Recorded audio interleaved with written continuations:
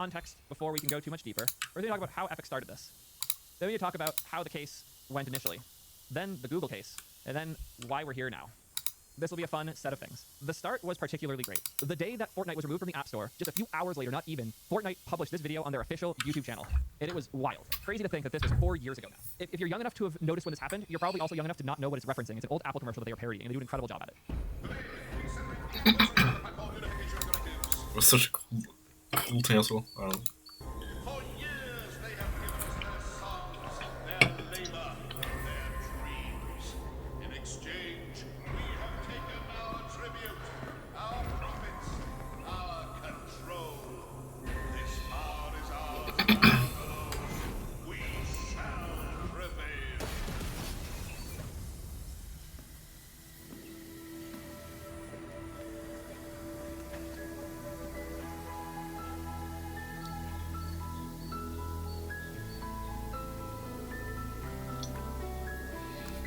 Not 24, holy shit.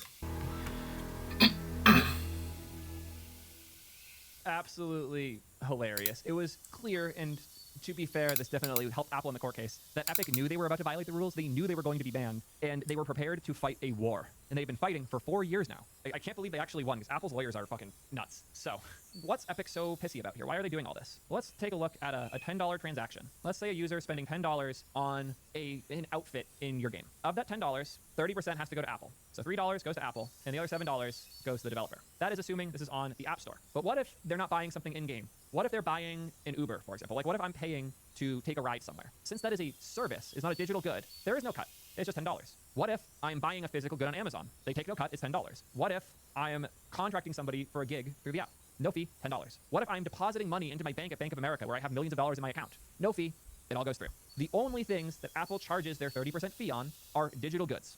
That means that in a given service, like let's say Amazon, if you buy a physical copy of the book, Apple takes nothing. But if you're buying a digital copy of it for the Kindle app, they take 30%.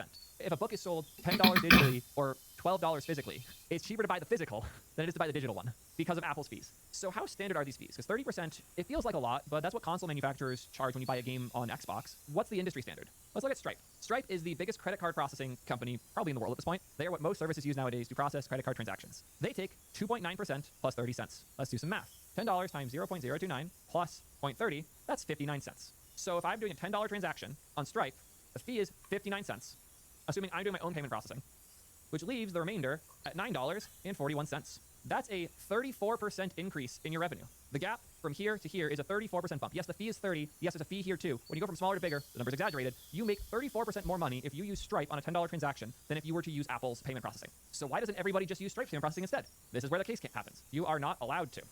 If your app has digital goods being sold in it, they are required to be sold through Apple Pay. You cannot use a credit card the user has on file. You cannot process the payment yourself. Apple requires all payments, all subscriptions, and all transactions that are done through an iPhone, not through the browser, but through an app, to be done through Apple Pay. They have some really weird exceptions that are not even worth bringing up. I have some other videos where I talk about this stuff. They're dumb. You are not allowed to use your own payment processing, though. So even if you have built your own system, even if you have a team at your company that manages incredible infrastructure for payment processing, Apple, admittedly, their interest is protecting users from having fraudulent things going on in apps to make your experience safer and better. They do not allow for transactions to occur without using the Apple Pay protocols, unless you are on the exception list, which is any physical good, any service IRL, anything that isn't purely digital. So that argument's kind of failed at this point. This has forced a lot of weird things. If using Apple's platform means I'm taking a 34% hit in the profitability of the service, I have to increase the price or have worse margins. On top of that, I have to build all this custom infrastructure to handle Apple as a special case. It's one of the biggest holdbacks for us moving T3 Chat to the Apple ecosystem in the App Store is we have to support Apple Pay. And everything we built is heavily integrated with Stripe right now. So I have to build a whole second path and risk splitting up our entire architecture for what a subscription means in order to support Apple's thing to give them more money. Where this gets really messy is if you compare how much money an indie dev pays Apple versus, I don't know, Chase Bank. A random indie game dev is lucky to make $100K a year. Chase Bank would have to screw up to make less than $1 billion a year.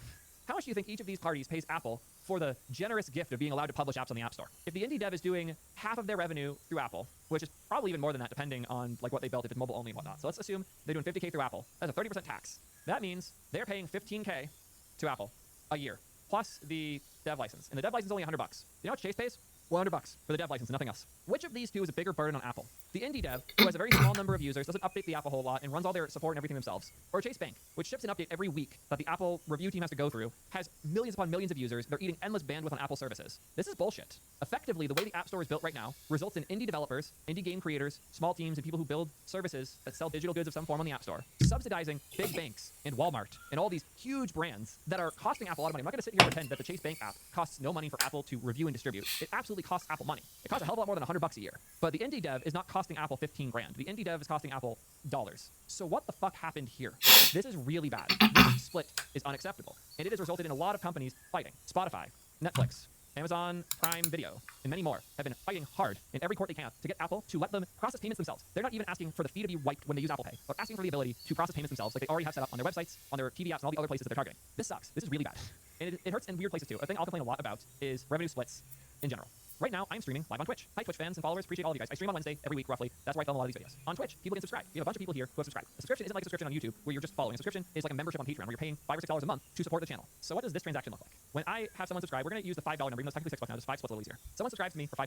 For most creators on Twitch, this split is very simple. It's a 50-50 split. The creator gets $250, the platform gets $250. I think this is a little high, to be totally fair, but when you consider the fact that Twitch is a platform that is facilitating the relationship between me and the audience, that the interface in which we are communicating is Twitch chat, all of this is here, and the best part, if I decide I want to have you subscribe somewhere else, they won't prevent me. I can move my subs to Patreon, I can build my own thing with PayPal or with Stripe. This fee is optional in the sense that I can use something else instead for my fans to contribute, but it's convenient to do it through Twitch, so fine, whatever. There's a point where if you're popular enough, you'll get a 70-30 split instead. So 30% goes to Twitch and 70% goes to you, which is a pretty nice gap. It gives you a whole additional $1 per subscription, which is a pretty sizable bump, a nice change. And when I hit that threshold, started making significantly more money. It's awesome. That's still like the same split that Apple's doing, but they're not an enforced split. I can go other places to implement subscriptions other ways and have a much better cut if I choose. But the fact that it's an easy way for me to grab recurring revenue is awesome. That's why I offer this as an option. What happens when you subscribe via the App Store? Well, it's still $5. It's a 30/70, but this is a 30/70 between Apple and Twitch. So now, what the Twitch side is left with is 350. So the 350 has to be split again in a way where Twitch makes some money. So if we do, even if we maintain the 70-30, even if we make it more generous, we bump Twitch's cut down to 25%, and we get 75, we're getting $2.62, and Twitch is getting 87 cents.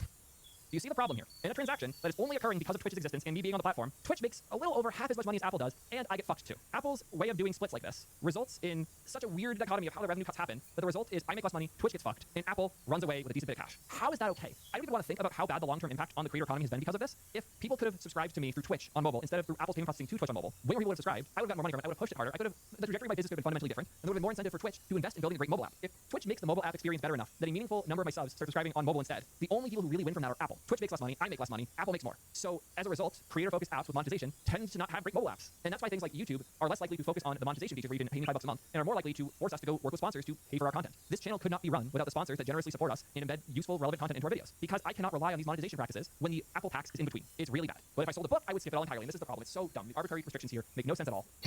It's so bad that Epic won in court. Twice. Well, 3 times now. We need to talk about how this case went initially. Epic won. I'm putting 1 in quotes for an important reason. The original ruling, and I'm too lazy to go find the wording for it, it was effectively Apple cannot restrict developers from including buttons, links, or callouts to external payment options on the web. It was effectively this. The key thing here was the buttons, links, or callouts. Apple interpreted this as they could pick one, allow for just that one. In this case, they said, okay, we'll allow one link in one place that cannot be where the rest of the checkout flow is. And when you click that link, we're going to have a huge, massive warning telling the user, by the way, we can't keep you safe. You're going somewhere sketchy. You might get screwed. We're not liable for any of that in order to scare the user out of clicking and going through and doing the subscription. That does not follow the spirit of what the judge's ruling was. The fact that they used the word or to say, okay, we'll pick one of these things, add a shitload of rules around it, and then ban a bunch of developers who interpret it slightly differently. No, absolute bullshit. At the same time this case was going on, the Google case was happening. Epic won the Google case so hard that I'm surprised Google stock didn't see an immediate massive hit. This is the Google AI summary, which makes the contents of it much funnier. A judge ruled that Google holds an illegal monopoly in online advertising markets, specifically ad services and ad exchanges. Oh, I know this is a different case. That's funny. It's still very willing to call Google a monopoly, but not the right case here. The jury affirmed that Google had engaged in anti-competitive practices both with the Play Store and its related billing system and maintained its monopoly through how it made deals with partners using its dominant position in overall technology markets. The judge also found that Google further its position by requiring the Play Store to be installed on third-party Android hardware, such as the Samsung phones. The results of that ruling are particularly nuts. The judge in the case ruled that Google will have to distribute rival third-party apps within Google Play Store, and that those alternative app stores have to have full catalog access to Google Play apps. So I, as Epic, could create my own app store. You can go install via Play Store, have access to all the Google Play apps, build my own payment processing stuff on top of it, and now we are fully exited from Google's Play Store and their 30% cuts. This is the set of specific restrictions that Google was supposed to comply with. They've been appealing it since. Some of them are delayed, some of them are canceled, but at the time, the requirements of Google were that they stopped requiring Google Play billing for apps distributed on the Play Store. They would let Android devs tell users about other ways to pay from within the Play Store, let Android devs link to ways to download the apps outside of the Play Store, and also allow devs to set their own prices for apps irrespective of Play billing entirely. So if I want to charge less in one place than you make me charge on Play Store, I can do that and you can't stop me. Yes, that's the thing a lot of these companies enforce. You can't charge less in other places. Absurdity. Google also can't share app revenue with other companies that distribute your apps. So like if you make Samsung phones, I can't promise you a percentage of the revenue if you put Play Store on the phone. And that is a huge loss for Google's enforcement of the Play Store monopoly. This is Play Store crumbling very actively. And it should. They shouldn't be able to use their monopoly to enforce things that they want to that way. I think they went a little overboard, but they went overboard because of the egregious nature of Google's colluding and monopolistic behaviors. The point being here, Google lost so hard. I still don't know how, like they just paid the wrong lawyer or whatever, but Google got fucked in this case. They absolutely got decimated. And the gap between that and the Apple case was jarring. The point here, and the reason this really went this way, is that Google was leveraging their operating system as a method to enforce a monopoly in other industries, including payment processing and app distribution. Just because they won the operating system war on Android doesn't mean they immediately get to win the payment processing war on Android or the app distribution war on Android. That's the point of legislation fighting anti-competitive practice. Google's win one arena shouldn't give them the win by default in a bunch of others, and they use their monopoly to enforce their wins in these other fields. The same thing Microsoft did when they built APIs into Windows that only IE could use and other browsers couldn't, and that's why Microsoft got fucked in the antitrust cases. Google got similarly fucked here. So let's talk about what we're all here for today, the new Apple ruling. As I mentioned before, Epic's been fighting constantly to get a similar return from the Apple case. As I mentioned previously, Apple was not following the ruling in a way anyone would interpret as reasonable, so Epic's been trying to appeal for a while now. This order is nuts. This is what I wanted to see. For the reasons set forth herein, the court finds Apple in willful violation of the court's 2021 injunction, which issued to restrain and prohibit Apple's anti-competitive conduct and anti-competitive pricing. I was fucking right. I knew, and I have an old video, Faze, please throw the clip in here, where I emphasized that their interpretation of the word or was such bullshit that it let them get away with this. Their reading of buttons, external links, or other calls to action, Apple read this as they only have to allow one. Not that they're not allowed to block them, but that the word or here specifically means they only have to support one of these options, which is an incredibly bad faith reading of this ruling that Apple is choosing to do because it benefits them. Yeah, you saw the clip. I knew this was bullshit, and I was hoping that the appeal would go through, and it took 4 fucking years because of how slow these courts move. This is nuts. And apparently, sanctions are getting involved. Oh boy. Effective immediately, Apple will no longer impede developers' abilities to communicate with users, nor will they levy or impose a new commission on off-app purchases. So I can now tell you in my app, you can go subscribe on my site and get a discount instead of subscribing in app, and Apple cannot take a fee for that or prevent me from doing it. It happened. It's over. Apple willfully chose not to comply with the court's injunction. It did so with the express intent to create new anti-competitive barriers, which would, by design and in effect, maintain a value revenue stream previously found to be anti-competitive. That it thought this court would tolerate such an insubordination was a gross miscalculation. As always, the cover-up made it worse. For this court, there is no second bite at the apple. It is so ordered. Yeah, this is absolutely nuts. I asked the best chat I've ever made, P3 chat, to summarize this. You can just paste the PDF and log the model, by the way. Gemini's really good at this. Apple found in willful contempt. The district court in the Northern District found Apple in willful violation of... summarize. Yeah, this is absolutely...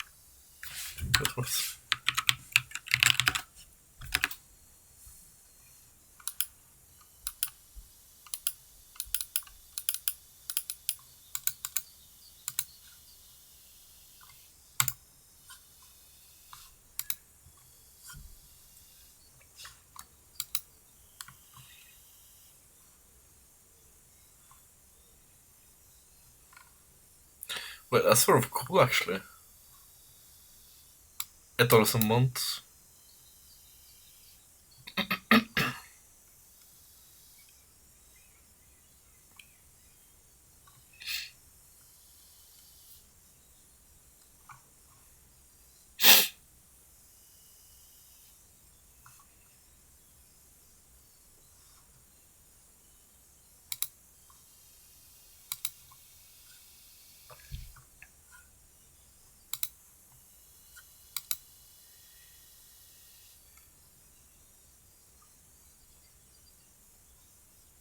Oh.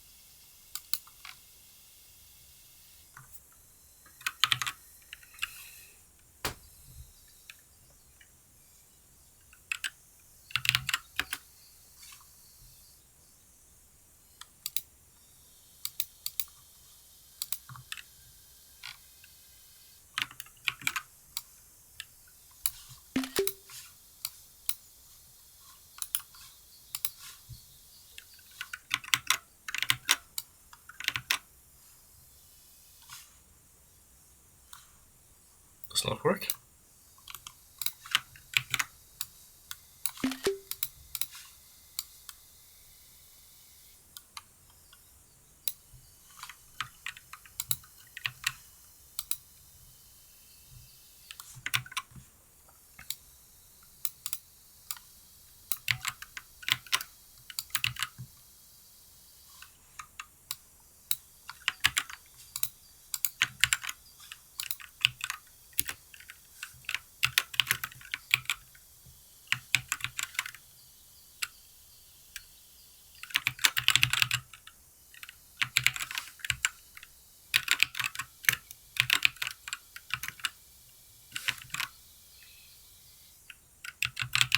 That's L dots, right?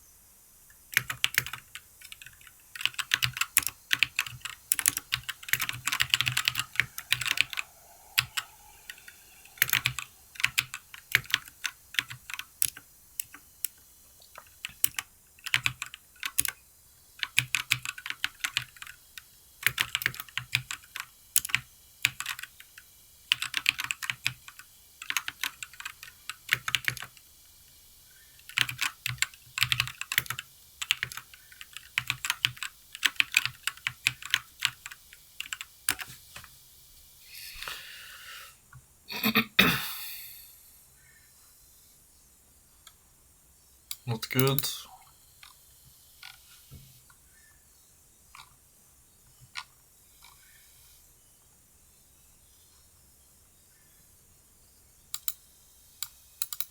Quite quick though.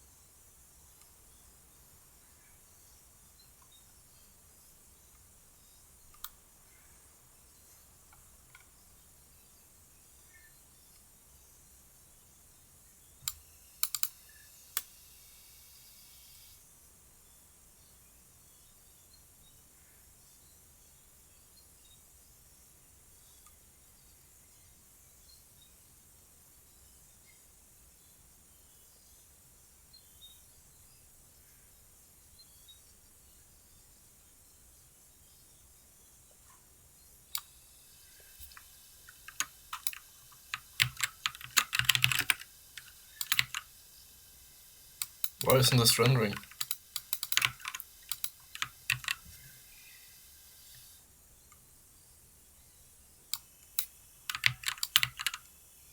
Oh, that's so fucking nice. Okay. That's very nice, actually.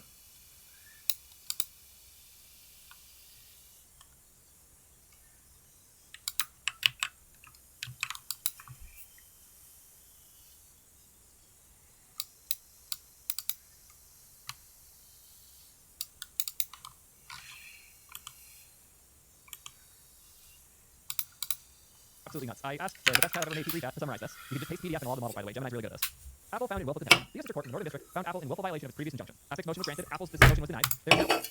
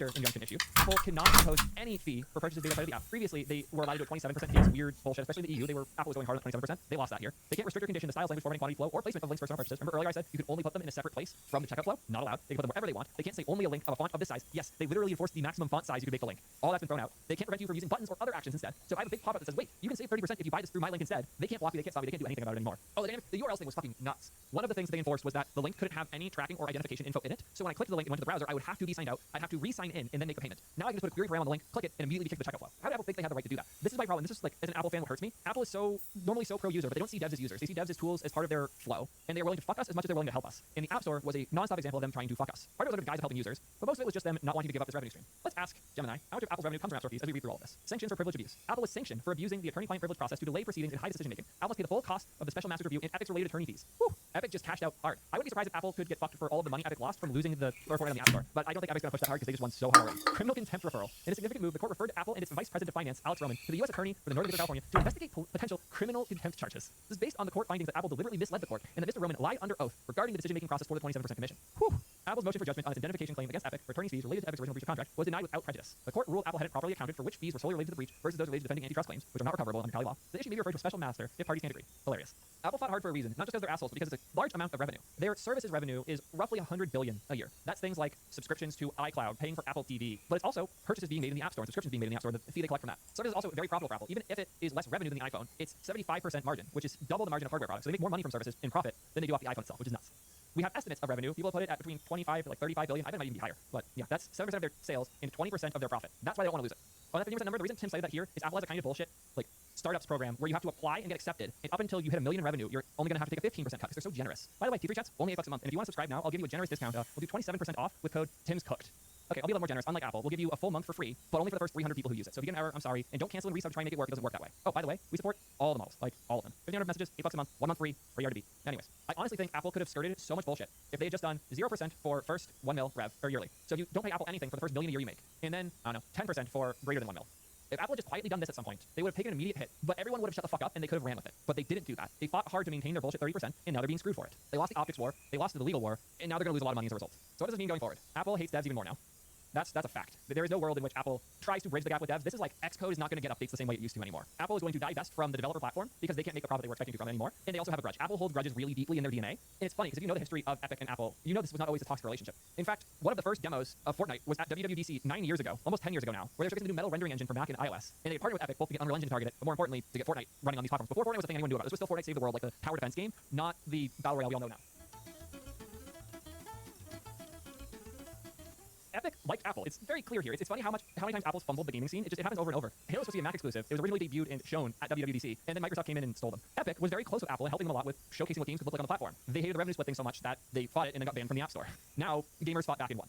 It's really funny how, in the end, gamers in the gaming ecosystem, specifically game developers, were the ones to die on this hill and win. I remember when Tim first announced that they weren't going to follow these rules anymore, they were going to make the change in the Fortnite app for payment processing. I knew they were about to get hit. And the outrage I saw against them, both because people were mad at Epic for the Epic Game Store thing, which I still think is just misunderstood, but people were mad at Epic for daring to get Fortnite banned on his personal hill he wanted to die on. But he knew it was the right hill to die on. I defended the fuck out of him when it happened. I feel so goddamn righteous right now because I have been complaining about this for the entire 4 years since it happened. I've only been doing YouTube for about 3.5 years, and I've been talking about this since I started. I am so thankful that Tim took the hundreds of millions of dollars hit, possibly billions of dollars hit, letting Fortnite get banned from the App Store, knowing that long term it would be the right thing for developers, because Tim doesn't want Epic to make their money through Fortnite. Tim wants them to make their money through providing the best tools and experiences for developers to make incredible things. And in order for those devs to be able to do it, they need to be able to profit from it. And if Apple is hurting their margins to that degree, if Apple's hurting the platform from becoming what it could become, that hurts devs, and in the end that hurts Epic. And the fact that he was willing to make Fortnite the sacrificial lamb to unfuck Apple's bullshit policy via the courts, it is one of the most noble sacrifices I've seen in the business world, and I will applaud Tim forever for doing it. Tim Sweeney made the craziest, ballsiest move that he could only do because he owns exactly 51% of Epic, so nobody else could override his decision. If Epic was a public company, shareholders could have and probably would have sued the fuck out of him for doing this, but he ran it right. He did this insane thing, and holy shit, he won. So one last thank you to Tim Sweeney for fighting the good fight and taking down Apple's most bullshit possible thing, which is the horrible way they run the App Store. By the way, on the note of Fortnite on the App Store, Sweeney confirmed here that they intend to bring Fortnite back to the US App Store next week. Epic puts forth a peaceful proposal. If Apple extends the court's friction-free, Apple tax-free framework worldwide, we'll return Fortnite to the App Store worldwide, and we will drop current and future litigation on the topic. Again, Epic's goal here is to force Apple to stop enforcing this bullshit cut, because effectively, Epic's customers, which are game devs, are losing a huge portion of their revenue to Apple. If you make a game for iOS using Epic's tools, Apple makes more money off it than Epic does. That's bullshit, because both parties are taking from the developer's pocket. So if Apple can't take a 30% fee, the amount of money the dev just made doubled, and they can now spend more money on more tools by Epic. That's the reason Epic is in the position they're in. If Apple's cut goes down to 0%, Epic's can go from 5% to 8%, and the dev will still have more money in the end. They're fighting on behalf behalf of game devs, because if game devs have more money, Epic can make more money too. And as such, they're willing to drop all this litigation if the core point happens, which is that Apple stops enforcing their bullshit fees worldwide. If Apple was to follow through with these changes, and he was to keep suing them, they could cite this tweet in court. He did this for a reason. He wants it on the record that if Apple does what the court says worldwide, it's over, he'll finally stop. And now that Apple's legitimately terrified of him, which they have to be after this, I hope they take the opportunity. I am suddenly so much more excited to build the T3 chat app and to encourage others to make applications. I hope Apple doesn't find some new bullshit edge case that they can use to make our lives as developers harder, because they're going to be hunting for one now. But the future of the App Store has never been so bright for everyone other than Apple. And to Apple, not that you're watching this, if somehow you are, you still have the opportunity here to make things right. Treat Apple Pay not as a mandated method for doing transactions in iPhone apps. Try to make it competitive. Make a better payment processing solution that I want to implement as a dev and my users want to use as customers. Cut the fee to a reasonable place. If it was 10% or ideally 5%, I would love to use Apple Pay for the things that we're building in the future. You are still loved by devs, Apple. You can flip this to make us love you more. Your instinct is going to be to fight. I know how you behave as a business. You want to lash out and quietly ruin the lives of everybody who stands against you right now. But you have the chance to flip it. Right now is the opportunity to make developers love you again. Don't make it the final straw. Don't let this become another miserable instance where everybody starts moving away from the platform. Don't let this become a disaster. Let this become a strength in a moment where you realize how different the world outside of Apple is from yours, and you try to bridge the gap and compete in it instead of enforce the gap and refuse to be part of it. That's all I got on this one. It feels good to be fucking right, and I am so thankful this case went the way it was supposed to, even if it took this long to do. Let me know what you guys think, and until next time. Just to jump in on this, because I think there's a lot of confusion about this, because this is something we're seeing in the last few years where we used to talk about, you know, chronic training load and acute training load, or even normalized power over a specific duration. And the vocabulary's changed a little bit more to talking around kilojoules now. Can you anchor this for us and maybe explain why this vocabulary has emerged? Kind of simplify so people can understand what we're actually talking about here. So ultimately, of course, it's covering a distance. But the problem a little bit with that is that it's very hard to anchor that in ultimate calories. Because again, I'm going to exaggerate to just make a point, and that is that there's no velocity without power. There's no power without calories. Simple as that. Yes, the body is a battery, so it means basically that you can go out and you can do a certain run, and you can even do a good run. But it's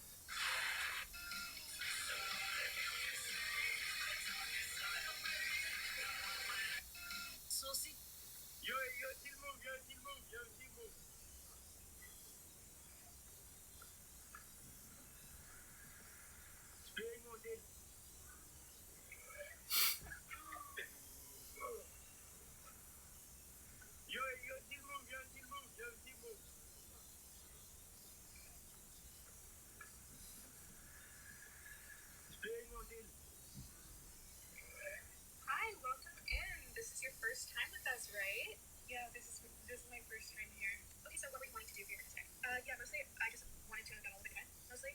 Okay, so was there like a specific style that you wanted to go for? Yeah. Okay, so like shorter on the sides, maybe? A little bit shorter, I think. On the sides. Okay, for sure. I will cut all of it. Is there a style that you were wanting? I will cut it.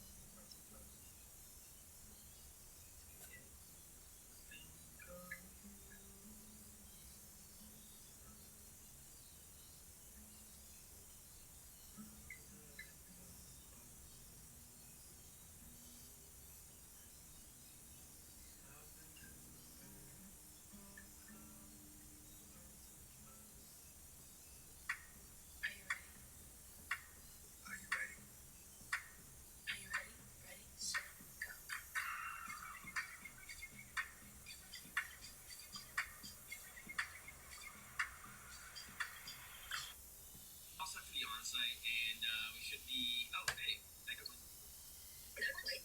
Just an echo. That's not like an echo again, right? Yeah, yours is a bit nice. So I know for an onsite next week. Alright, that is more light. Okay. Alright, just, yeah. So, should I be bringing, like. I see, but you keep doing this to me, it's not funny anymore.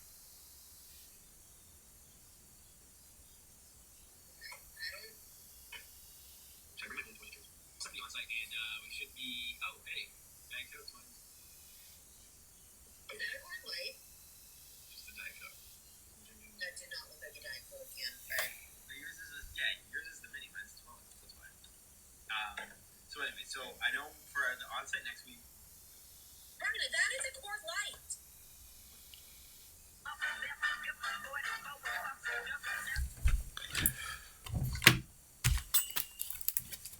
It's just a matter of time for how many times you can do that before your battery is empty, unless you actually start feeding properly also in the other end of it. And that also ties back into I think that today talking about relative values like power per kilogram and or watts per kilogram or V2 max as a milliliters per minute per kilogram, for example, you're shifting the focus on when you're stagnating a little bit. Instead of looking at, okay, where can I now improve, you rather think, okay, I have to reduce my weight. And the flaw with starting to reduce your weight is that we are organic creatures, and in order for anything organic to grow, you need food, you need energy there. But the problem is that we are also very like what's the English word or English term, but it's called when, for example, like a dog. If a dog do something right, you give him a treat straight afterwards. If a dog do something right and a treat comes an hour later, the dog has no clue about what the treat is for. And we are also, even though we like to think that we are advanced creatures, we are not that advanced when it comes to these kind of things. We are very, very much inclined towards having like an immediate reward of something. And the problem there is that it's very easy to see that yes, if you're reducing your kilograms, yes, potentially then the watts per kilogram goes up, or your VO2 max or measured milliliter per minute per kilogram also goes up. But the thing is that if you measure this as watts per kilogram, yes, it will look like this, but you have already started a down spiral because you are now starting to inhibit that growth, or that is so important for continued growth. Because instead of trying to be smart about how you do the training, you start always focusing on we are stagnated. Our program must be perfect, so it can only be done now by reducing the weight. No, most likely it's about looking at what can you do with the stimulus, what can you do smart in your program, and still make sure that there is a calorie balance, or preferably a slight surplus even, to continue to promote growth. And that but how do we then quantify it? How do we know this? The thing is that also when we've done several tests, I don't know now, over a decade more or less, is that we also have seen that when you are reducing, so yes, you can improve your watts per kilogram, but the interesting finding that we almost find every time as well is that actually the relative VO2 goes down at the same time. So it's easy to think, well, if watts per kilogram goes up, most likely also your VO2 max measures are relatively speaking, so basically oxygen milliliters per kilogram also goes up. But that's not the case. We very often see the opposite, and that is that it goes down, and it actually goes even faster down. So your absolute VO2 max comes down, but your relative one, it doesn't actually go up. So you can imagine, okay, fine, maybe we can sacrifice a little bit on absolute VO2 max, but as long as weight comes down more, that will give you a higher relative VO2 max. But that's not the case. And of course, this is something that's limited to those teams or individuals that have access or the resources to do this kind of testing in a proper way, or they even buy this equipment. Of course, now it's being democratized, so companies like V2 Master and so on are making this technology more available to the masses. But I think back to how we're looking at like loading and these kind of things, the problem with distance is the distance in a pool is very controllable. So there you can, if you measure VO2 max there a couple of times, you measure oxygen consumption a couple of times, you can have there won't be big difference between your oxygen consumption basically and calorie consumption when you're swimming at a certain velocity. So if you measure VO2 at certain different velocities, you can basically use it as for a fairly good period, and from that you can plan, okay, this is the distance we're going to swim, this is the velocity we're going to swim at. That basically means that that's going to have this kind of calorie demand. And I'm not talking about, because there's also something called exercise or post-exercise oxygen consumption as well, but let's look away from that to make it not too complicated. Because you can imagine after you're done with the training, there's a recovery process taking place, and that also requires an elevated calorie consumption compared to just basal metabolic rates. So distance in swimming, there is a very good correlation between because you're swimming in a pool, back and forth, and conditions are extremely stable. When it comes to running, then things start to get a little bit more complicated because you can have wind or there are factors that will have an influence, but not that much. But of course, starting to run uphill, downhill, and this kind of thing, now distance is not as easy anymore because distance is measured normally flat. So even if you say, so if you did a run today that was 10. Oh. Watch a little Shark Tank. But this one is a special Shark Tank, folks. You're here on a Marketing Monday, so we're not gonna do a normal fucking Shark Tank. I want to talk to you about a drink called Poppy. Now, I'll tell you one thing. Here on Marketing Monday, we do not accept sponsorships, okay? We have journalistic integrity. I will not shill any product on this stream. Cheers, my friend. We have covered a lot of Shark Tank products on this channel, and over the years, we've covered as each Shark Tank record gets broken. As of a few days ago, the record, which was previously set by Bombas with a $100 million valuation, which was later beaten by Scrub Daddy, hitting a $200 million valuation, and almost beaten by Doorbot, which later became Ring and had a $1 billion valuation, but nobody invested in that, was finally beaten when a few days ago, this soda brand, Poppy, was bought by Pepsi for nearly $2 billion. A brand new record, because years earlier, it turns out that Poppy had been a drink called Mother, an apple cider vinegar beverage that appeared on season 10, episode 8 of Shark Tank. And we're going to watch that episode today and see if anyone had the foresight or the intelligence to invest in the seed round of a future $2 billion company. Sharks, today I'm seeking $0 for 10% of your attention, which is all you can really ask for a YouTube ad read. Today's sponsor is Rocket Money. And before you save up for a key large thing, time, value partner of the stream and the content, and hopefully you'll give it a shot and check it out. I'm talking to you, Mark. I'm talking to you, Lori. Kevin, stay broke. Back to the show. We're here seeking $400,000 in exchange for 10% equity in our company. Now, my first instinct, not knowing that it's going to make $2 billion, is like, damn, that's a seed valuation. You're asking for $400 grand for 10%? Oh, I mean, what's your sales? Are we really gonna shot it? Ready? Cheers. Oh, it's apple cider vinegar. I started drinking apple cider vinegar, or ACV, to detox and lose weight, but the taste was so strong. So we created Mother Beverage. Mother Beverage is an all-natural sparkling probiotic Such a drink bad name. for the drink I'm you've drinking never Mother. had. I'm drinking Cheers to your Mother. health. So we've just prepared like a pre-made, healthy go-to option. So I'm drinking one right now as it ends up, and it does still have apple cider vinegar in it, but this is mostly, I mean, it tastes like root beer. And there's 9 grams of sugar now. So we're projecting $1 million. We just received placement in over 200 locations. How much is this bottle retail? So it retails for $299 to $359 based on the retailer's margin. I want to pause here. We'll do a little business breakdown. So one of the reasons that PepsiCo was willing to pay $2 billion for this brand is not only because Pepsi's in trouble. It's the year of soda and Pepsi's falling behind. Coke sales way up, Coke sales way up. Pepsi finds himself struggling and needing of a hit. And Poppy, which is experiencing record growth thanks to celebrity endorsements from Post Malone and Kylie Jenner and the fucking Lakers. Pepsi needs to get they need a higher growth soda as part of their portfolio. But also, probiotic sodas like Poppy, which attract a higher end health conscious consumer, can charge almost double the price of regular soda. But it costs them the same to make. It's that health food tax. Like this costs about the same to make as a Coke, but they can charge you a lot more for it. And that higher margin is extremely attractive to a company like Pepsi. And Pepsi's not the only one. Coca-Cola, which is again, I would say better at developing their own sodas than just acquiring, saw this coming a while ago. So this is the Coca-Cola Simply Pop. Again, this is a growth industry because they realize they can upcharge. Look at this slim can. It looks luxurious, but it's really just less liquid. And sold at a health food premium. That type of branding is powerful in a more social media era. Really, these are all about marketing, these type of sodas. And that's why Poppy, which has excellent marketing, has proven to be successful. So what the Sharks really have to realize in this pitch is not whether the soda really tastes good or whether whatever. It's whether they can market. And with the name like Mother, it's probably harder than the sea. The real story of this type of thing is Liquid Death, where Liquid Death took bottled water, canned water essentially, and just branded their way to a multi-billion valuation. It's truly a marketing story. This is not much different because, again, the health claims of Poppy and probiotic sodas in general are pretty weak if you look into it. I'm no doctor, but there's not much solid, tangible benefit for Poppy. It's really, the real benefit is everyone wants to drink soda again, but for certain consumers, they can't because it fucks with their identity as non-soda drinkers. Poppy allows you to get around that. Poppy allows you to be a soda drinker, which you want to be, but think of yourself as not a soda drinker. The only way I get out of this thing alive is somebody buys you at some point. There's an exit, right? That exit in beverage seems to be at around 50 million market Wrong, share. as 2 opposed billion. to Anybody can knock you off, but we happen to have an expert here who built billion-dollar brands in beverage. Tell me why these two are not beverage cockroaches. The big guys, what they've done is they have subcontracted innovation to the entrepreneurs of America. Very few brands are being launched by the big beverage companies today. People want to drink beverages, but they feel better about it. It's the first thing is you have... Who is this guy, by the way? He's a guest, but I didn't watch the intro, so I don't know who his name is. So currently we've raised about $125,000. What valuation? So that was at a $600,000 valuation. Now you're worth $1 million? So that was pre-revenue based on concept. That was friends and families. Was to literally start our production Do facility. you manufacture this yourself? Yes, sir. Oh, wow. How big can you get on your current manufacturing footprint? 60,000 bottles a month. We haven't Wow. started to finance a fully automated bottling line. Why would you want to be in the manufacturing business? That's not. You're in the mud. You're in the weeds. Oh, lads. Eating nutritious foods and staying active is important for everyone, especially older adults. As we undergo various it's important for everyone, especially older adults. As we age, our bodies undergo various changes that can affect. This is not a targeted ad. Was that a notification? This is not a targeted ad. It's probably no. It's not a targeted ad. You need to come in hot and hard and fast. You need a partner because you're still in the Whoa, kitchen. So you need to get the hell out of the kitchen and you need to start a business, not an artisanal. Every beverage guy comes in here, and the future's so bright we gotta wear shades. But you're still vinegar roaches. The valuation's insane. I'm out. Yikes, dude. I mean, there's no accounting for the future, but knowing how successful this company is, the inability to even hear them out seems crazy. For me, I'll be a customer, but I won't be a partner. I'm out. This opportunity. Then there was I will say it's wild that they haven't they didn't talk much about their marketing. Part of it is they haven't figured it out yet. I mean, their name is still Mother. They haven't like figured out that branding of like upscale trendy soda. They're still in like the apple cider vinegar separate beverage phase, and that's when they really took off. Mother Juice is much less appealing than Poppy with a bright, colorful package. But if they talk about their social media prowess, because again they're very good at social media, that might have been a push over the edge from these Sharks. But actually, I'm not smart enough to create my own beverage. I find smart entrepreneurs and I partner with, but I become the #1 conciliary for them. I'm going to give you an offer. Oh, Well, kidding. I'm going to give you an offer, but the valuation is not what you want it to be. you sharking? Beverage is savage. The mathematics for a company that this year has done 250, if we take it 12 months, that puts you at a 1.6 odd million valuation for 400,000. For me to get interested, it's got to be more like 25%. Oh, That is a ridiculously good offer for you. I would Oh. never. Run like a thief in the night. You have to take that. Did he just shark? We'd love to do business. Congratulations. Ladies and gentlemen, a guest shark who I don't even know the name of just landed the single best deal in Shark Tank history, a roughly $500 million deal. Rowan Oza, the deal went through, and he got 25%, maybe diluted over time as they raise more rounds, but $500 million. Congratulations on your baby. Thank you. He just sharked a pregnant woman out of $500 million. All right, let's see his intro. Tonight, Skinny Go Mobile.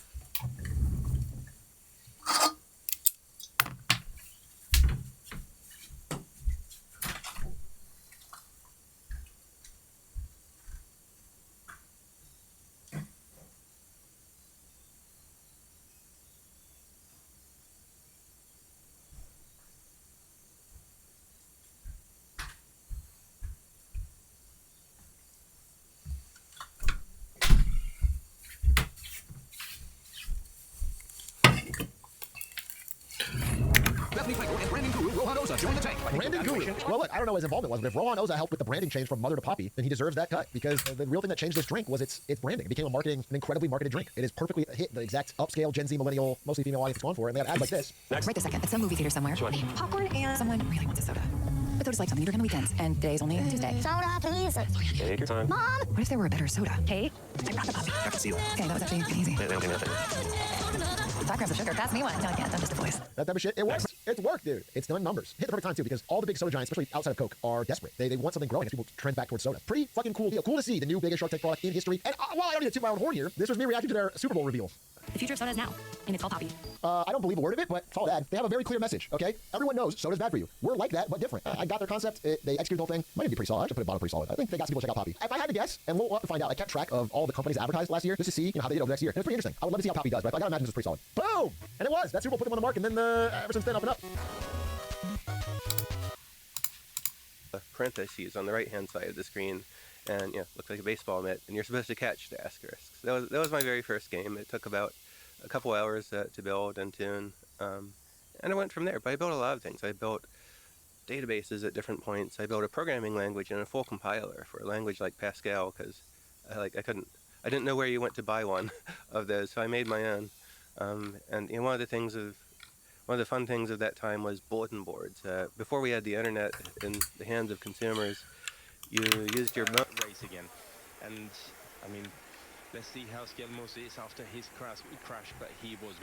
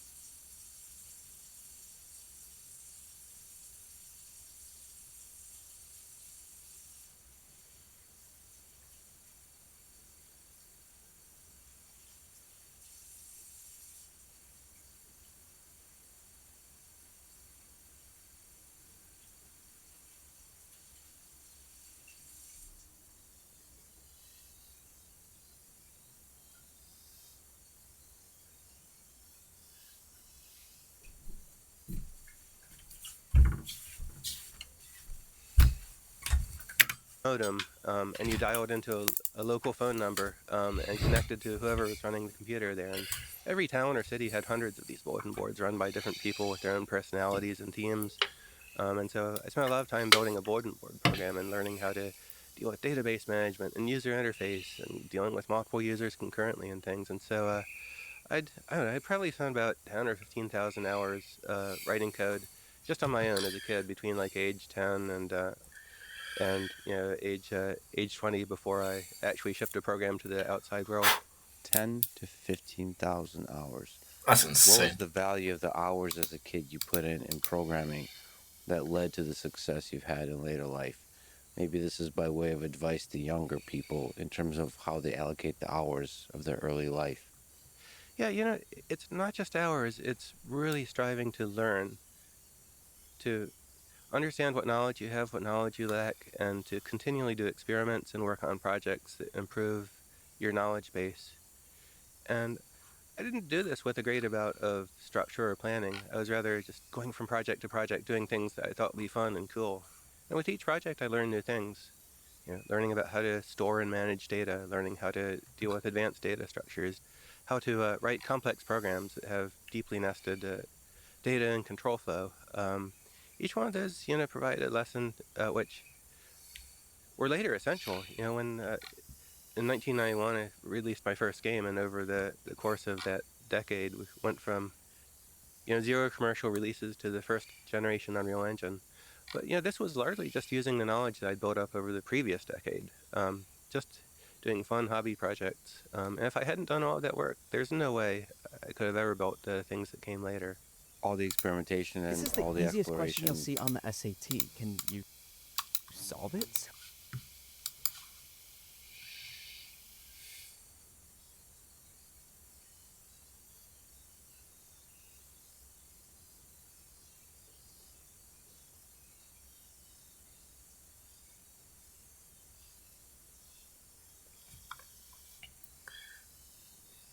Am I overthinking? It's not 3.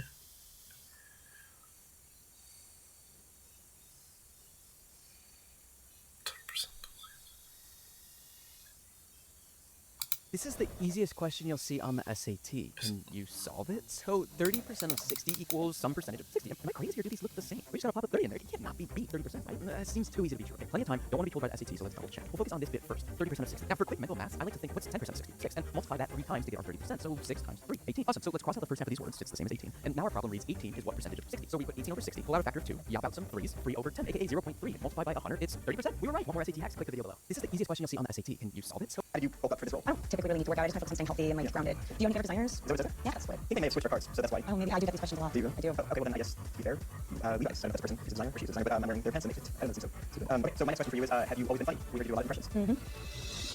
Oh, no, nothing doing for you.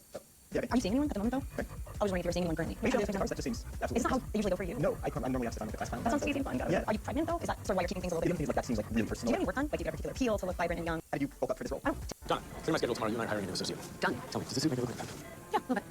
Done. Give each guy a hard time before you send them back. I've never said this publicly, but I play in a city and you're selecting 19. My best mate for that, we start drinking. I know in bed, I'm sleeping naked. Up in the middle of the night, I have a pee, walked out, I hear a door close and I open my eyes and I'm in the corridor, naked, no key. It's like 4 a.m. and I'm like, oh my God, what am I gonna do? And as I look around, it's like CCTV, and I'm like, ooh, this is not good. Someone had room service and I went to go and get the napkin and I put the napkin on, went down to the lobby and there's like people working in the hotel and I just kind of walk with this thing. You could see their eyes wide. I was like, please, can you let me back in my room? And please, can you not tell anyone about this? I messaged my security guard and I was like, can you wipe the footage? He told me he wipes it. He might have kept it for blackmail later on down the line, but yeah, I've never said this publicly, but I play in a city. Somehow contributed, somehow made sense later on. Like all of that is integrated somehow in the stuff you build. It's funny how life works. Like the pieces kind of come together eventually. Yeah, there were definitely Karate Kid moments. Because, all this time I was learning math in high school and in college. I studied mechanical engineering, and so, you learn all kinds of math, vector calculus and vector math, and matrices, and, all these related fields, physics and stress and strain, and how to, deal with complex physical systems. And, yeah, I wasn't really sure how engineers would actually make use of that knowledge. Do you just forget about it when you actually go off to do work, or do you write down equations on paper? It was actually not clear as an early engineering student what you do. But when I started writing the first generation Unreal Engine and I was dealing with 3D math, I was like, wait, I know this stuff. I learned this. And, so, suddenly like the Karate Kid, you get to paint the fence and wax the car, and suddenly you put all the pieces together into, a 3D engine based on a whole lot of accumulated programming language and math knowledge. That often knowledge gained without ever anticipating that I might use it in that way. Also, I think what's useful is over and over learning a hard thing and then showing to yourself, that you can do it, that you can learn a hard thing. So then when you come to having to write a 3D engine that in ways that haven't been done before, you're like, I've been here. I've been here in this experience. Like, I don't know what to do, but we'll figure it out. We'll learn. I'll learn all the necessary components. So just not being afraid of something new. Yeah, that's right. And constantly striving to make connections between these fields and look for their applications. Long after I'd shipped on Unreal Engine, it was like going back through an engineering textbook and looking at, oh yeah, I use that. And then I got to this section on eigenvalues. I'm like, don't know what the hell this is. But, you know, it turns out eigenvectors and eigenvalues were the critical breakthrough that made the Google search engine technology work and stand apart from the rest, because they found if Wait, what? you threw all of the links that exist in the web and, you know, links from and to different sites, and you put them in a giant matrix and you concluded you found the dominant eigenvalues, then those eigenvectors described the best search results for different things. And so constantly a giant matrix and you concluded you found the dominant eigenvalues, then those eigenvectors described the best search results for different dominant eigenvalues, then those eigenvectors described the best search results for different things. And so that's the whole idea.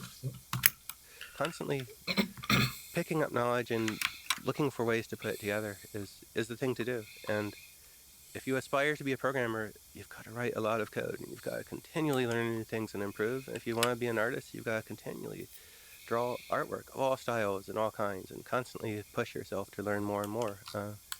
Because you never know exactly what you're going to end up. Yo, what's up YouTube? Today I'm going to be seeing how normal I am based off what AI thinks. Alright, so let's get started, chat. Hey guys, by the way, this is live. At the end of the experience, you will be able to share some anonymous data with us if you want, but it's totally up to you. The first algorithm we'll look at is designed to judge the beauty Yo, or it's broken, attractiveness chat. of Yo, your are we face. doing We'll this give you a score between 0 and 10. chat? Oh my god, it's broken. Alright, hold on. So let's talk about your face algorithms yourself. But don't worry, able to share some anonymous data with us if you want, but it's between 0 and 10. Having some idea of how attractive you are can be very valuable. For example, dating services like Tinder use it to match people who Why do are it one more equally time, chat? I attractive. swear to God it's broken. I swear to God it's broken. So let's talk about your face. Okay. Specifically, we'll be Chat, I looking swear at to God, machine learning algorithms that try to judge your face. Okay, The first algorithm we'll look at is designed to judge the beauty or attractiveness of your face. We'll give you a score between 0 and 10. Having some idea of how attractive you are can be very valuable. For example, dating services like Tinder use it to match people who are about equally attractive. Some social media companies, such as TikTok, are known to promote content from attractive people more. To make an algorithm like this, you need to train it using tens of thousands of example photos that each already have a beauty score. 5.2, good chat. Rating all these photos is often... Isn't that bad? But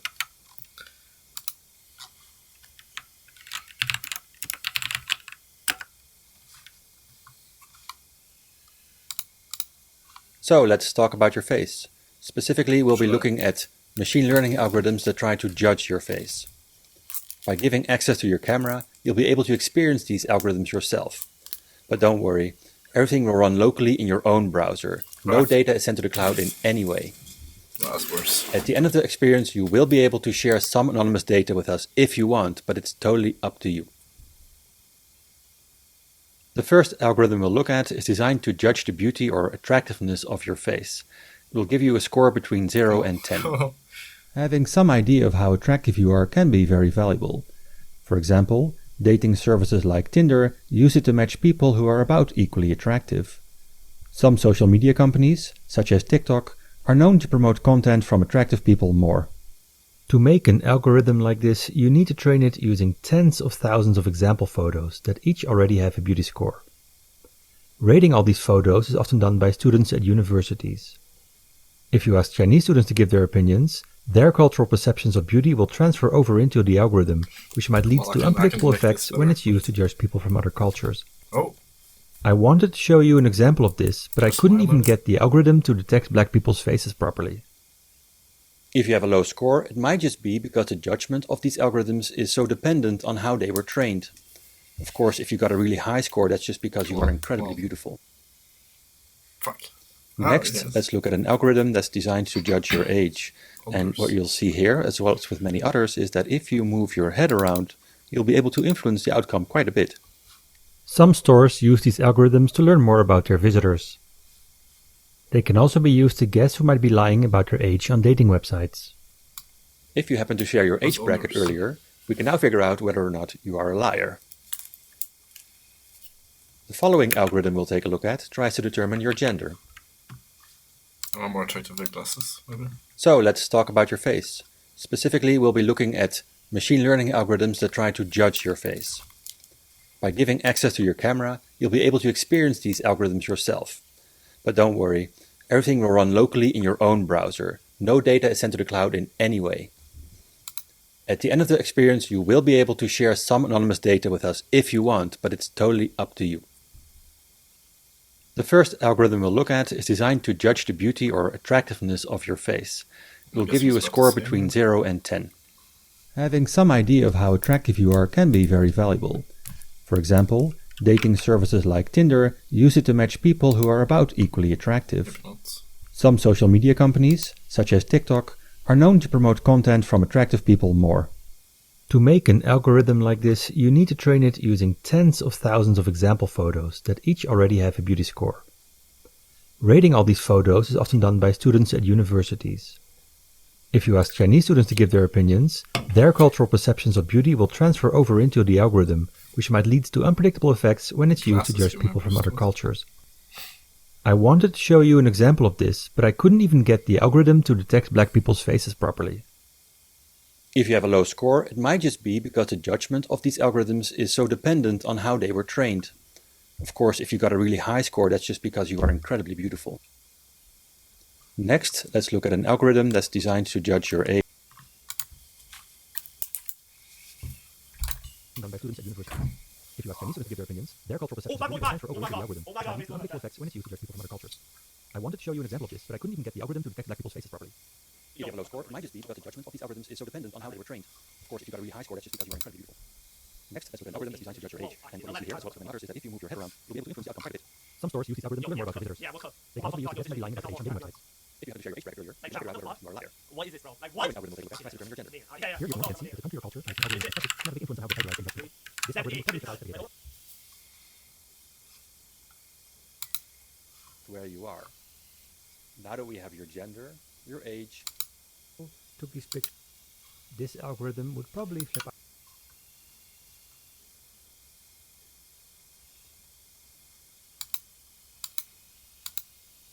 Services like Tinder use it to match people who are no way. Ask you how old you are. You with people who are about people. Rating all these photos is often done.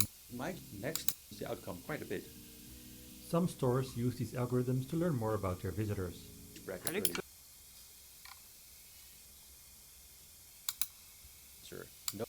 Share their weight loss progress.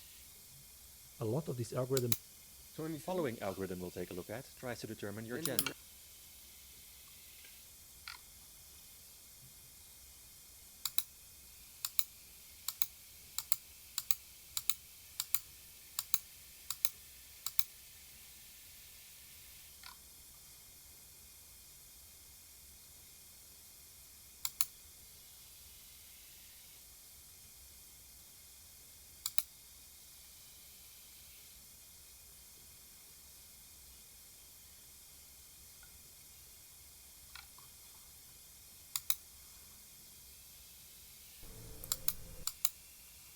To train it using tens of thousands, it will transfer over into the algorithm, which might lead to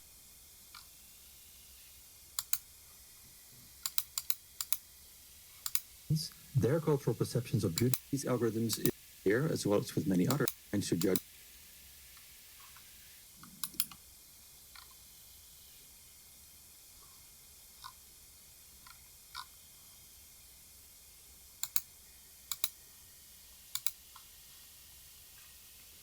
Something to keep in mind, I guess. Yeah. Actually, my score then would explain a lot why I'm getting so little views. You'll be able to influence the outcome quite a bit. Some stores use these algorithms to learn more about their visitors.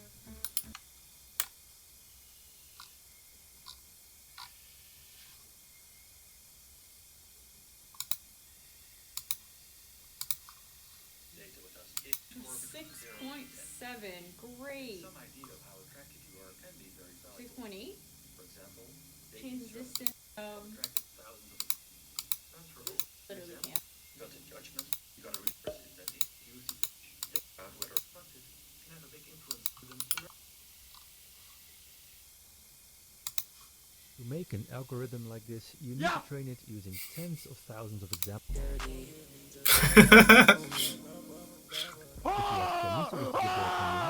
Their cultural perceptions of beauty will transfer over into the algorithm. To make an algorithm.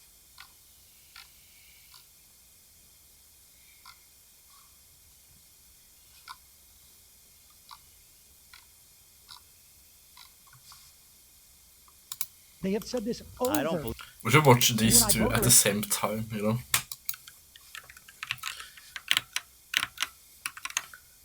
Let's go each extreme. Leave that over And I haven't seen those statements. It's the opposite. Believe that's the Why are you stupid? You understand anything? Anyway, speaking of petulant children, let's go and watch a lecture that is currently taking place. How have you been, Sam, since we ruined Steven Crowder's life together? Nice to It's not just we do yeah, that. you're right. You know what? I just think that, I just think that, oh my God, Sam's here. How have you been, Sam, since we ruined Steven Crowder's life together? Nice to I've see been feeling very badly for him. Yes. I've been feeling very badly for him. Yes, over the years. it's a tragic Okay, we need to offset. Okay, wait. loss of I wouldn't work because it paused different times. Never mind. a great career and so much potential. Is there a way to tell what Yes, time it they're is. at? Hey, are we live now? We are live on the H3 channel, yes. I wanted to start by sort of apologizing in that I over the years. It's a tragic loss of a great career, so much potential. Yes, it is. Hey, are we live now? We are live on the H3 channel, yes. I wanted to start by sort of apologizing in that I sent you a DM. I sent you a DM on Twitter 6 months ago or something. I was just going through to find out, and then I just realized you're no longer on Twitter. Yeah. So that explains why I didn't hear back. Oh, he watches double speed. He does. Oh, oops. I guess if I.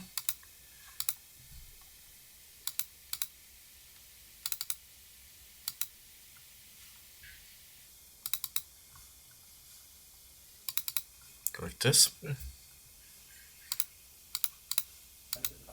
He may no.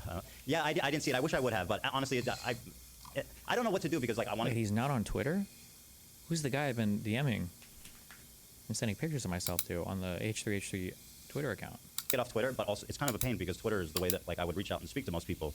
But I also don't want to be on a platform that's like owned and perpetuates basically like Nazi shit. So Yeah, this was yes, I understand that. Yeah, but I just wanted you to know I did reach out, and it was on me not to realize that.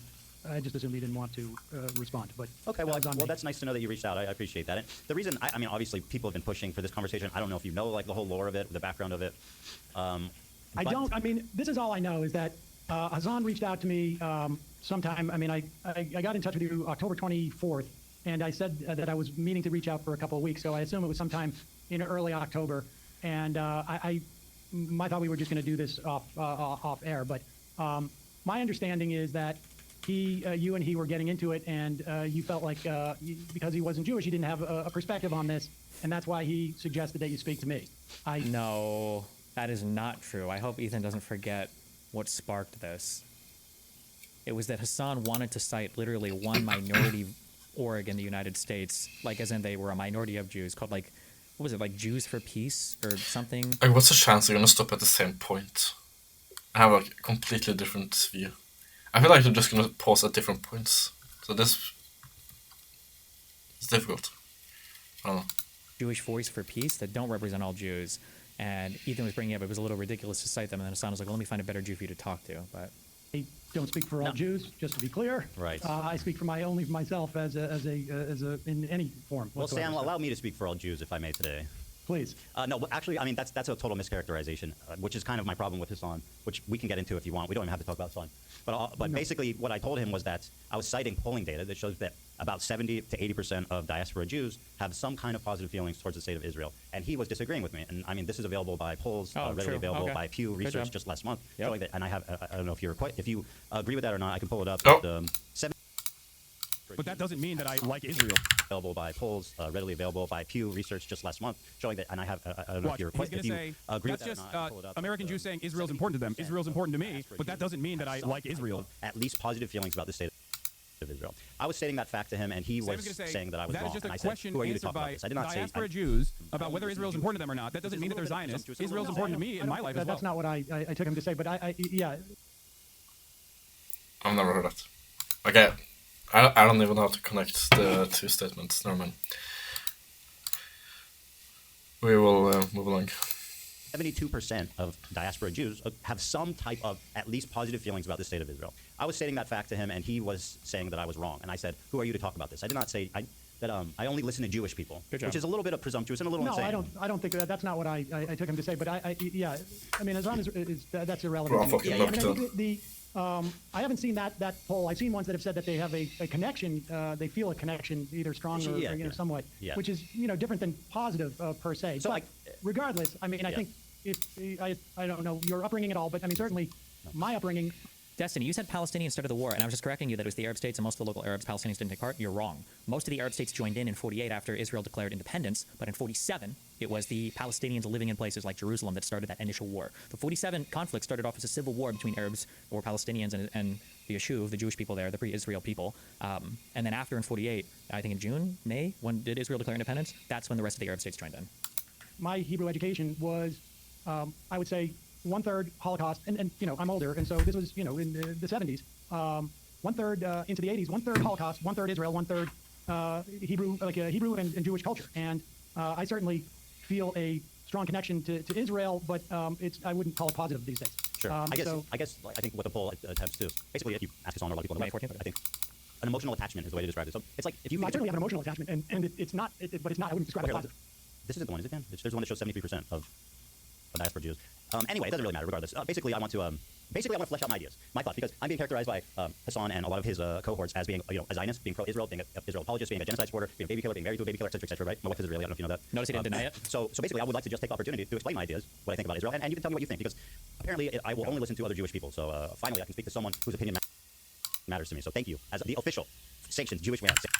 Like to just take the opportunity, baby killer, being married to a baby killer, etc., right? My wife is Israeli. I don't know if you know that. So basically, I would like to just take the opportunity to explain my ideas, what I think about Israel, and you can tell me what you think, because apparently I will only listen to other Jewish people. So finally, I can speak to someone. He did that to himself. Whose opinion matters to me. So thank you, as the official. So thank you, as the Jewish man, Sam Cedar. But I'm quite sure I have some Sephardic Jewish ancestry too. So a mix. That's Vilnius and Hungary, I think. Good for you. I think that's always a good thing. Hey, my friend, I'm 99.3%. So. That's my. Right, well, that's where my authority comes from. I'll take your word for it. So at any rate, let me start here by showing you a little context. Oh, let me also just say, I got about an hour. Okay, great. I'll just get into it then. Here it is. Enough. It's not enough time, Uncle. Okay, whatever. So let's start here.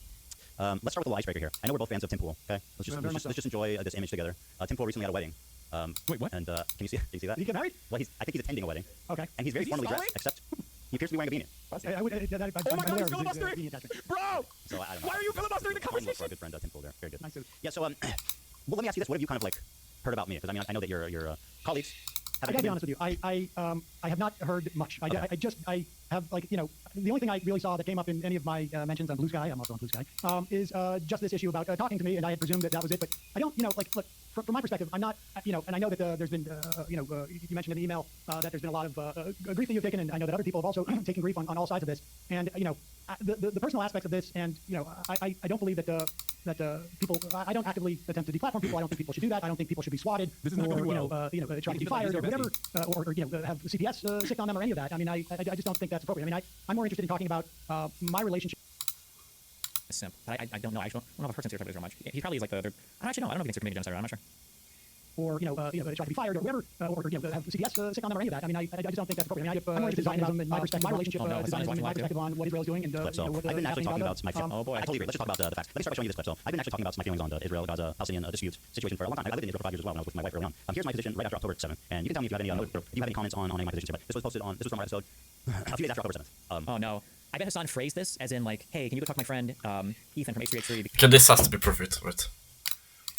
Since the first time I've said it, and I'll say it many more times. The cabinet is run by genocidal maniacs, okay? They're led by Netanyahu, who should resign in disgrace and go to prison for being a war criminal, okay? He's made a coalition of the most like radically conservative freaks that don't represent, by the way, the majority of Israelis. And they're hell-bent on genocide, frankly, overtly. They've committed tons of war crimes in Gaza, including the killing of children, obviously, because Gaza is one of the most densely populated places in the world. 50% of the residents are under 18, so when you bomb a building, the chances I wonder what the background of the show is that he's on, where he's saying these things. Okay? It's fucking barbaric. It's unacceptable. It's disgusting. What is Chad I've seen saying? videos, you know, I saw videos of Palestinian dads holding his dead like 5-year-old daughter. I was there for this conversation. I know all of this. I don't watch this part because it just gets a little too emotional. This is precisely the reason why I literally thought Ethan was with the cause for the longest time. Like, I'm an Israeli citizen. The morning of October 7th, me and my wife were up at 3 a.m. as families were calling into news stations. Because he is like really confused or doesn't understand. So that's how Hassan phrased this to Sam Cedar. So I'm like, yeah, I have no problem with that. When in reality, I think Ethan is probably looking for Sam Cedar, like, hey, you're only like fucking pro-genocide in this flipping thing, right? And now Sam's in this like really weird world probably where he doesn't realize, I don't think he realized, yeah, that they're basically both leaning on Sam Cedar to figure out, does Ethan support genocide or not? Liars, magic, weirdos. Here's what I'll say, okay? Listen, since the first time I said it, and I'll say it many more times. Cabinet is run by maniacs, okay? They're letting who should resign straight from prison, My understanding is Sam Cedar is just very much not like in this like online world of political, you know, sci-fi world. It wouldn't surprise me if it's really fuck all, really nothing about the ongoing few things on and Ethan. Okay? Fucking barbaric, unacceptable, disgusting. I see videos, you know, I saw videos of Palestinian dads holding his dead 5-year-old daughter. I mean, I don't know what it's part of it. I don't take care of it, obviously. I was talking about the end of eating like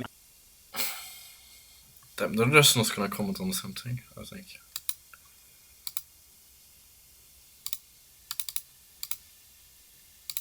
from their safe houses, people being burned alive with their families being murdered while on the phone at 3 a.m. As families were calling into news stations from their safe houses, people being burned alive with their families being murdered while on the phone with news. So coming off of that emotional shock, right, was this was my reaction. Now, I don't know if there's something Zionist or pro-Israel I said there, but maybe I don't understand. I mean, I think much of what you said was true. I'm not sure, frankly, if what we've seen Israel do. What's worse, Sam Cedar or Jimmy Dore? Jimmy Dore is a billion times worse than Sam Cedar. In terms of Gaza, is not broadly supported in Israel. I'm not seeing the body politic. I mean, I was doing a lot of interviews with Israeli reporters earlier in 2023 about the protests against what Netanyahu was doing with the judiciary, and there was a question as to whether Israelis would see that this autocracy that Netanyahu was attempting to sort of impose on the country was an extension of what was happening in places like the West Bank and in Gaza in some fashion. Wasn't an extension of what was happening in places like the West Bank and in Gaza in some fashion, and more so the West Bank at that time. And so I think it's hard to make an argument. And look, I would make it even, it's not a perfect analogy as to what's happening in this country, but when you talk about the Israeli population not having a problem with what's going on in Gaza, I don't see a lot of evidence of that. There's certainly, I would imagine, a percentage of Israelis, and I know some of them who think that Israel should stop its assault there. But I don't think I don't see a lot of evidence that a year and a half later, after you said those things, that this is not the character of the vast majority of Israeli society. I mean, I'm not necessarily convinced that they are as aware. I mean, I've talked to people who have reported in the West Bank, and they said they would go from the West Bank into Israel, and the lack of awareness of what was happening in the West Bank by Israelis was shocking to them. So, I can't say if the Israeli population had a full understanding of what was happening in Gaza, that they wouldn't change their mind. But I don't see a lot of evidence of it. So, as you touched on, this was made basically before the war started. And I think that the unfortunate, really tragic outcome of the war is how much it's jaded and radicalized, I think, people in Israel. It's really, I think people in Israel feel like isolated. They feel like... One of the most mind-melting things about this oppressor-oppressee dynamic is it destroys your ability to consider things from another perspective, right? Like, is it true that Israel's war in Gaza has been pretty insane, that a ton of people have been killed, civilians included, that the Palestinians are paying a massive cost of life and limb and property and everything as well, and economic future opportunity and everything? Yes, this is absolutely true. And is it possible to say that Palestinians are going to be radicalized in the future, or currently radicalized because of current treatment by Israel? Yeah, for sure, that's totally fair. But you can never make that same statement about Israelis. Is it fair that Israelis feel that it's a little bit mindfucky that these people literally came across the border and made videos of them raping, murdering Israelis and celebrating it, and they were like on the phone with their parents, like bragging about killing Israelis? That's pretty mindfucky as well. It can't just be one side getting mindfucked. We can't keep pretending that only one group of people can be radicalized. It's such a short-sighted and stupid way to approach everything politically. I mean, the sentiment in Israel is basically that the world wants the country to disappear, and obviously that's a much more nuanced conversation. But the feeling there has definitely radicalized a lot since the war started. It's gotten a lot worse. And I think I think that gets to it to some extent. I mean, you have this wholesale slaughter. I was looking up we killed in Iraq. Depending on what numbers you want to look at. Sounds like I look at it from one side. I think it's safe to say directly hundreds of thousands of people. But even like the number of children that we killed in Iraq, I think has been surpassed by what's happened in Gaza. And I think one of the things that I find shocking is that the sense and look, I experienced this with family members, where the sense that there's a victimization, for instance, let's say on college campus of Jewish students, and I think that to look at what's going on, the totality of what's going on, and to perceive the victims of what's happening here to be the Israeli citizenry or Jews in this country, I think it just blows my mind. I mean, two people can care about two things at once. It's fuck, dude. Sam is a really, really, really good debater. I don't know if Ethan is going to be able to do this conversation. The one-sided empathy is just such a stupid way to approach a conflict. I feel like it's literally post-World War I world where it's like, let's settle all the blame on one side and see how it goes. And I thought we learned this lesson. It's like, okay, fuck, maybe we need to have a little bit more of a nuanced approach to foreign politics. Maybe it's actually not a good way to solve problems to just blame one side for everything and have absolutely no empathy for the parties involved. But for Israel, I guess we can always make exceptions for the Jews. Why should people? Absolutely. People who are uninvolved in the war, if they're being victimized. Bro, they're just not gonna comment on something, at all.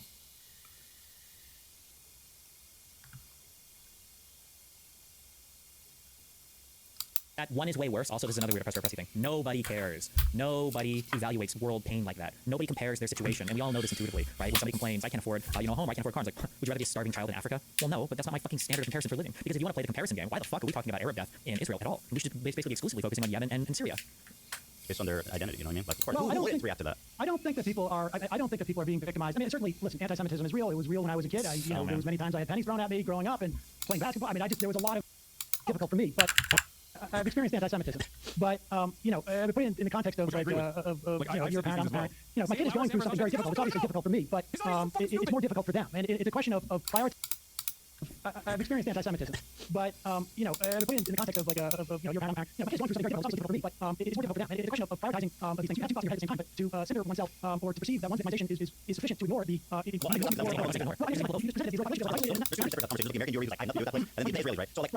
you characterize the Israeli feeling was that they feel isolated, et cetera, and I can understand that, but to not have the first thought of we are committing, like you say, genocidal acts. And if you want to call it genocide, I don't, obviously it's got to be, it's a legal term, but I think that it's colloquially speaking, at the very least, it is genocide. And to to Remember, this is the reason why also that type of propaganda is so effective, and the goal of that type of propaganda. The reason why it's so important to call it a genocide and to talk about it is because these things are thought terminating. They shut down the conversation immediately. What, are you going to defend a genocide? You sure about that, buddy? You're going to sit here and defend the people being genocided? You want to make this conversation anything but the ongoing genocide? You sure about that? Right? not recognize that as the fundamental issue. The first issue, I think, is linked. I don't know how else to say it. It's a little gobsmacking. So I do agree with you that obviously in Israel, people, I think the problem, and just to say on a higher level, I agree with you, like obviously people in Israel compared to like what's on October 7th, they were victims. After everything's happened, obviously what they suffered pales in comparison to the mass destruction and like wanton death of civilians in Gaza, and what's happening in the West Bank too, lots of awful stuff. That being said, I think the problem with Israel, just to try to explain what's happening there, because I do agree with you, it's just like the media apparatus and the feeling that they have there. It's like there's nothing in the West Bank too, emotionally stuff. That being said, I think the problem with I do agree with you that I don't know how else. In Israel, people. I think the problem, and just to say on a higher level, I agree with you. Like obviously, the people in Israel compared to like what's on October 7th, they were victims. Ethan is being After everything's narcissistic happened, for obviously, centering what they himself in this suffered conversation about how he's been victimized as though he's the big victim of this entire fucking genocide of civilians in Gaza, and what's happening in the West Bank too, lots of awful stuff. That being said, I think the problem with Israel, just to try to explain what's happening there, because I do agree with you, is just. And like even the information that they're consuming, I think that will allow them to have that kind of like self-realization. Like you said, a lot of really don't know what's happening. There are some. I mean, Haaretz, what was it in the fall? The publisher of Haaretz, speaking out about what was going on there, and the paper was essentially, cut out or was by the government to basically shut them down to some extent. I mean, so what's your explanation why I really don't care? It's not that they're evil, right? Well, that's a really good question. I wonder if Consider will answer. Oh, here's something might have happened. Right. Know what's happening there are some. I mean, there are some. I'm Yeah, of course. so sorry. They're just simply little consuming. I think that would allow them to have that kind of like self-realization. And like you said, a lot of Israelis don't know that. It's happening in the West Bank too. Lots of awful stuff. That being said, I think the problem with Israel, just to try to explain what's happening there, because I do agree with you, is just like the media apparatus and the feeling that they have there. It's like there's not a lot of space emotionally, and like even the information that they're consuming, I think that would allow them to have that kind of like self-realization. And like you said, a lot of Israelis don't know what's happening there necessarily. Are some. I mean, there are some. Yeah, I'm of course, so sorry. They're just simply little old, most powerful country in the region and its citizenry that's championing this out fucking about what was going Holocaust on there. of children. And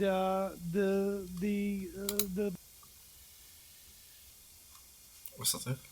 The paper was essentially, a cutout, or there was an attempt by the government to basically shut them down. He moved on from him being the victim to Israelis being the victims. So what's your explanation why Israelis don't care? Because they try to avoid this by saying Zionists or Israelis, and they'll avoid like. It's like there's not a lot of space emotionally, and like even the information that they're consuming, I think that would allow them to have that kind of like self-realization. And like you said, a lot of Israelis don't know what's happening. There are some. I mean, Haaretz, what was it in the fall? You had the publisher of Haaretz, speaking out about what was going on there, and the paper was essentially, a cutout, or there was an attempt by the government to basically shut them down to some extent. I mean, so what's your explanation why Israelis don't care? It's not that they're evil, right? Well, that's a really good question. I wonder if Consider will answer that, because they try to avoid this by saying Zionists or Israelis, and they'll avoid like saying Jews because they're not being anti-Semitic. But it's like, okay, you're telling me that all the Israeli Jews in Israel have this opinion, and apparently it's not any response to any valid thing that's going on. Okay, well, why? Why the fuck are they doing this? What is the answer to that? I think, look, there's, I'm sure that there is a mass, Okay, one more Destiny. What?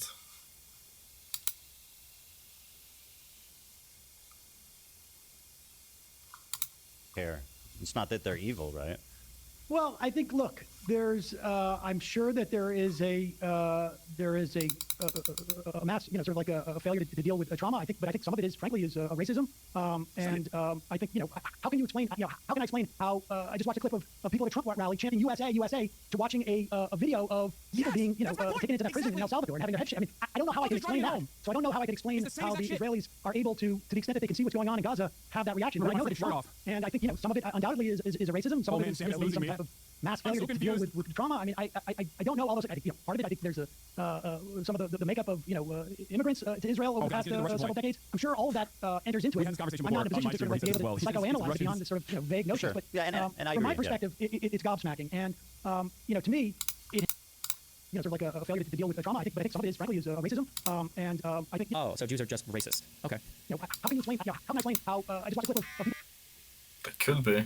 Or Trump rally chanting USA, USA, to watching a video of people being, taken into that prison in El Salvador and having their head. I mean, I don't know how I can explain that. So I don't know how I can explain how the Israelis are able to the extent that they can see what's going on in Gaza, have that reaction. But I know that it's wrong. And I think, some of it undoubtedly is racism. Some of it is, maybe some type of mass failure to deal with trauma. And it's just failure to deal with trauma, right? Notice that what he's saying, a lot of the language here, right, is delegitimizing. At the end of the day, the important thing to think about for Sam's response here is what Sam is saying is Israelis have no good reason to have the feelings that they do about Palestinians. There's no good reason for Israeli Jews to have negative opinions about any of the surrounding stuff that's been going on around them. It's because they fail to deal with their trauma. It's because they have What's the other thing he said? He said a failure to deal with trauma, and I don't even remember it. But it has nothing to do with none of the actions of the surrounding Arabs, none of the actions of Hamas, Hezbollah, Iran, the Houthis, none of that. It's just because of whatever the Israelis, right? Oh, and because they're racist, right? All of the agency for this is put on the Israelis.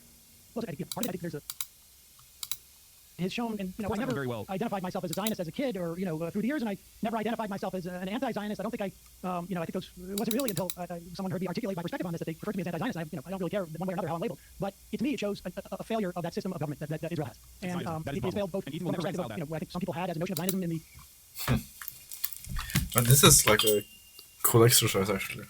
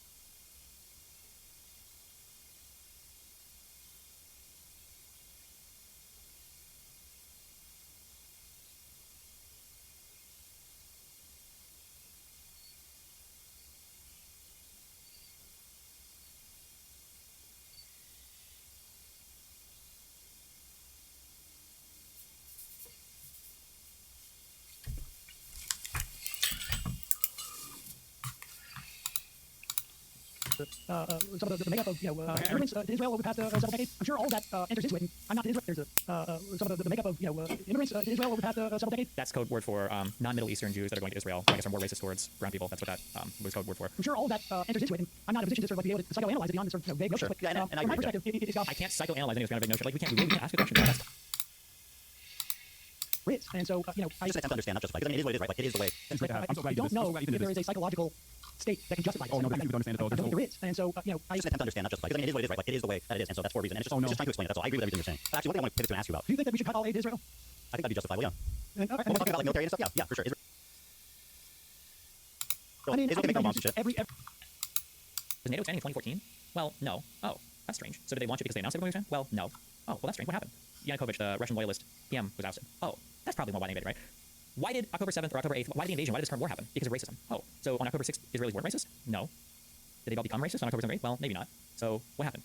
Well, it was in response to, oh, they were attacked first. Okay, thank you. Maybe that would be a little bit more of an honest assessment. No? Or, for years, and I never identified myself as an anti-Zionist. I don't think But they don't need American military. Yeah, I agree with you on that. I think they do need it to do what they do. Without a doubt. And, well, what I mean is they're not entitled to it, like, to say it more accurately. So yeah, I think military aid should be cut for sure. And so as a Jew, and I mean, obviously you have a different connection to Israel than I do, as through your family and whatnot, and through having lived there. But as a Jew, I take such offense to what is being done ostensibly to protect me and my family and my ancestors and my progeny and all of it. It is. I mean, I think it's. I think the conflation of Zionism and Judaism is both not keeping Jews safe and is wrong at its core. And we can see what it's doing in the context of this country, the way that it's enabled Trump and to attack universities and to attack law firms and whatever. And so I don't know. I think Ethan is in agreement here. He's walking back a lot of positions, but I don't think he is in agreement. I agree with everything you're saying. And part of the reason why like this hasn't started between me and Hassan's very influential. So when he decides that somebody is an enemy of the movement, criticizing him, which is why I respect him. I found all the way to the fucking context now. His last name is not Kamala Harris. Would she have stopped the word in like a perfect dove? I don't know, but I know she's better than Trump. I know that for sure. Trump's posting like a this insane Riviera, vows at the Riviera with Trump hotels and that. And like he's sending the 20-pound bomb. He's telling Netanyahu to launch that it just came out that Biden didn't do nothing to. I mean, listen, I think Kamala. I suspect that I suspect that she would not have had the same policies as Trump. But at the same time, I think it wasn't. It just came out that Biden didn't do nothing to. I mean, listen, I think. Well, you're talking about Kamala. I suspect that. I suspect.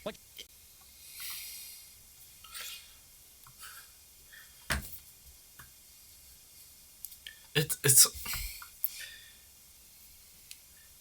Would you give it the gun on the floor to a criminal or to the random on the street? Yeah, you don't know what the random on the street would have done, but you know what the criminal will do. Like, what this is... Obviously there's a better of the two, right? Sure, that, she would not have had the same policies as Trump. We don't know? Are you saying there's a chance you would have been worse? Like, how?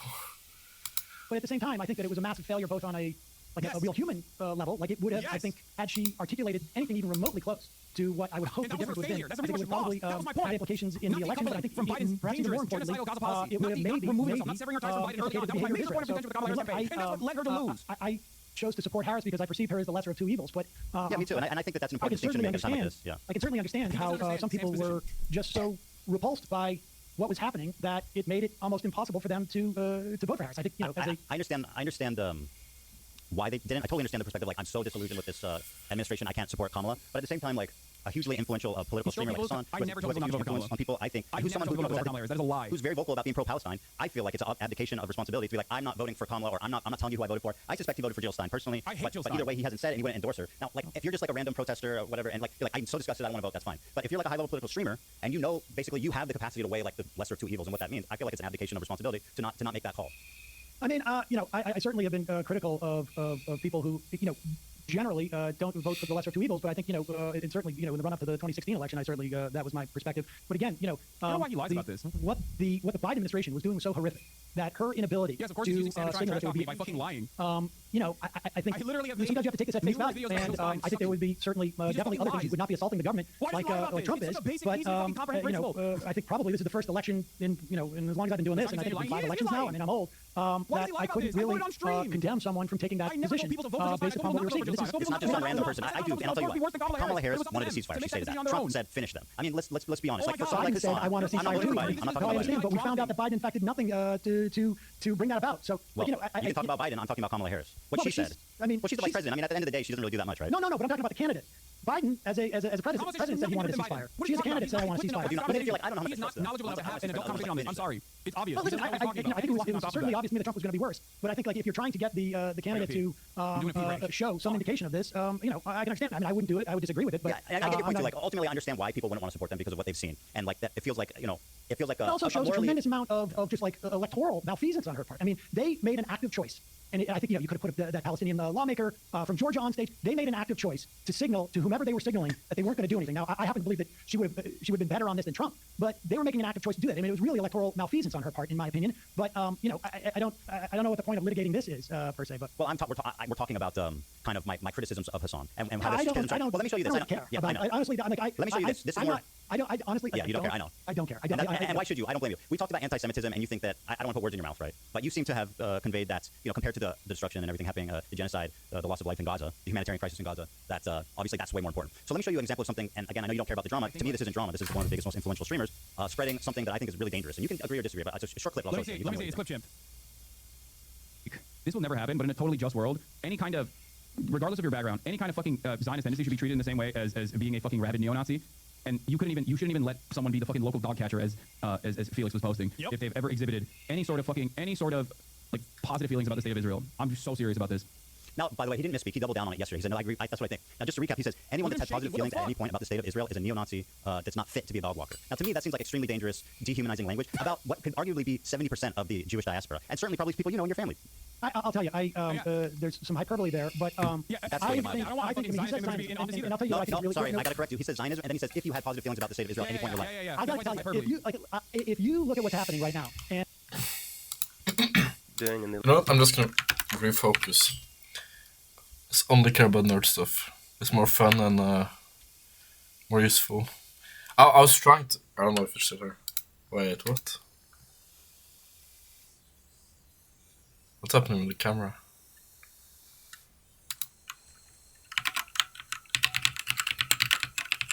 I was trying to double task or whatever. It wasn't. Oh, holy. What the fuck is happening with the camera?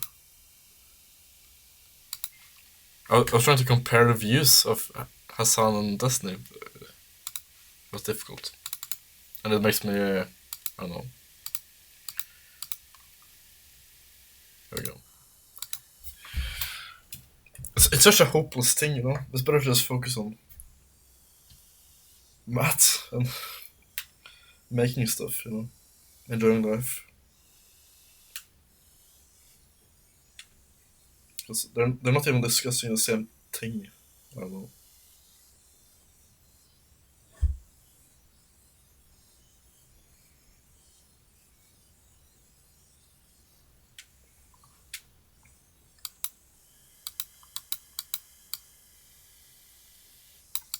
In the long run, but the more knowledge you have and the more skills, the more chance you have of putting it together and being successful. And whether you're a programmer or an artist, you should probably take linear algebra, even though it doesn't make sense at the time. I found getting engineering and Yeah, I agree. In engineering, it's so tangible, you know. You know, if you figure it out, you create a value, and it feels really good. Politics, the whole goal is to not find. The whole goal with politics is to try to justify your feelings. Basically, you try to find ways to justify your feelings, yeah. And if someone starts off from a different point of view and have different feelings, they disagree with you, and they think like, I don't know. engineering degree, and then never worked. If we're gonna be honest there,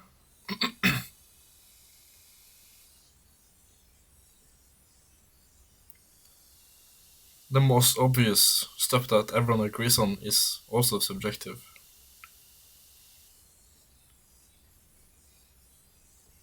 regarding politics. Like, you shouldn't go to war. Well, there's probably cases where you should go to war, you know?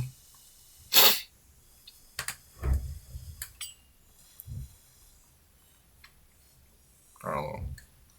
Let's focus on In this an instead. engineering field, just being a computer programmer was immensely valuable. Yeah, I went to University of Maryland, which for some disciplines it's kind of known as a party school, but they work the engineers to death.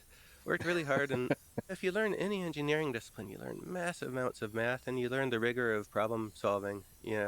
Not just what you find from the Wikipedia article, but going through all the exercises of solving complex problems and building up series of solutions to derive an answer. It's valuable, and it embodies the knowledge that you need as a programmer. And people often go to university and think, okay, my goal here is to get good grades so I get a diploma and I prove to an employer that I'm valuable. Like, no, that's just kind of the superficial bookkeeping of the university. The real purpose of all of this is to learn. And whether you learn formally or you learn on your own, it's the learnings that are really valuable in a career. And especially if you're going to be entrepreneurial.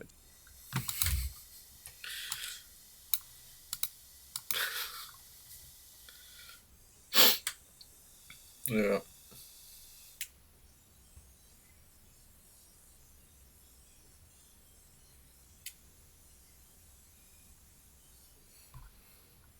I feel bad for you. There's a problem. When you make the market less efficient, everyone is worse off, you know? It's not only bad for you, it's bad for everyone.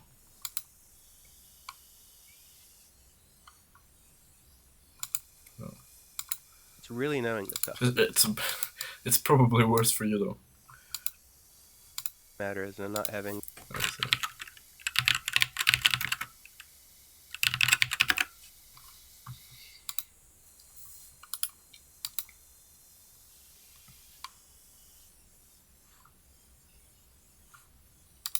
You know. Maybe not.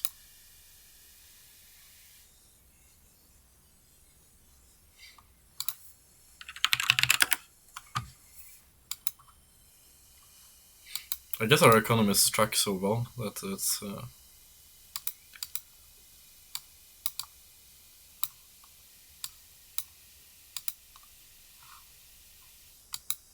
basically the same economy.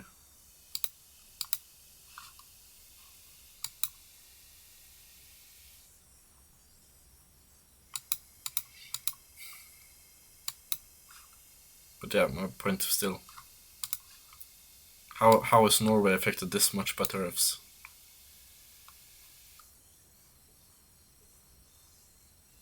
It's just a salmon. How many percent is this?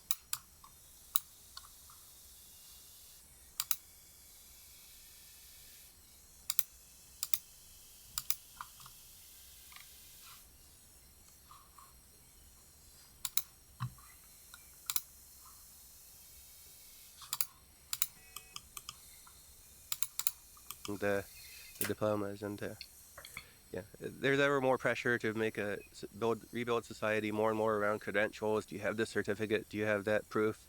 But companies that are focused on just building great products and doing great things gravitate towards people who do the great work.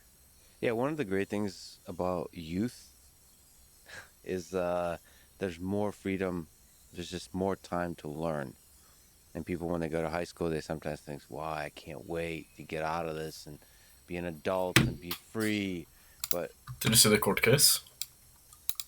It's pretty cool. He won basically. Epic Games won like everything against Apple. The Apple monopoly is no longer a thing. It's not quite freedom. When you get a job, you start a family, all wonderful things. But you get more and more business.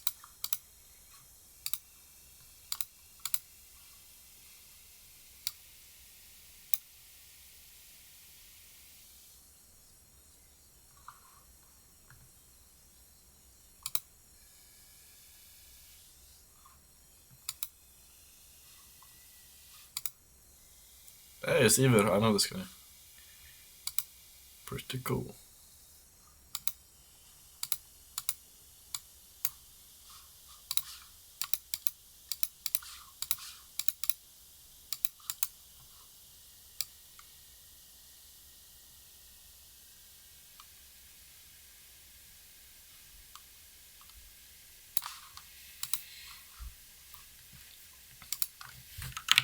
They had basically a car reveal yesterday. YouTube. Official YouTube channel. What?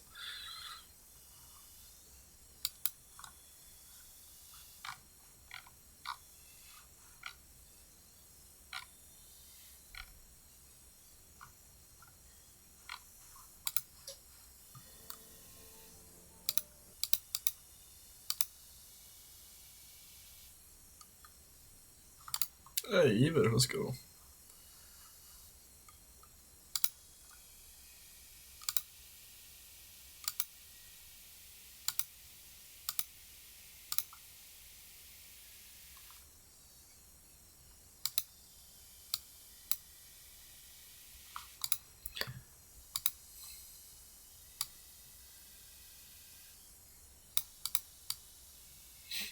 Never thought I'd be having with Epic Games in a court case, but let's get rid of Apple's power. No, Tim Sweeney, the more I read about him, he's actually like very cool. I don't know.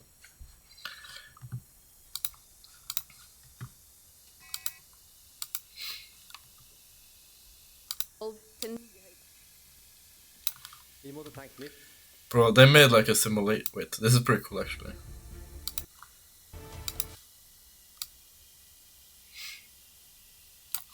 They made their own like power system, which is pretty.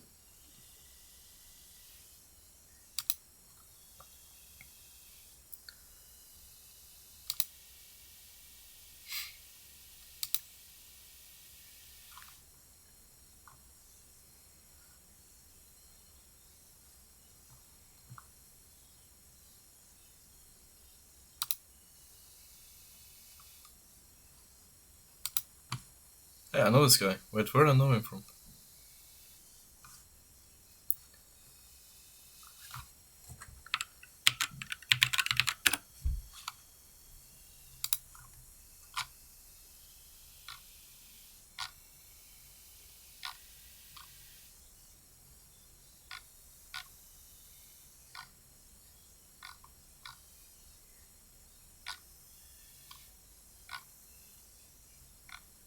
Is that old picture?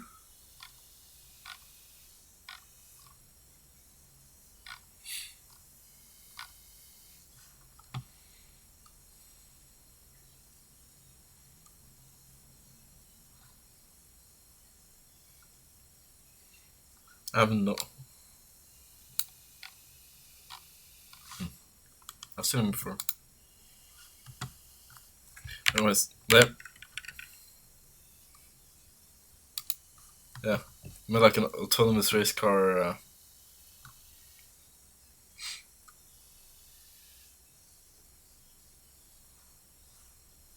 wonder how they did that. It just pre-programmed the route or something.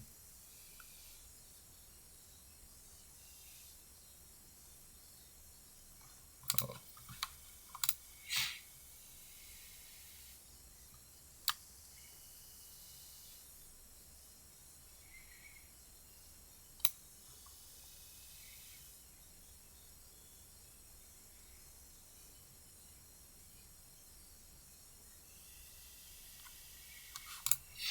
Pretty cool. And less time to learn in the general sense. Learn whatever the hell you want. And that is a wonderful time in life. The teenage years, the early 20s, the 20s, when you could just learn random shit. Yeah, you know, I think this is something that's kind of changing in America. There's so much focus on grades and homework and structure around kids' lives. But, you know, when I was growing up, you know, my mom would feed me and my neighbors, my neighbors and moms would feed them breakfast, and they'd be like, well, be back by dark. Yeah. And we'd go out and we'd play and we'd do all sorts of things. We'd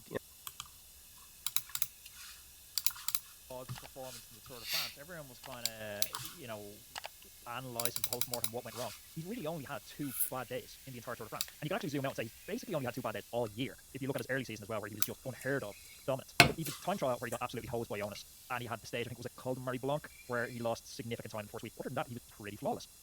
Yes, and I think it's very evident the way Jumbo-Visma rode that it's not rocket science how the human body works. And to have a wrist injury that stops you training for X amount of weeks, I think for me it's also a perfect example for someone like me of I went into the Giro with essentially 5 weeks of training, starting from scratch after my knee injury, and I was able to get to the second rest day before my body just completely threw in the towel and was completely depleted. Whereas Poggy, because he's a superhuman, had a classic season behind him, a really hard classic season, then an injury which took him off the bike for 3-4 weeks, and then 5 weeks training. He was able to win a stage and get all the way through to the second rest day, essentially in second place, or one of the guys that could win the Tour de France, before he capitulated a bunch of time and had to let his body recover. And that would not have happened. He would not have needed that, or would not have met that end, if Jumbo-Visma hadn't just ridden ridiculously hard stages the entire race. And you can see that the moment the race started, they were trying to put as many kilojoules, as much TSS into Poggy's legs as they possibly could, just to wear him down, because they knew, well, this is the CTL you need to start the race. It's impossible for him to be at that CTL, so we're just going to make his form go -90 if we have to, and we'll beat him. That's fascinating. That's a really interesting way to look at it. It's like if anyone's got a training fix for a plan, they can do the numbers themselves. If you just start a new program and put 1800 TSS for 3 weeks, you'll watch your form go out the arse, and you won't be able to perform. But if you start with a CTL of 140 and then put those 1800 weeks, your form will only get to like -50. So, if you were to wave a magic wand and improve or change one thing about UAE, something they could do better, what would that be?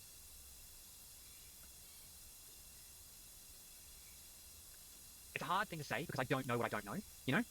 Like I know what's gotten way better, but I don't know what else could be better on another team because I've only done 2 teams, and I don't know if the situation is better or worse at other teams, or if it's just a cultural thing that the sport hasn't sort of moved into yet. I mean, and also there's not much that I can't do myself now either. Like typical watching of the game day tape from like a soccer match. You watch the game tape of if Arsenal's versing West Ham.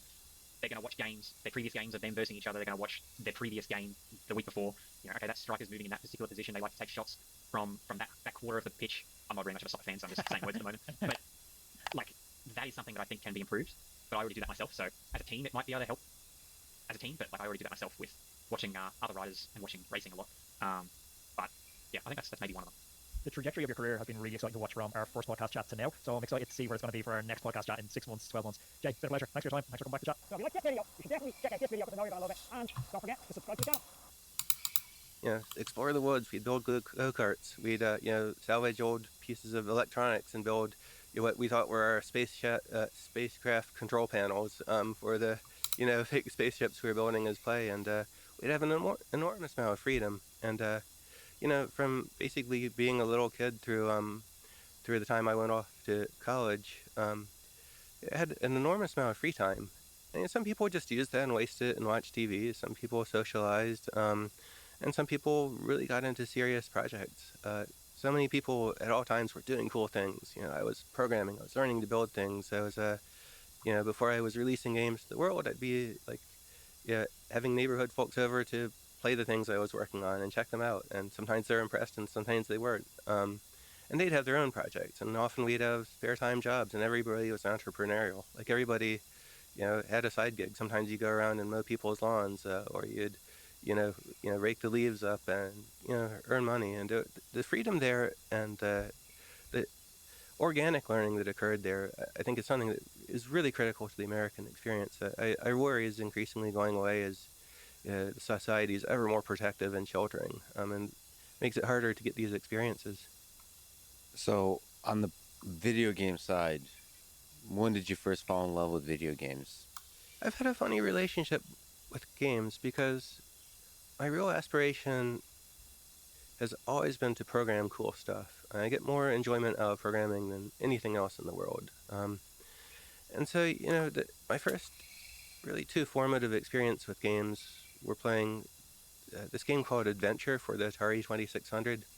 was like you moved this dot around the screen and picked up objects like swords and fought dragons and invaded castles and solved puzzles. It was very, very simple, iconic stuff, rather than realistic graphics. And then the other game that I really got immersed in was Zork, which was a text adventure game. It would tell you where you are and what you see, and you type in commands like go north or pick up sword or open door and explore a world that way. So the game didn't have any graphics, but in your mind you had this elaborate picture of what you were seeing there, and it really brought in inspired imagination more than other things. And playing those games led me to go off and want to learn to program everything that I saw there. And that drove a lot of my programming. I learned how to move a player around the screen. I learned how to, build a design tool so I could build castles and save them off and play them in a game. And I realized there was a separation between the tools that you use to build a game and the game itself, and that if the more powerful tools you had, the more creativity you could unleash in yourself or others. And I learned all the programming techniques that supported games, how to parse text, pick up sword and go north. How do you make that sentence into an actual series of commands on the computer? And that was really, really exciting. I have to say, until the time that Fortnite came out, I played video games primarily to learn what they were doing so that I could go off and do that myself. I'd sit down, when Wolfenstein came out and then Doom came out, I'd go through and look at it pixel by pixel. I'd move the mouse very slightly and look exactly what was happening to figure out That's great. what technique was being used there. And that was puzzle solving at a grand scale, and it was so fun. So take me there in the early 90s. So you launched Epic Games in 1991.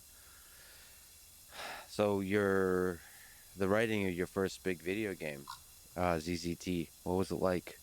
What was the technical challenges? What were the psychological challenges of building that? It was a funny project because I didn't start out to build a video game. I just moved from an Apple II. So my brother bought my family an Apple II right after I'd visited him in California. So I'd been programming on that for a few years, learned a lot of techniques, but weren't many Apple II users around still by the time that cycle came to an end. And so I just gotten an IBM PC of my own. I was learning to program, and I realized I needed a text editor. So I started writing a text editor. A text editor is a program to edit text files. You have logic to move the cursor around and let people type things and backspace and delete and do all of those, mundane actions. And, one night I was like, I'd finished it up and I was like, well, okay, I have a text editor, but this is pretty boring. And so I made the cursor into a smiley face character, and I had the different characters you could place in this document perform different gameplay actions. Some would be walls, and some would kill you, and some would be moving objects that could fly around the screen. And so this text editor I made evolved into a little game editor, so I was building these levels for a game. I put a lot of time into building an editor and a primitive set of objects, about 20 or 30 different objects, enough to build a really cool and compelling game, but not so many that players would lose track of what they're seeing. I started off just building different game levels. The idea is you'd be on a series of boards. They'd be connected by, going north past the end of the current board would take you to a new one if it was open, or maybe it was blocked and you couldn't go there. I built this whole game world around that, and this was the game that became ZZT. And I was having fun with it, building it and playing it, but I didn't know if it would really work. So I did this experiment. I started inviting neighbors over, some adults, some kids, all different ages, and sat them down in front of it and say, here's a game I made, figure it out. Yeah. And, I had to force myself not to tell them what they need to do, right? Because I really wanted to learn if they were able to, discover it all for themselves. Today we would call this, user experience test. And there's a whole field of research around user experience research. But back then it was just inviting some kids over to play the game. I took notes about what they got stuck on and what they enjoyed and where they felt bored. And just iteratively polished the game until I felt it was good. And I put it out and released it on, well, this was before the internet, so there were bulletin boards. I uploaded it to a bunch of local bulletin boards. And from there it started spreading because, the way to build up cred for bulletin board users was to upload new files and to claim that, hey, I was the first that brought this to you. Mm-hmm. And, so there was a natural tendency of the software to spread. I decided to use the Sparrow model. So I didn't just build this one game. I built a trilogy of 3 games. I released the first one for free, and I said, hey, if you like this, buy the 2 sequels.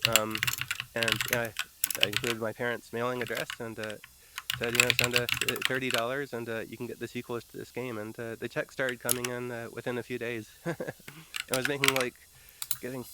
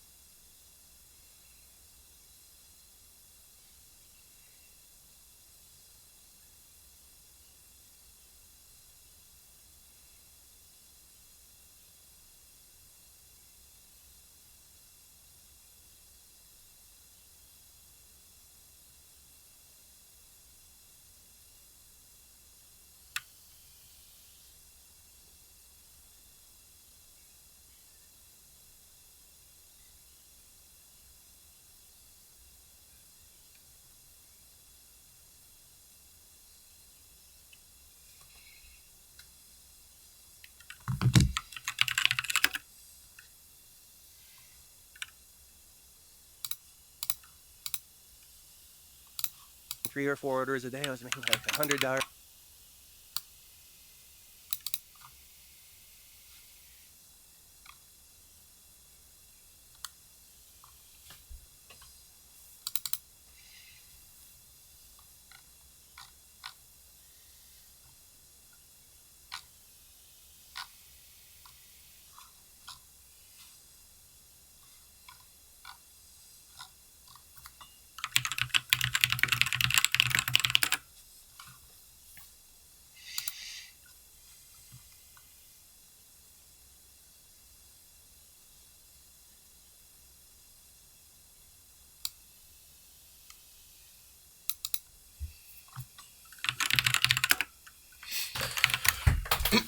It would be cool if you can like.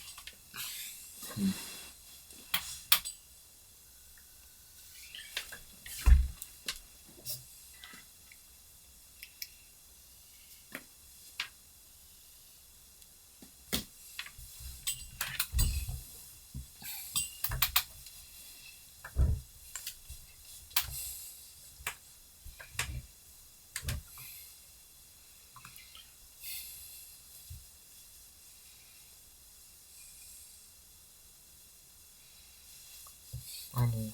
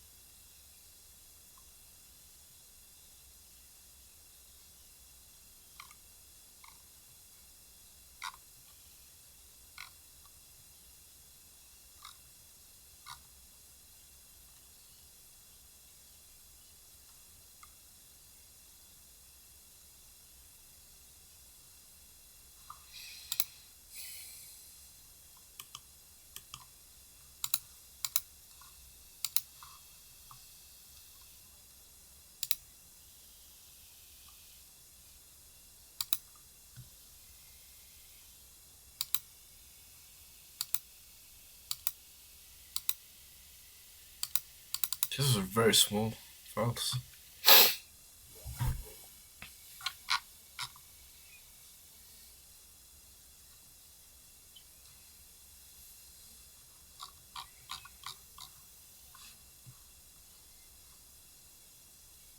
Is it just day by day?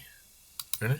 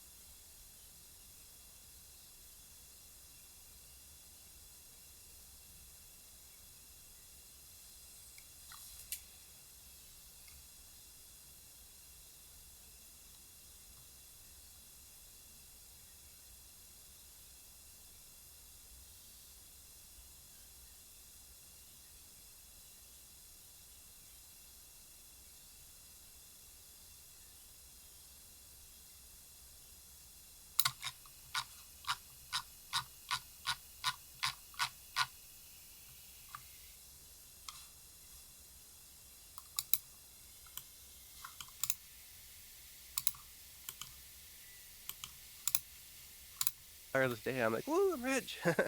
Because, being a 20-year-old, that was like a pretty big deal. What did that feel like? Just getting money and probably feeling this immense success from something you've created.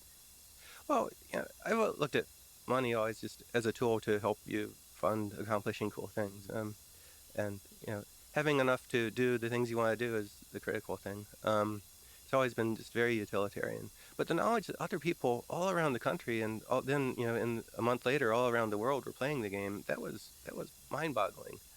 That me, like this little kid who'd put out a game on a local bulletin board, could be doing international business and shipping discs all over the world to players, because the software was spreading on its own, was just magical.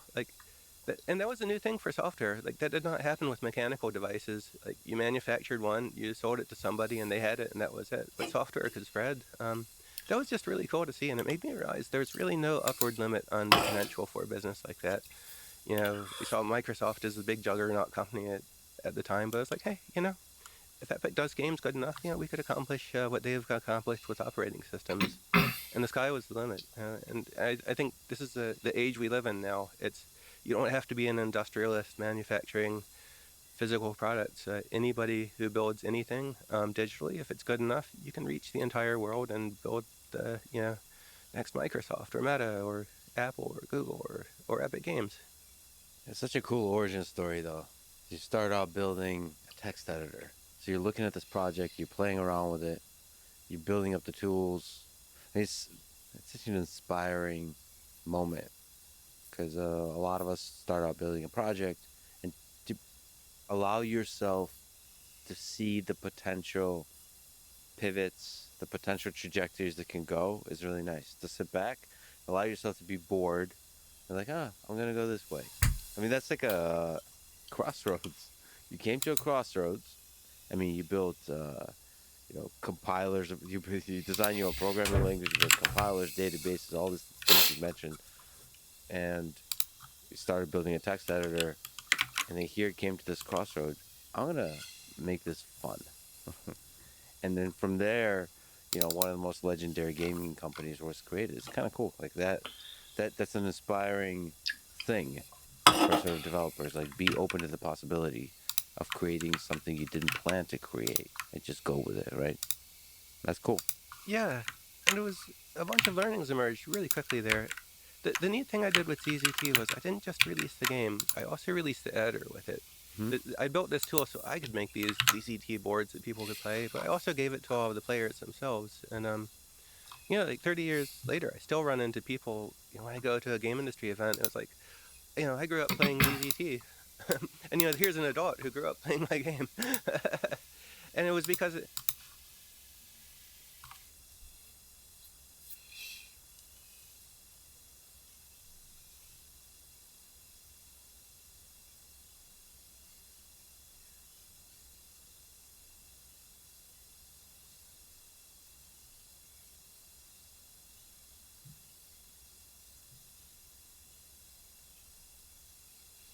This is for none, right? Because it has to be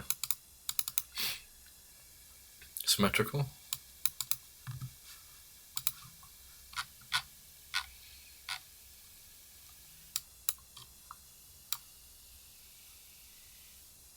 Yeah, okay.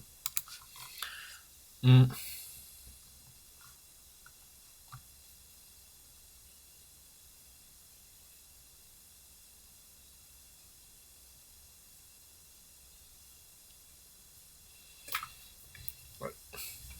The problem is I know of these ones, but I don't know what I don't know.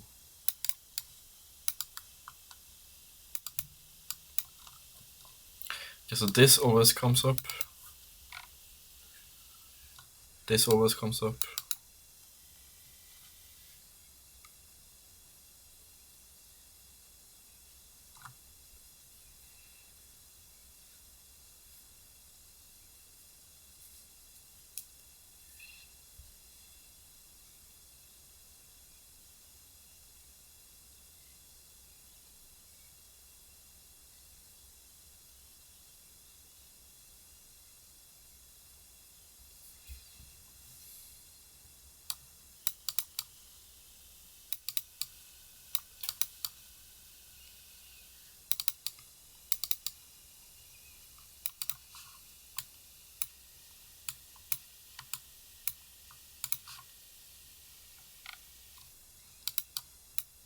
I guess this could be worthwhile looking at.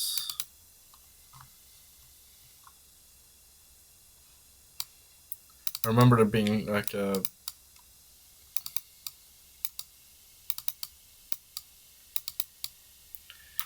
not super intuitive solution here to this thing.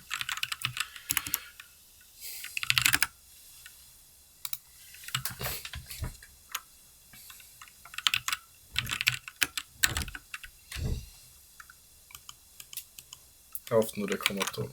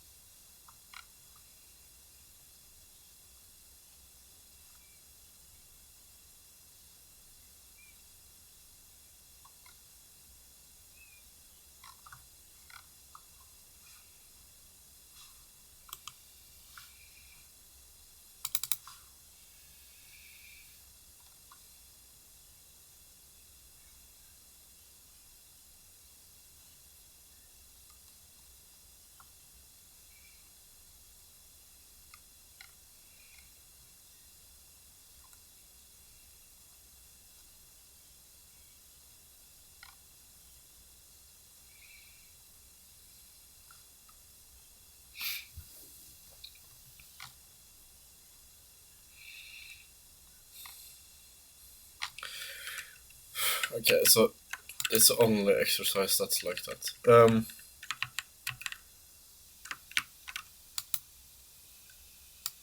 Is it worth to learn?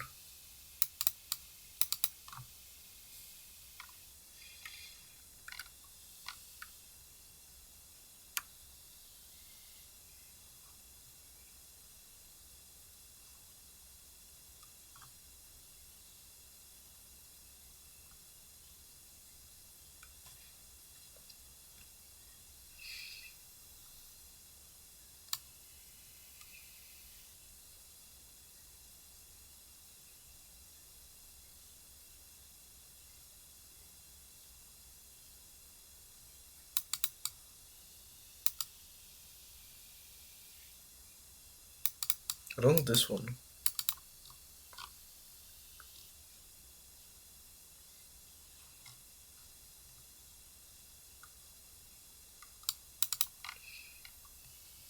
I can do the rest though.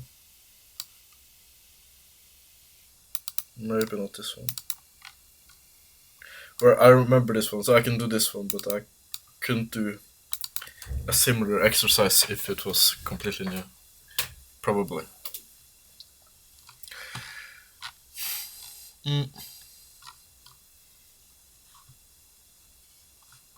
Okay, I guess we'll look at this for a bit, and then we also check this one out, I think.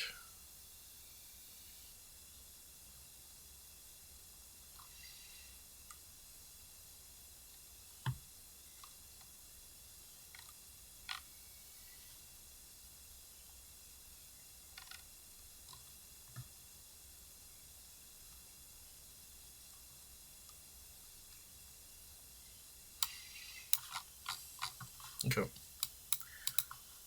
Plan for today. Learn this one and do this one.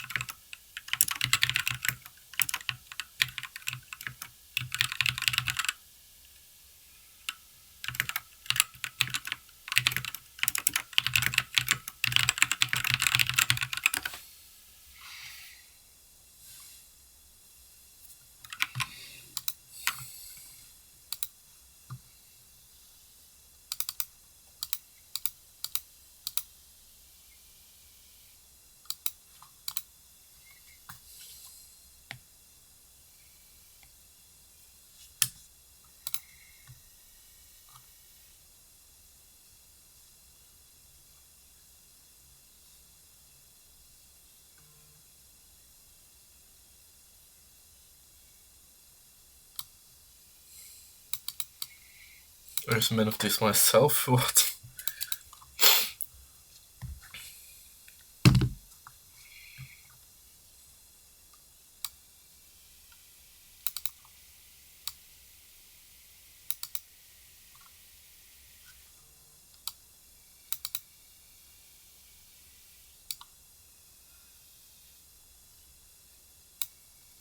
That's good tips. So.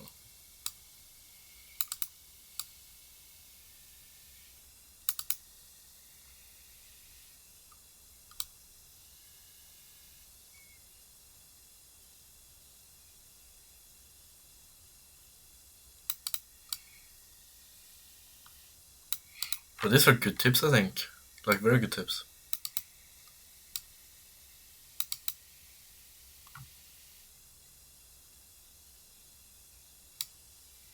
WhatsApp scroll.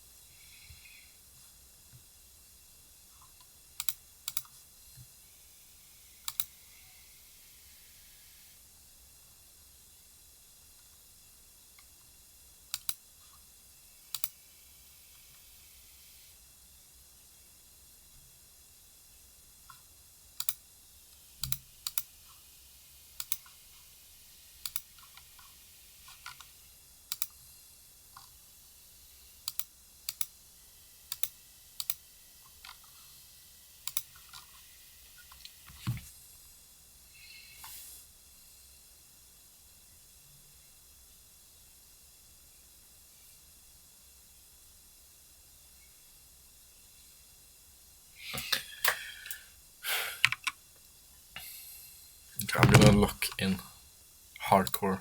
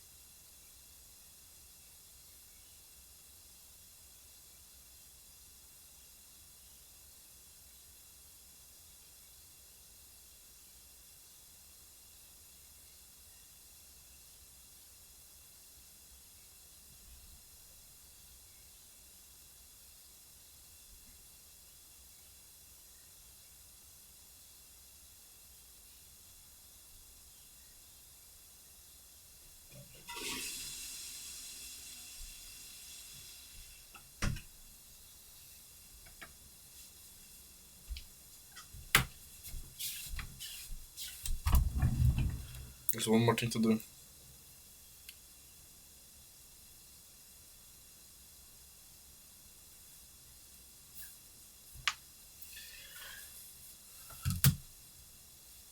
Right, maybe I'm gonna hide it.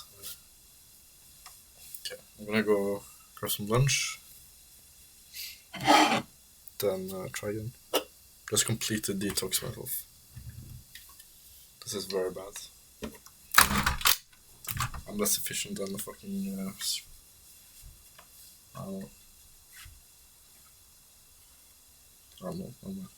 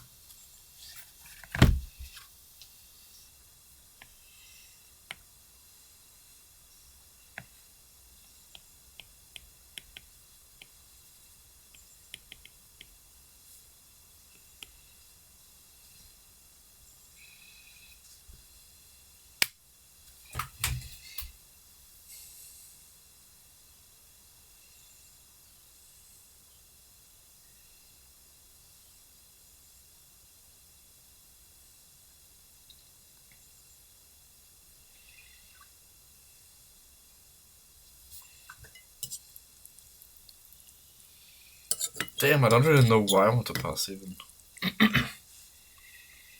Like, why do I want a physics education? I don't know. Really.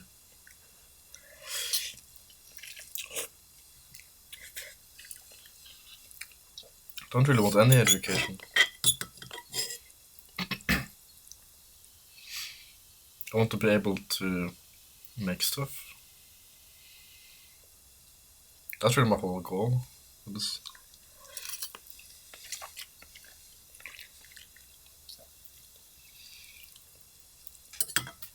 Make value, I guess.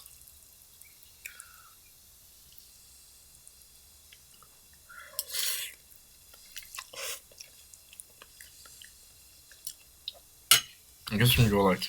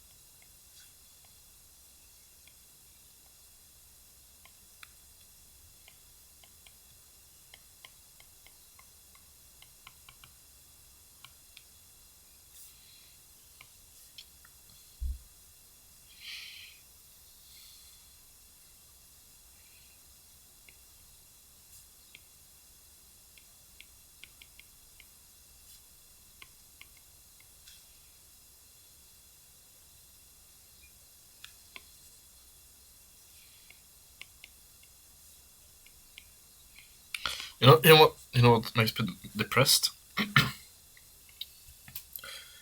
I talked to and heard about people that's been in propose and gotten their dream job that's where they're pretty miserable. Or they're not miserable, but they're like, you don't really see the work. It's like,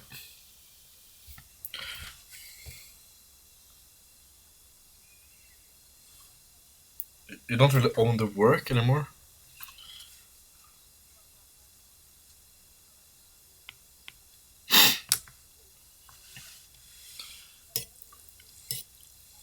There's a lot of the same work, like you're very, very specialized. So you don't really have that ownership.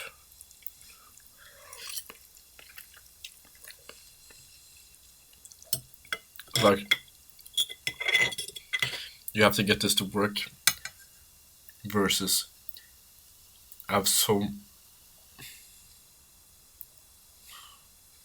in such a position that this will work 100% easily.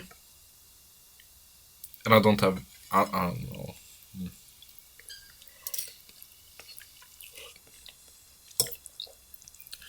I'm just scared working is going to be miserable.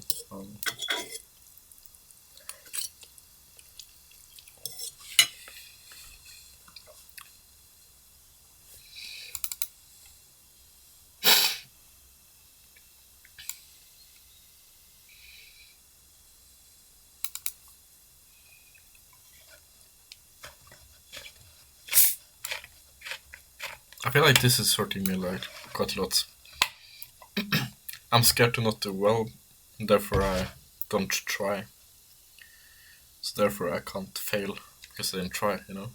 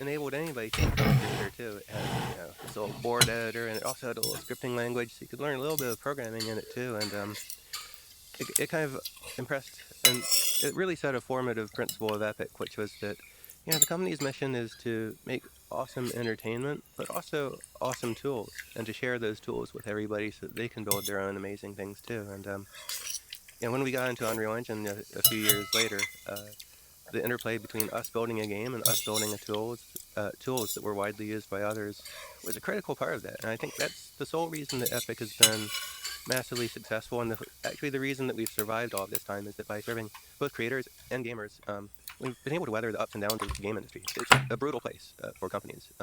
We've been able to survive every financial downturn, and sometimes the engine's been funding the business because we didn't have a game, and sometimes the games have been funding the business, and it really set a principle in our culture that's persevered and is continually brought to the forefront. But on the editor front, that's such a fascinating philosophy that you always allow people to create their own worlds. You have an engine from which you simulate the world that the game is in. You have the actual game, and you also have the freedom for creators to create various, in Fortnite, islands of their own. It's like with everything you ship, that freedom to create is always there. That's really interesting. Yeah, and it's something we aim to do more and more fully over time. In the course of building Fortnite, we've built a lot of other tools that are useful for us too. It's not just a game powered by Unreal Engine, but it's also, a social ecosystem where people can make friends and voice chat and get together in parties. We've opened up all those social features into Epic Online Services. We give them away to all developers for free because we all benefit from growth in that user base. And our goal is ultimately to build the company's products on the same technology that we share with everybody else, and to help that foster a bigger and bigger ecosystem over time where everybody benefits. If we could just linger on the 90s. So you said bulletin boards. Maybe you can explain what that's like, and also explain the birth of the internet, what that was like. What was the internet like in the 90s? So the internet is a funny thing. It started out as this Defense Department research project called the ARPANET, the Advanced Research Project Agency Network, and it was kind of like this revered secret thing. They became more and more open as they connected universities. Universities connected to the internet in the mid-1980s, and so if you were at a prestigious institution with access to computers, you could get on there. But the consumer back then, we just had these modems. This thing you plug into your phone line, and it dials up a phone number, and then it sends wild sound effects over the telephone line to send digital signals back and forth. And these were really slow. The first modem I had was 300 baud. That means 30 characters per second of data. So you're like sitting there watching a sentence like slowly emerge character by character as you're going online. But that's how we got online and we talked with each other. So you dial up to a local bulletin board. It'll be run by a person. Usually they have a computer or two sitting in their kitchen or something that's running the bulletin board. And they have a small community of a few hundred users, all competing to connect to that one phone line. It was often busy and you couldn't get in, and the more popular bulletin boards were hardest to get to. We had all kinds of communities develop, and you could see like there was the programming communities where people talked about programming. There was the news and events, community that lived in the outskirts of Washington, D.C., so that was like a big thing. But then there was like a pirate community where they're sharing pirated Apple II games, and very different community ethos and mantras out there, but all really nice and also very small. These bulletin boards couldn't grow to the size of Facebook because your phone line couldn't take that many calls. Then later in the 1990s, the internet, which had been fostered in these colleges, started opening up to the public, and anybody could connect to it. And suddenly the world took on a life of its own. It became much, much easier to reach a global audience faster. And you would start shipping games to the internet, which is a bit of a crazy thing to do, because you're supposed to have like a physical copy, but to post on the internet is pretty innovative. Even shareware is pretty innovative. Yeah, it's been a funny transition for the game business. Epic started out making shareware games distributed digitally. But as the first 3D games took off, like Wolfenstein and Doom from id Software, and then Unreal from us, took off. To reach a huge audience of millions of users, we had to go into retail. So we worked with a retail publisher, and they made a box and put CD-ROMs in the box, and then the world started transitioning back to digitally. And that transition didn't start well, right? The initial transition of gaming to digital was all BitTorrent, all piracy. And there are horror stories about games that would sell like 100,000 copies but have 2 million users because most people pirated it. And then Steam came along and introduced digital distribution and made digital distribution of legit games so convenient that most players moved away from piracy towards that, and their practices were then followed by others, and the early digital industry took form. Yeah, it's fascinating. I mean, pirates do lead the way for innovation. The same as the story of Spotify. I think most people, when they derive value from things like video games, want to pay for those video games. They just want it to be easy. And so the same thing with music with Spotify. But maybe just staying on the 90s, there are going to be a lot of indie game developers who listen to us talking today. Can you go back to that mindset and try to derive some wisdom and advice to those folks when you were just a solo developer, maybe just a small group of people creating your early games that eventually became this huge gaming company? But in the early days, what were you going through? What were the ups and downs? What did it take to sort of stay strong and persevere? Well, one of the critical things that Epic always worked hard to do was to make something different that nobody else was doing, and to try to satisfy a small audience rather than competing globally with the game juggernauts. Back in the 1990s, Epic was new, but Electronic Arts and Activision and the other big publishers had been around for a decade, and they were huge companies that had giant retail distribution networks. if I tried to make a game and then convince them to publish it, I doubt I could have had a chance, and I doubt that even if I made a successful game, that I would have made much money from it, though they might have. And so the really unique angle to Epic was shareware. And that was just the idea that if we distribute our game differently, then we can reach a much larger audience than these bigger competitors by virtue of this first episode of the game being free. It was kind of the advent of what later became free to play, and the logic of that is just as true now as it was then. If the thing is free and anybody can get into it, it's going to spread from friend to friend as people bring their real world friends into the games they're playing, and have the opportunity to build up a community around that. So the other lesson there was minimize the friction of people getting into your game, make it easy to get into and make it fun. And I think I was very fortunate. ZZT was a funny game. It was not like much like any other game. It had much worse graphics because it was all just text characters, smiley faces, and other Greek letters and things participating in this game simulation. They were kind of iconic representations of characters rather than real ones. And this was decades into the age of real graphical games with interesting graphics. And so it wasn't even trying to compete in that area, but it was able to compete in a different area, which is that it wasn't just the 3 games I'd made and shipped as a trilogy that were successful and drove the success of the project. It's the fact that I released an editor, and there's a whole community around it. And you see that trend has repeated itself. Like there was ZZT was one of it. Before that, there was Bill Budge's Pinball Construction Set. That was a 1980s Apple game that let users build their own pinball tables. And since then, you've had some of the world's most successful games follow that path, like Minecraft. You can build your own stuff. Roblox, Fortnite Creative, and Unreal Editor for Fortnite. Games that become platforms for other people to build stuff was a real opportunity. I think the big thing to realize is for indie developers right now is there's massive competition in every major genre, and so it's very unlikely, unless you just happen to be the world's best at a particular thing, that you're going to release a game in an existing highly competitive genre and win. A much better chance of success is in releasing something that hasn't been done before, being really unique and reaching an audience, even if big or medium size or small, reaching an audience and becoming really popular with that, making some money from it, and being able to reinvest and then expand towards your ultimate dream.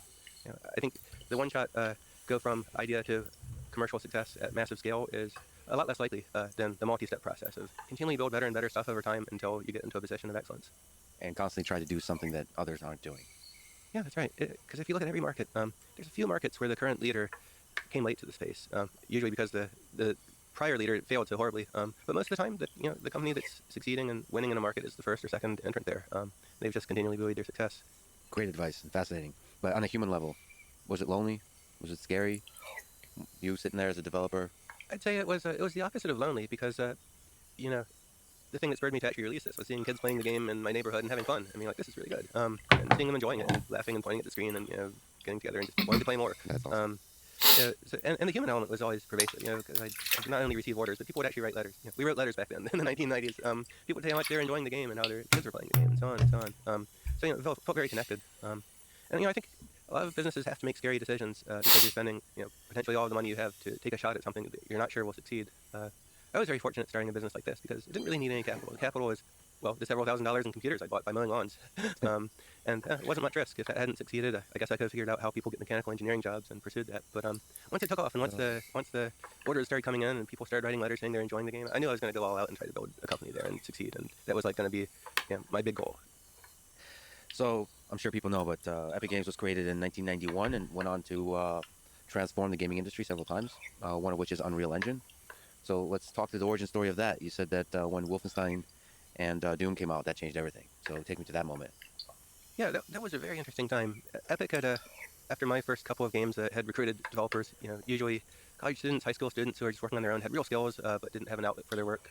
Epic had been matchmaking the best artists and programmers together from all over the world. Chaz Jackrabbit was Cliff Bluzensky, a high school kid in California who made a really cool adventure game together with Ariane Brucey, a demo coder from Holland who'd make amazing graphical stuff and had built a 2D game engine. And it connected them together, and a musician, Robert Allen, in California, and they, by telephone and modem and so on, we were building these little 2D games and having quite a lot of success.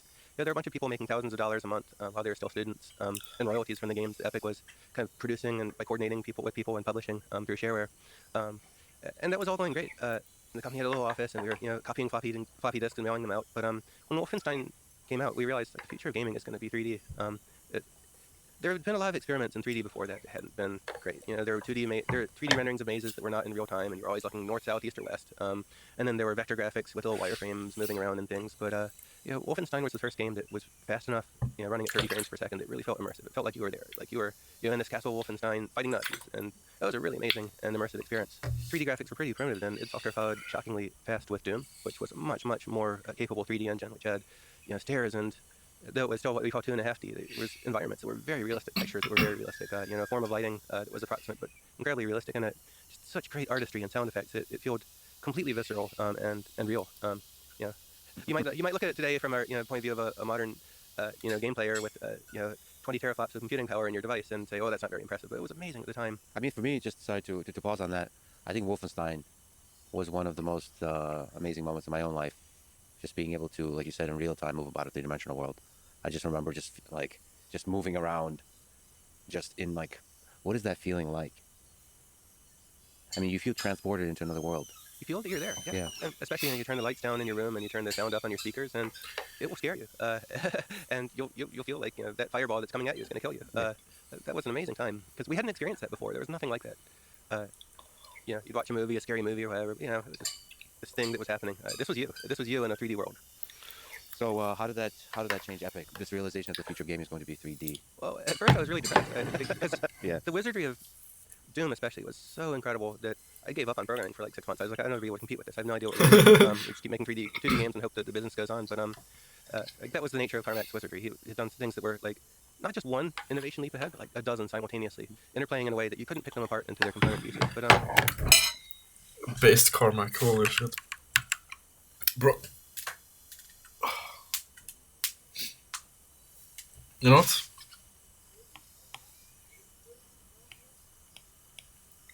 Why?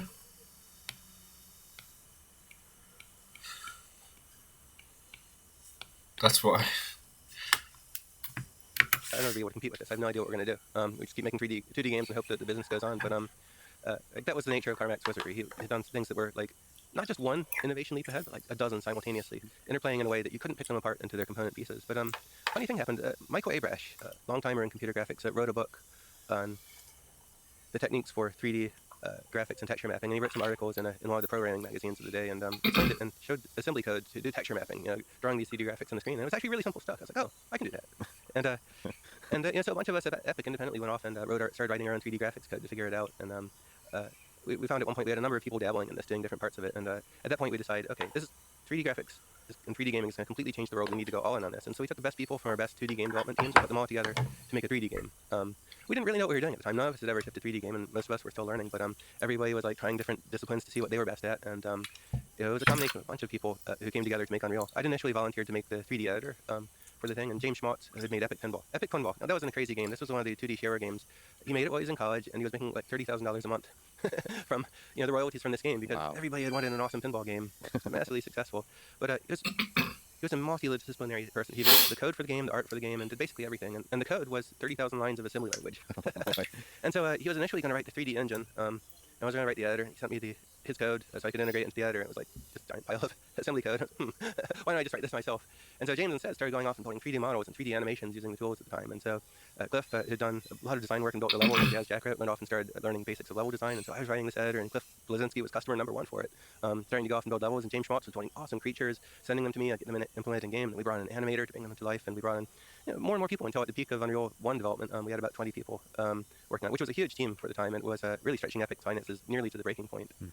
We barely survived and almost ran out of money a number of times, but somehow we always pulled through. And it was a crazy project because it was 3.5 years of development in a game that we always thought was 6 months from shipping.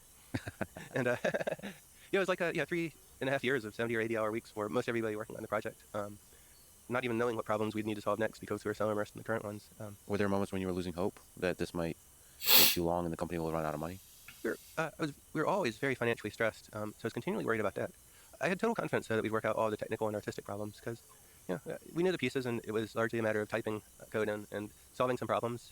And kind of like we knew we could ship a version of it. And the thing that was continually really interesting was the ongoing discovery of new techniques as we went. Because at the time Quake had shipped, it had a little bit of dynamic lighting. Unreal really pushed dynamic lighting much harder than anybody else had done before. And colored dynamic lights with some shadow casting capabilities statically, or moving lights without shadows, and figured out how to do volumetric fog, so you could have foggy areas that were full of lights, and you get the kind of glow of the lights standing out in the fog and affecting the appearance of the level. A whole lot of amazing techniques came together to build a game that made a number of leaps ahead of the state of the art at the time. It was really crazy. But I think most companies wouldn't have survived that, but the sheer talent of the people involved made it possible. And Epic has often done things that most companies would have failed at, and we succeed not because of awesome management or awesome planning or awesome financing, but because of the sheer talent and willpower of the people involved to make it happen. What about the interdisciplinary aspect of it? Like you said, sort of artists, engineers, or programmers, designers, all of them working together. What was that? The 20 people. What was the dynamic there like? Working insane hours. Like, what was it like to sort of make a team like that work together well as an orchestra to to actually deliver the game. Yeah, that's one of the really unique things that exist in gaming, not in normal big tech companies, which are just engineering and business driven, but gaming really does require all the best people across all the creative disciplines working together. And Epic had grown organically by recruiting people with awesome talent. We always had a limited budget. We could never pay to bid up people's salaries and hire them away by paying them more. We just had to find awesome people who were at the beginning of their career and put them together.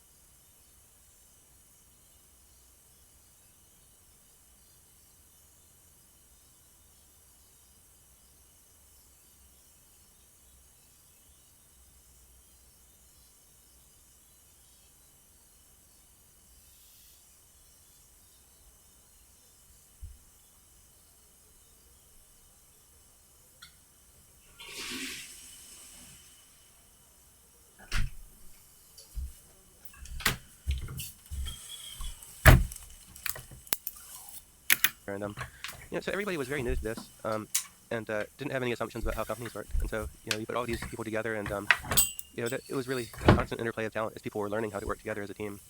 Nobody had management experience. Most people hadn't shipped a game before they worked with Epic, and we were figuring out as we went.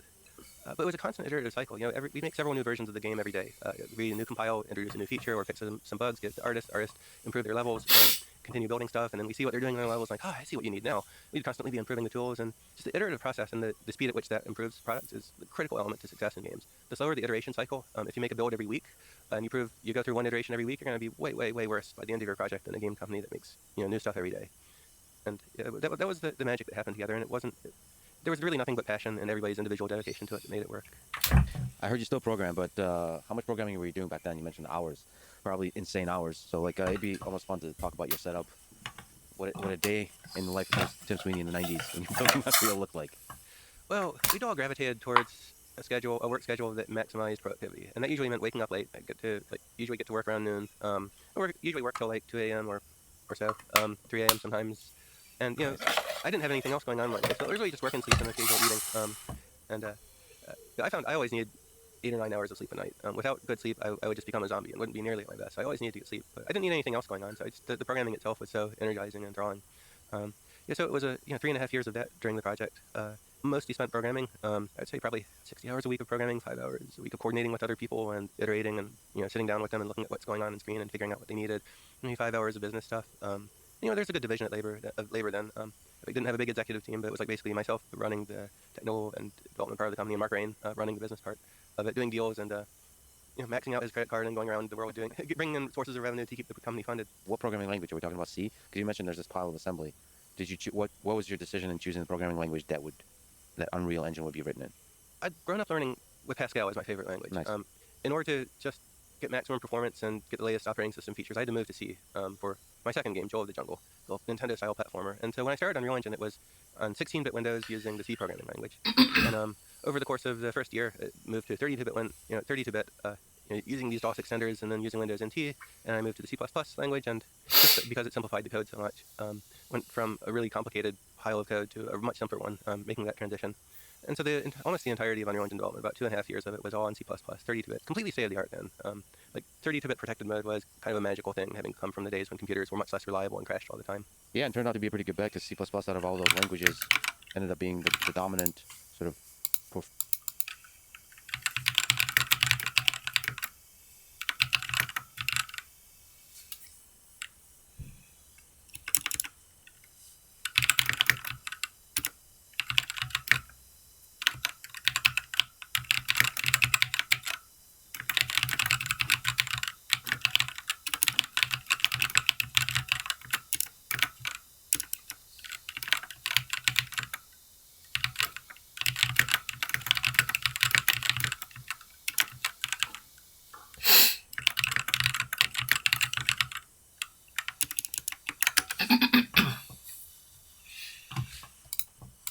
performance-oriented language that survives to this day. Yeah, it's because it solves all the problems at scale, often through manual pain, but always solves them. And a lot of other languages do better in a lot of theoretical aspects and are better for some usage cases, but you can't do everything, and that's really very limiting. All right, so ridiculous questions, but did you have one monitor, two monitors? Were you picky on the keyboard? Were you picky on the chair? What are we talking about? Let's paint a picture. Okay, I went through a big transition there. So I started out great. being pretty lazy. I had a bunch of I bought used computers because you'd often get them at half the price of a new one. They'd be good enough. So I had this old 486 I was developing on. I guess it was a 15-inch monitor at the time. It was a poor workstation setup, but it was very economical. And so as we started on Unreal, I realized that I had to write a ton of code. I had to write at absolute maximum productivity. So I had to rearrange my entire life around delivering maximum output. And so at that point, I realized actually spending money on getting good equipment was a good investment. And we're not talking about millions of dollars here, or billions if you're building a GPU farm. We're just talking about buying some basic hardware. And so I bought the biggest CRT you could buy at the time, because this was CRT year. It was 24 inches.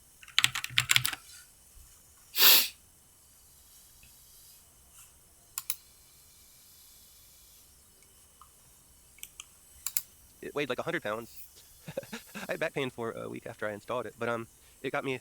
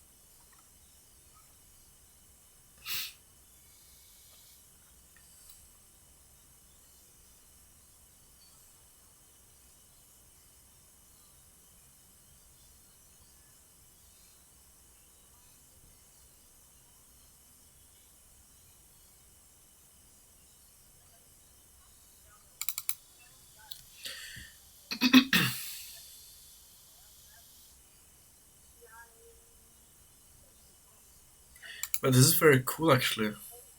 That's a good way of doing it. I never thought about this.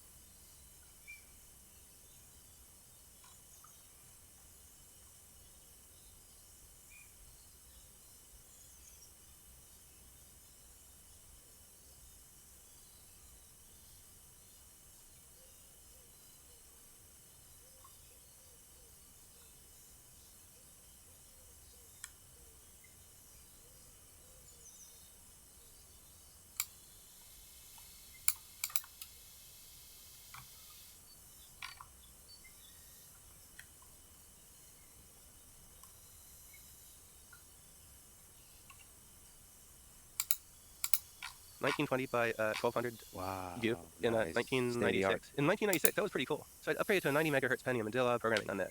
It was on the 90 megahertz. These were the main consumer computers at the time, and I'd optimized the Unreal Engine software render on that, which was, the Pentium was the first super scalar architecture in consumer computing. It could run up to 2 instructions at a time, and if you wrote your assembly code very carefully, you could get absolute maximum throughput. So I'd gotten my texture mapping code down to 6 CPU cycles, comprising 11 instructions, and that was required for every pixel on the screen. That was just enough performance to deliver that. But Dell came out with these new workstations, and Intel had just launched the Pentium Pro, the first out-of-order processor. And so I basically bought the absolute maximum configuration that money can buy. It cost $7,000. I had a gigabyte of memory in 1996. Wow. A 200 megahertz CPU. So it tripled the speed of compiles and just made me massively more productive. So that's why I was using throughout Unreal Engine development and shipped with that. By the way, people in the 90s would have been blown away by this workstation. I love it. Yeah. Were you, in writing, were you considering the hardware much? Was there a sense like, for people who don't know, Unreal Engine rendering, I guess, is all software, doesn't use the hardware. But were you trying to optimize, as I understand, maybe you can correct me, but were you trying to optimize to the hardware at all? Well, at the time, so we did most Unreal Engine development before the first real GPUs came out. The 3DFX Voodoo one, the first GPU that actually delivered serious performance compared to software rendering. The first GPU that was really gainful came into the development, and we supported it really quickly, but it was not the target all along. And so development was focused on just building. There are 2 parts of the engine, right? There's all of the gameplay systems that manage the simulation and physics and so on. That's all written in very high-level C++ code. And maintainability is as much of a goal as performance, because we had to build massive amounts of systems over time. But one thing that was really a bottleneck was graphics. The cost of rendering a single pixel was really high, and so you had to do everything you possibly could to optimize the rendering of pixels on screen. And so we were talking about how many CPU cycles. When you say your CPU runs at a gigahertz or whatever, that's a billion instructions per second. How many instructions do you need to run to get a pixel on screen? And so there was a constant challenge to optimize that down.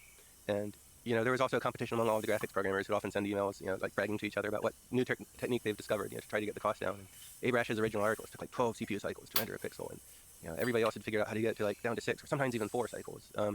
And that involved lots of different trade-offs of caching and memory hierarchy and so on. It was just like a magical time where a human could actually understand exactly what the CPU was doing under the hood and could write code that exactly targeted that. And that's largely lost now. When we talk about optimization in software now, it's largely about heuristics, and statistically, this memory access is likely to hit the cache. And this algorithm is faster than that algorithm. Because CPUs now have such advanced out-of-order execution that you really can't micromanage what's happening on an instruction-by-instruction basis. You can only manage the aggregate performance of code. And so there's kind of this lost art. Some people miss it, some people don't, in which the programmer had absolute control over the machine and could work miracles in special cases if he tried. It seems like there's still value to that art when it comes to GPUs and ASICs. So basically trying to understand the nuances of the hardware and how to truly optimize it, whether it's for machine learning applications or for ultra-realistic, real-time graphics applications. Is that true? Yeah, that's absolutely so. The optimization problems have just moved around. In a system like Nanite, the virtualized micropolygon geometry system that Brian Karras, a brilliant engineer with Epic, built, was just one of his multi-year optimization efforts that required him understanding everything from the highest levels to the lowest levels of the hardware to figure out how to make this breakthrough technique work in a way that was actually maximally performant on GPUs. And so Nanite is the system, we'll jump around in time, that takes us to today with Unreal Engine 5. This is the system that does the geometry. Yeah. So rendering the world sort of geometric. There's many layers to this. We'll probably sneak up to each of those. But one, you have to actually create the geometry of the world around you and do that in real time and really efficiently. There's a bunch of different ways to optimize that. Can you just speak to it? Yeah, with the advanced art tools we have today, it's really easy to create a scene with billions of polygons. The hard part is how to render it efficiently, because you can't render billions of polygons in a frame. Basically, you want to render an image that's indistinguishable from the full detailed geometry if you rendered it at ridiculous cost. And so the challenge is how to simplify every component of the rendering, the geometry, the lighting, and so on, down to real-time techniques. They're efficient. They capture a realistic view of what's around you. And so when an object is up close to you, you want to render it with a lot more polygons than when it's far away. But one of the cool principles of mathematics is the Nyquist sampling theorem that says if you're trying to reconstruct a signal, there's a limit to the amount of data you need to bother capturing. If you want to render a texture at a certain resolution, then you never need more than twice the pixels than in the texture that you have on the screen. And that's called the Nyquist limit. And so one of the challenges of computer graphics is, given the need to render objects at extreme close-up distances and extreme far-away distances, you always want to be able to generate the right amount of geometry so that you have enough to be indistinguishable from reality, but not any more than necessary. And with geometry, the idea is that if you render 2 triangles per pixel, you should get an image that is indistinguishable from thousands of triangles per pixel. If you render less than 2 triangles per pixel, you're going to start to see visible artifacts of the loss. And GPUs have this amazing hardware in a lot of different pipelines, but it's all very fixed function. There's pixel shader hardware, there's geometry processing hardware, and then there's triangle rasterization hardware. One of the limits of GPUs is that the triangle rasterizers are built for pretty large triangles. If you're building a triangle or rendering a triangle with 10 pixels, that's pretty efficient. But if you're building or rendering a triangle with 1 pixel, it's very inefficient. So one of the breakthroughs Brian made was to design an entire pipeline for avoiding the rasterization hardware in the GPU, and just going straight to pixels and calculating what should be done with that pixel as a result of some ray tracing and geometry intersection calculations done in a pixel shader. So instead of using the triangle pipeline, we're just using pixel pipeline and getting a better result. Because of the limitations of the triangle rasterizer in the GPUs. That's fascinating. Because, as you described, you need the tiny triangles for the detail, for the stuff that's up close. I mean, this might seem obvious to people, but it's not just stuff up close. It's like, it depends on where you're looking. Like the human eye and the human focus and the human attention mechanism defines how much detail you want to show. Because the thing that the human is likely to be giving attention to, you want that to be super high resolution. And everything else, including due to distance, can have less geometry, less texture, less information in it. Yeah, that's right. But there's a lot of challenges like that. It turns out it's a lot easier to render one frame that looks perfect than it is to render a series of frames in motion that look perfect. A lot of the problems with earlier algorithms that aspired to do this sort of things was popping. You'd be running some number of triangles for a while, and then you'd switch to a different number of triangles, and you'd see a visible transition, and the screen would look like it got shaken up. It's a disturbing artifact that distracts you from the game. And so one of the magical trade-offs of Nanite was how to avoid all of the visible transitions and get them down to a point where though they exist statistically, they're not really perceptible to a person looking at it. You look at something like Nanite, I mean, there's a nice blog post, there's nice descriptions about the details, but you can tell even under the details, there's just incredible engineering that goes on. It's so cool. It's so cool how underneath this, the actual experience of beautiful, detailed scenery, there's just incredible engineering to bring to you simulation, ultra-realistic simulation of reality in real time, with like lights changing everything, and then, it just takes you back to that feeling I had with Wolfenstein, but like more, and you can completely lose yourself in that world and even forget that this real world exists. What is the real world anyway? So it's that coupling of great engineering and great storytelling in terms of just feeling is super cool. It's great to know. It's great to know that these teams behind it, and it's cool that you're also releasing a bunch of details around it. At least for folks like me, it's inspiring to see. So Unreal Engine is this fascinating creation. It's a big bold.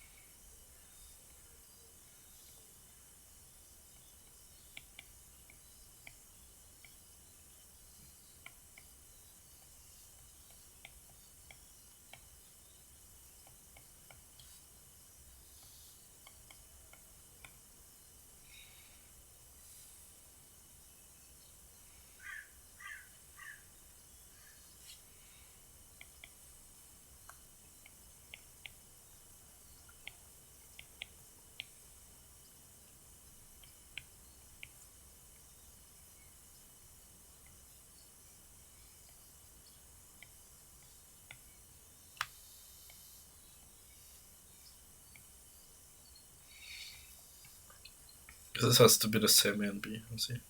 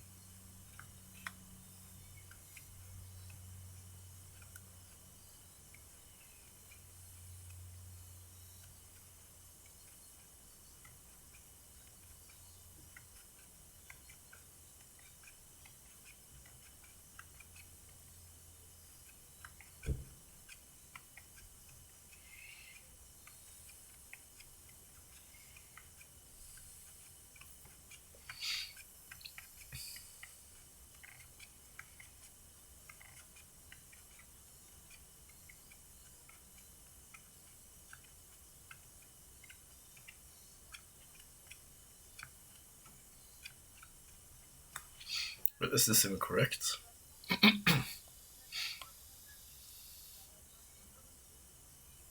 No, it's not.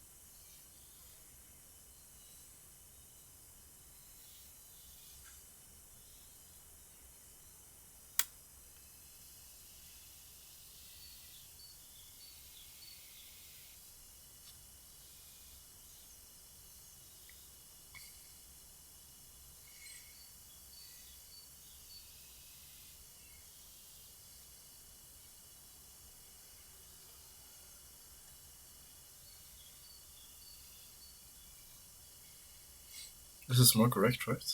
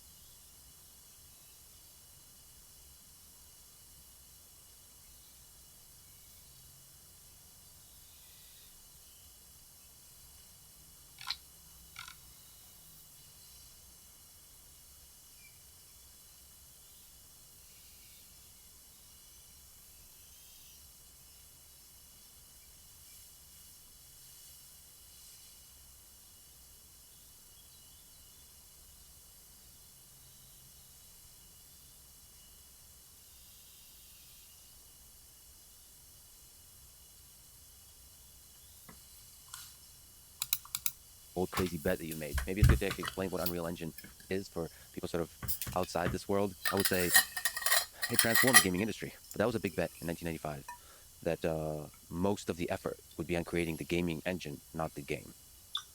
Yeah, Unreal Engine is a big bundle of code and tools, a huge software package that writes all the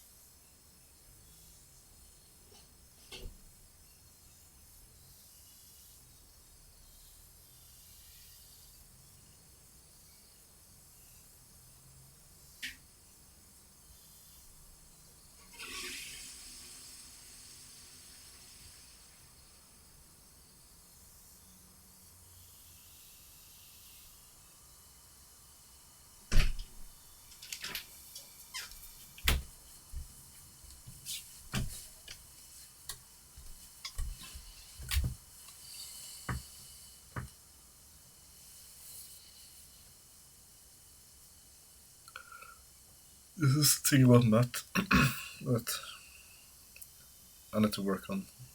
Like, I'll try to put it into words.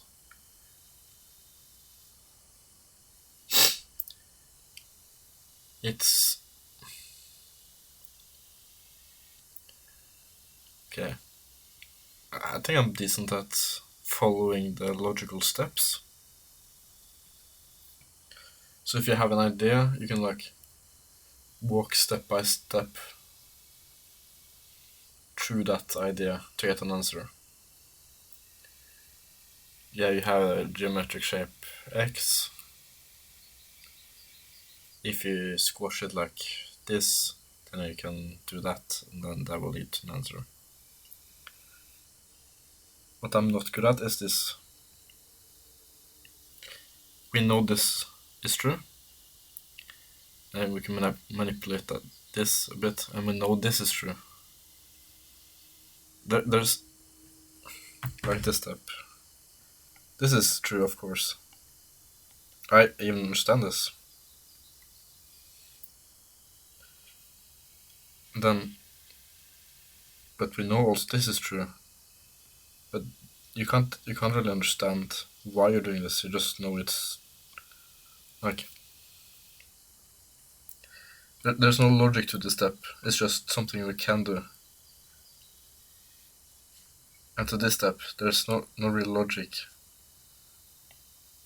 until you get to this step. Then you get back to the logic. So basically,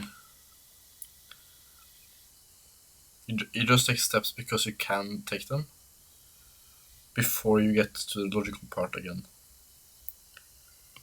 And I find that very difficult.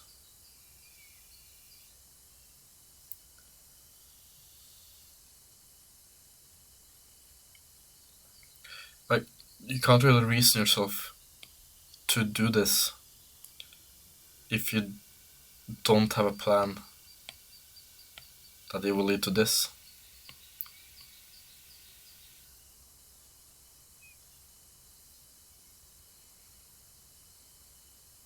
So basically, when you're stuck at this step, you can't use logic. At least like low. If you, I mean, you can think through steps and then use logic, but like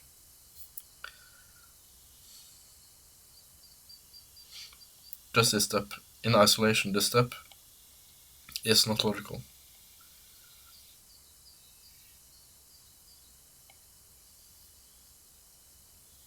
So yeah, oftentimes it just feels like you have to rewrite stuff. Rewrite. With no real goal other than you'll get to. I guess sort of, right?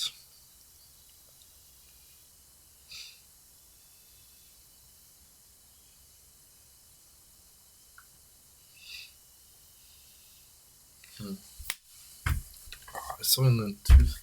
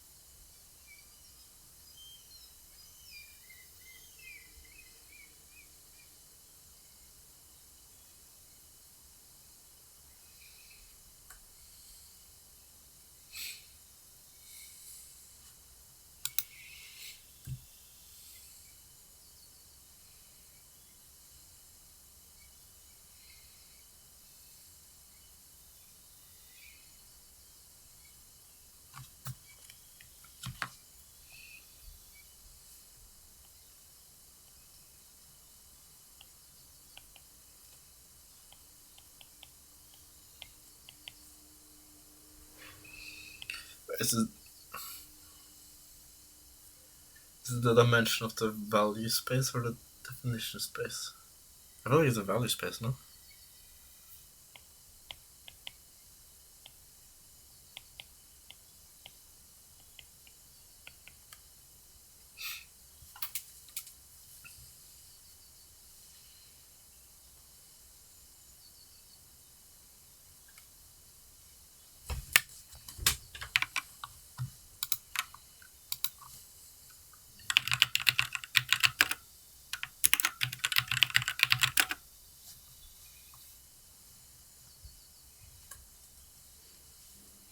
It's a definition space, okay.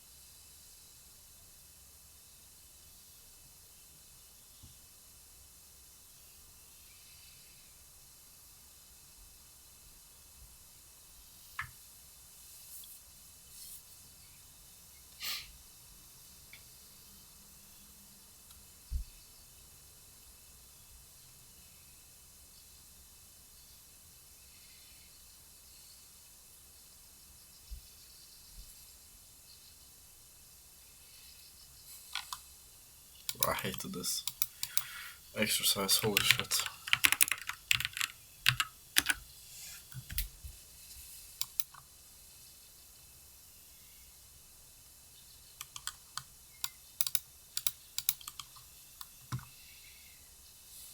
Oh, fuck it.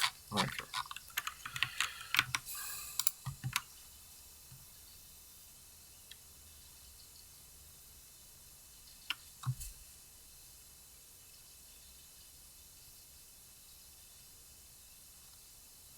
No worries.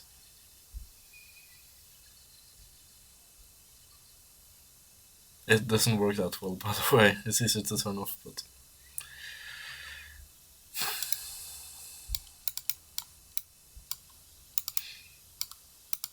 Okay, I should work, so maybe instead of giving up now, I'll take a short break, go buy some snacks, and then reward myself, and then don't try again. Holy fuck, that exercise was like mind-bendingly stupid. Like,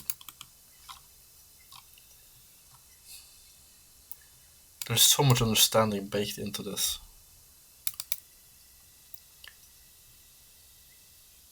And this is unintuitive. Like, you can't reason yourself through this. You just have to try stuff until you see a way forward.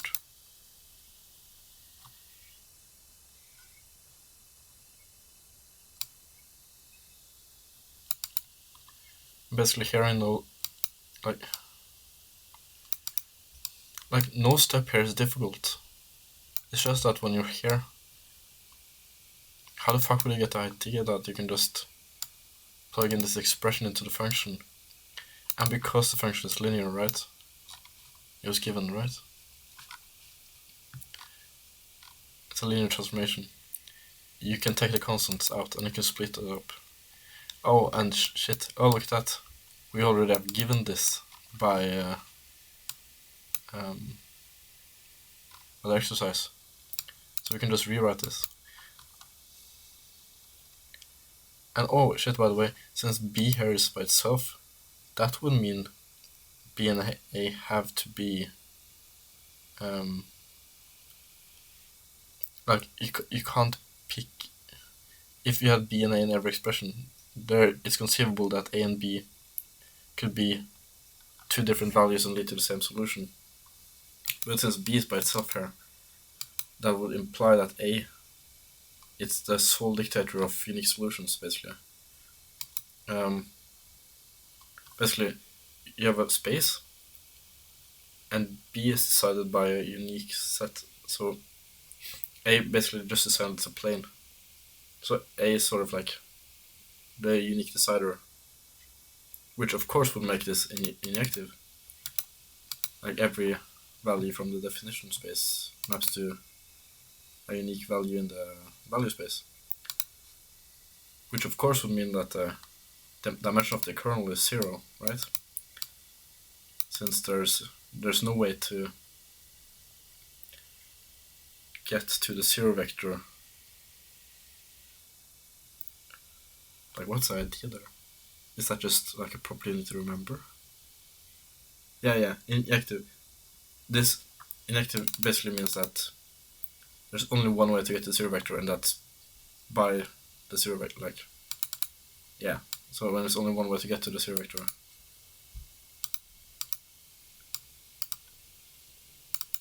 And the 0 vector has to be, like, but yeah, and since it's linear, I guess, you can't have such functions that take the 0 vector to a unique value, and that unique value to the 0 vector, or I guess you couldn't have that, okay, never mind. But at least, injective gives the dimension 0, and then the fundamental theorem of linear transformations, of course, gives this. Like, this is just something you need to remember, honestly. There's so much understanding and math skills baked into something so simple. It's annoying. Like, this subject really makes you feel like you can't solve like 2 plus 2.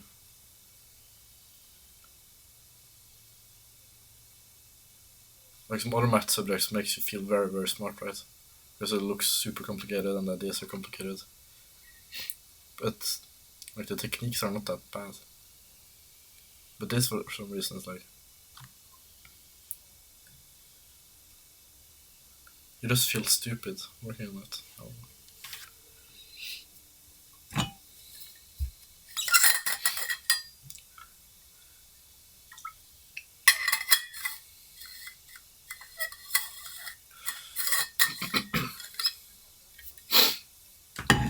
Okay. I'm gonna buy some snacks and then take a mental break and try to work some more.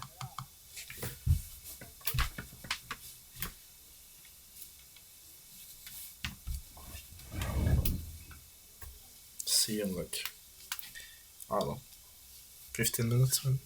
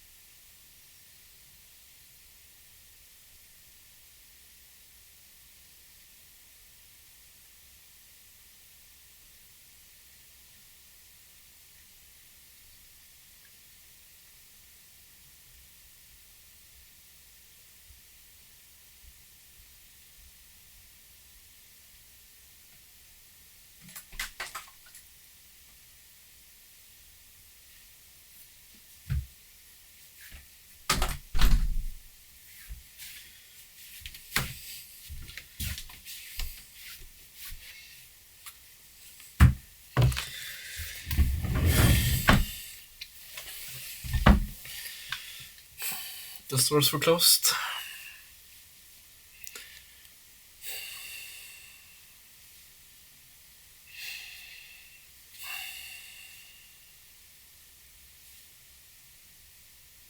I don't have any food. I guess I could make some pasta with barbecue sauce or something. But I'm pretty fucking stripped.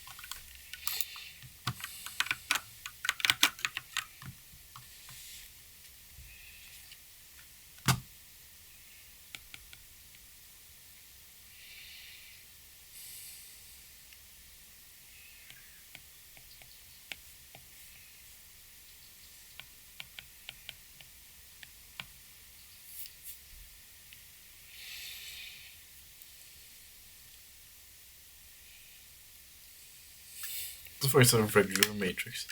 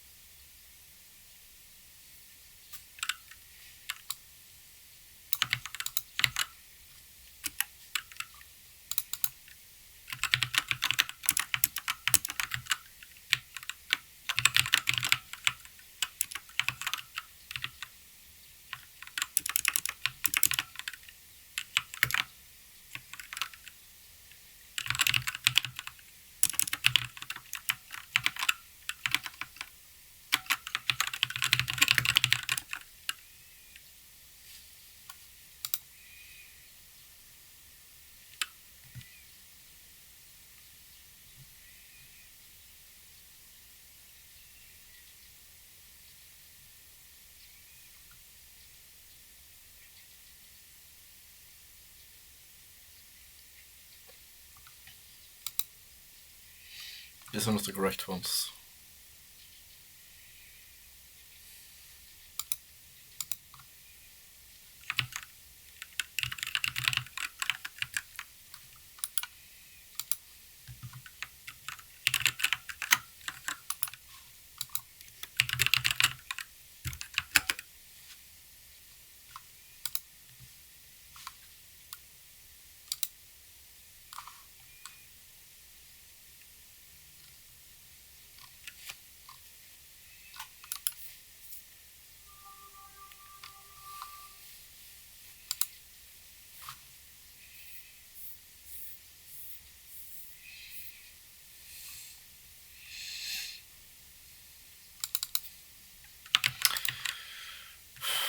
I guess.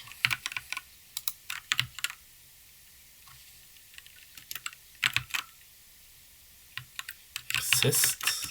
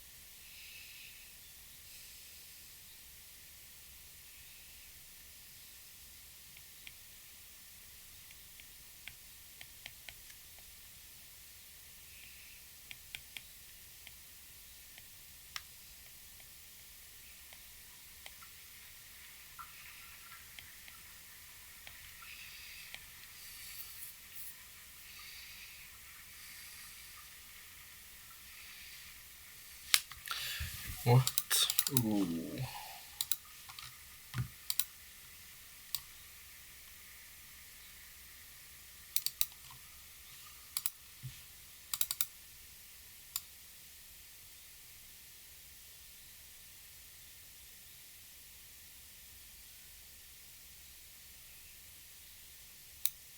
Was this just a lie?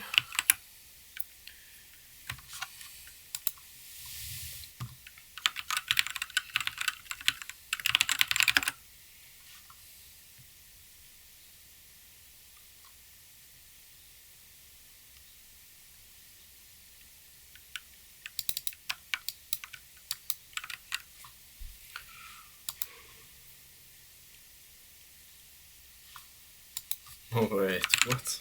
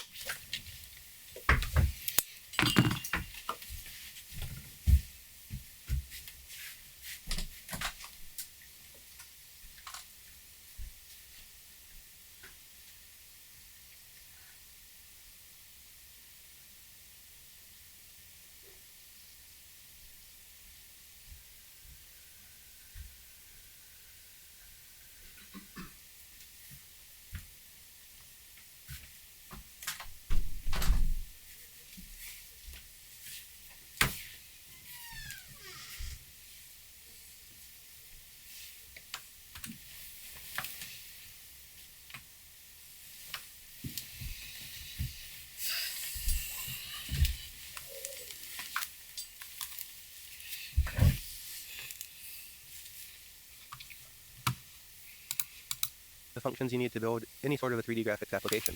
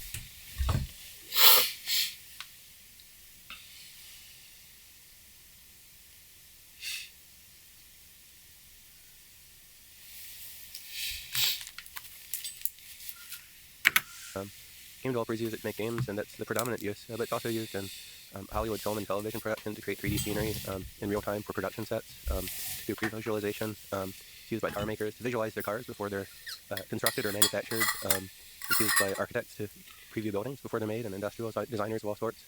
And it provides, all the 3D simulation features you need both for creating highly realistic 3D graphics, but also physics and interactions between objects and making things happen like you might see in the real world. And supports a huge variety of styles from Pixar stylized movies to cell shading to photorealism. And it can be used for anything that needs real-time 3D graphics. Including humans that populate those three-dimensional worlds. And we'll probably talk a bunch of the details involved in the process of creating ultra-realistic humans, because we humans care about how other humans look and how they convey emotion and express how they speak, all that kind of stuff. But so yes, it's the 3D objects that are static, the 3D objects that are dynamic, and on the dynamic front, including humans that are ultra-dynamic. So all of that, you have to create this engine that simulates that world, the world as we this beautiful world that we know and love. Okay, so that, but you're early. So here you see Doom, and you're trying to create this world and trying to create an engine that would not just power Unreal, the video game, but future video games. So how do you go about it? What are you thinking? And that I should sort of linger on that. That is a crazy bet that we're going to build an engine as a company. Yeah, well, the philosophy began with ZZT and continued onward. We're not just building a game for players to play. We're also building tools that could be used for building that game or any other game, and catering to all the artists and designers who would use the tool. And so that philosophy started with the very early parts of Unreal development. I was building the tools for level designers like Cliff Blazinski and artists like James Schwartz. As we began marketing the game, 6 months away, we were constantly releasing screenshots and things like that. Other companies started calling us and saying they wanted to build 3D games too, but they didn't have the expertise for that, and they wanted to license our 3D engine. And this was one of the coolest pivots in Epic's history. Microprose called up Mark Rain, our vice president and longtime business guy, and said they wanted to license our engine. And Mark Rain was like, "Oh, what? You want to license what? An engine? What's what engine?" And they explained to him what they wanted to license. He's like, "Oh, that engine. Yeah, that's very expensive." But this was one of the critical things that kept Epic going through that 3.5 years. We were starting to license our engine out to other developers. Microprose took 2 licenses, and we got in $500,000 from that.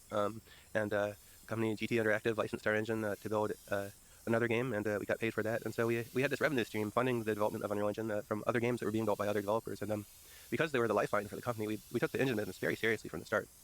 We set up mailing lists so that our partners could ask us questions, and all the developers and artists working on our games were participating and helping customers. Everybody took that very seriously because it was our funding source. And that's kind of set this dual spirit of Epic of building technology and supporting game developers simultaneous with building games and supporting gamers. It's continued onward and just grown over time.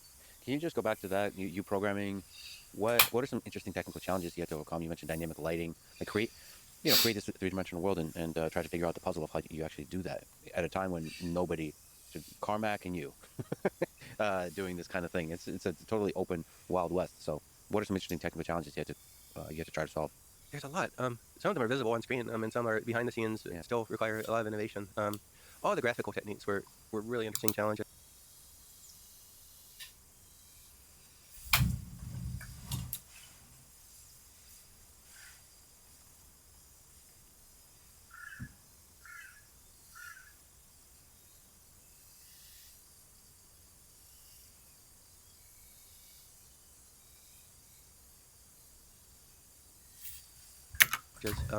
And Unreal Engine, in those early days, went a lot further than the Quake engine in building environments using constructive solid geometry with a real-time editor, and that was a really interesting technical challenge. The idea is building is extremely tedious if you are only adding objects to the world. If you want to build a door, then you need to add like a dozen different pieces of door frames and add a bunch of different walls together to fit together in the right shape. It sure would be easier if you could just start with the wall and subtract the door out.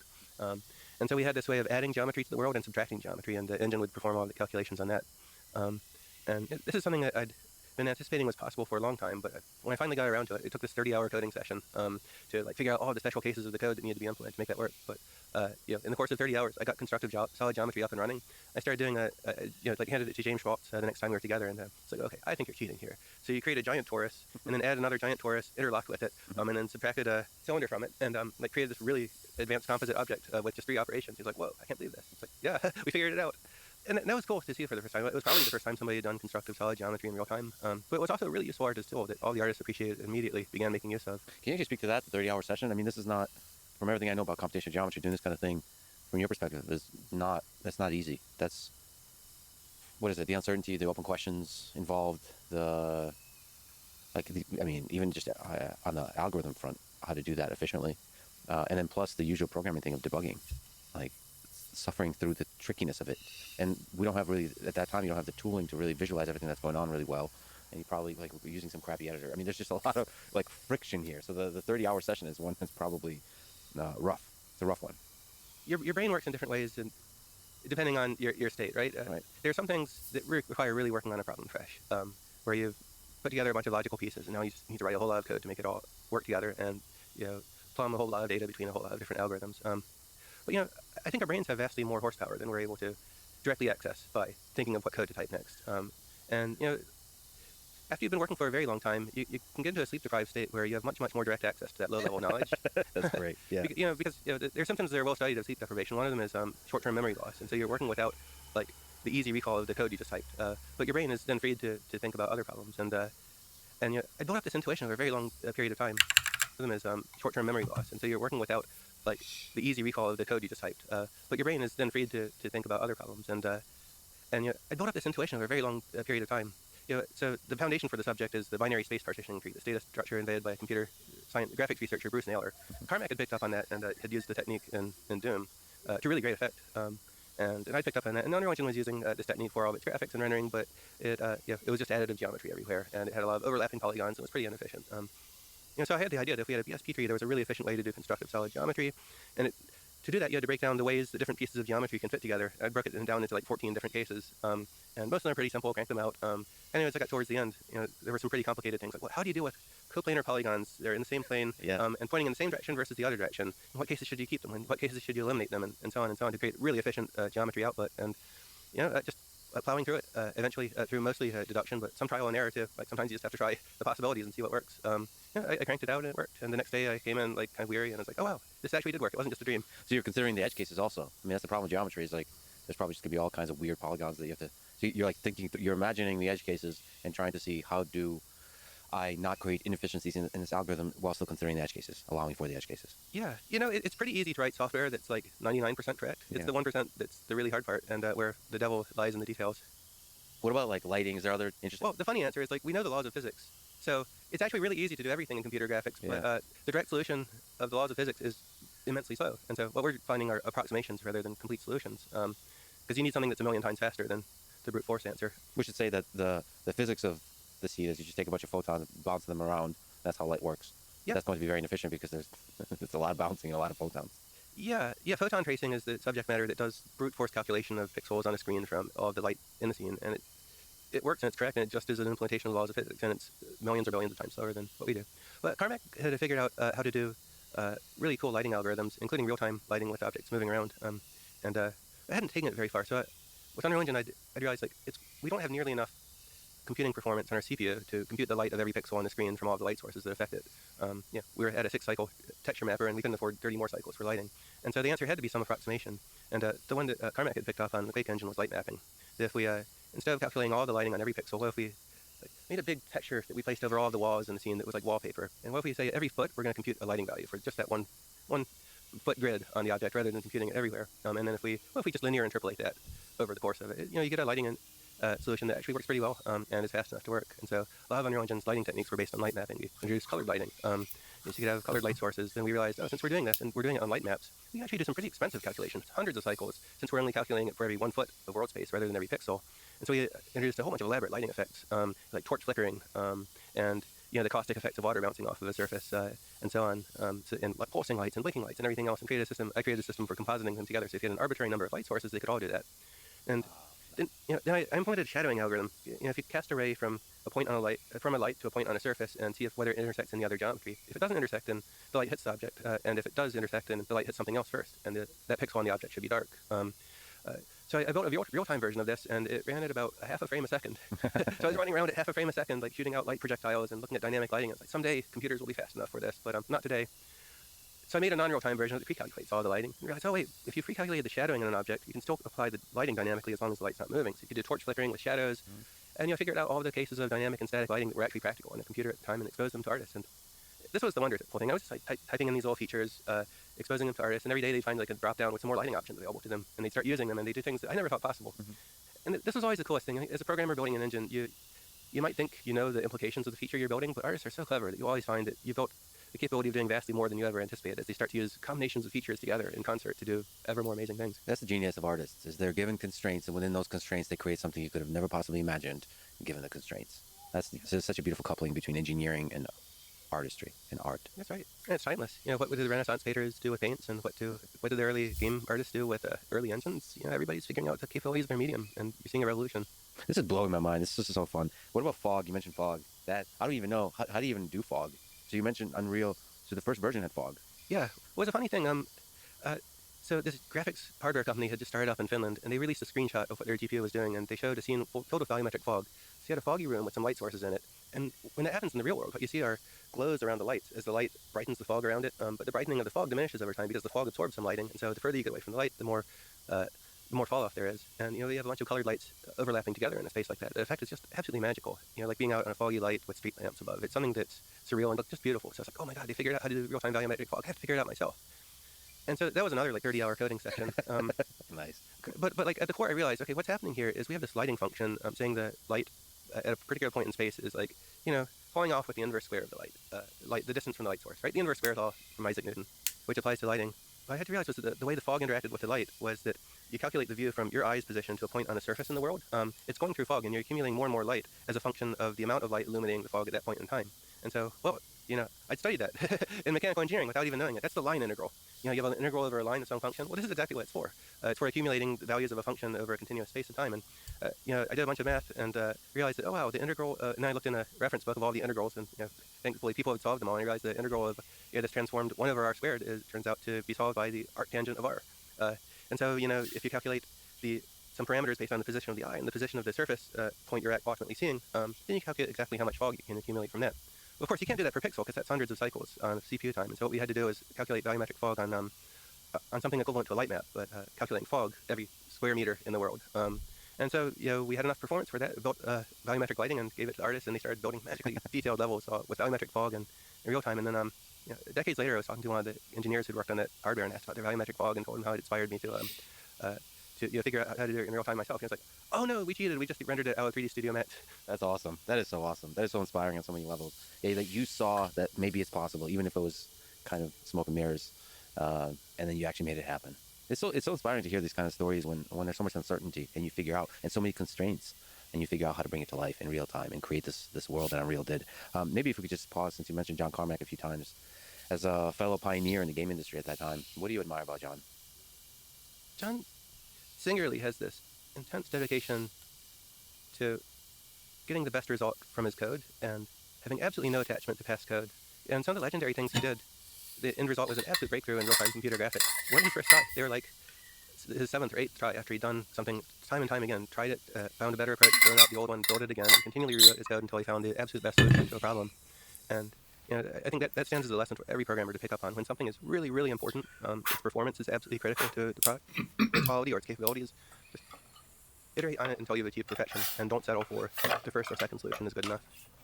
And it's, you know, the result of that, both you and him sort of define the future of gaming worlds. It's so beautiful to see. It's like, it's just fascinating. It's inspiring because, like, under so much uncertainty, under so many constraints, you figure out a way. And that, you know, actually continues to this day because, yes, the hardware is improved incredibly, but in order to create an ultra-realistic, highly dynamic, real-time rendering of the world around us, it's still really, really difficult. And there's all these kinds of optimization, like you mentioned.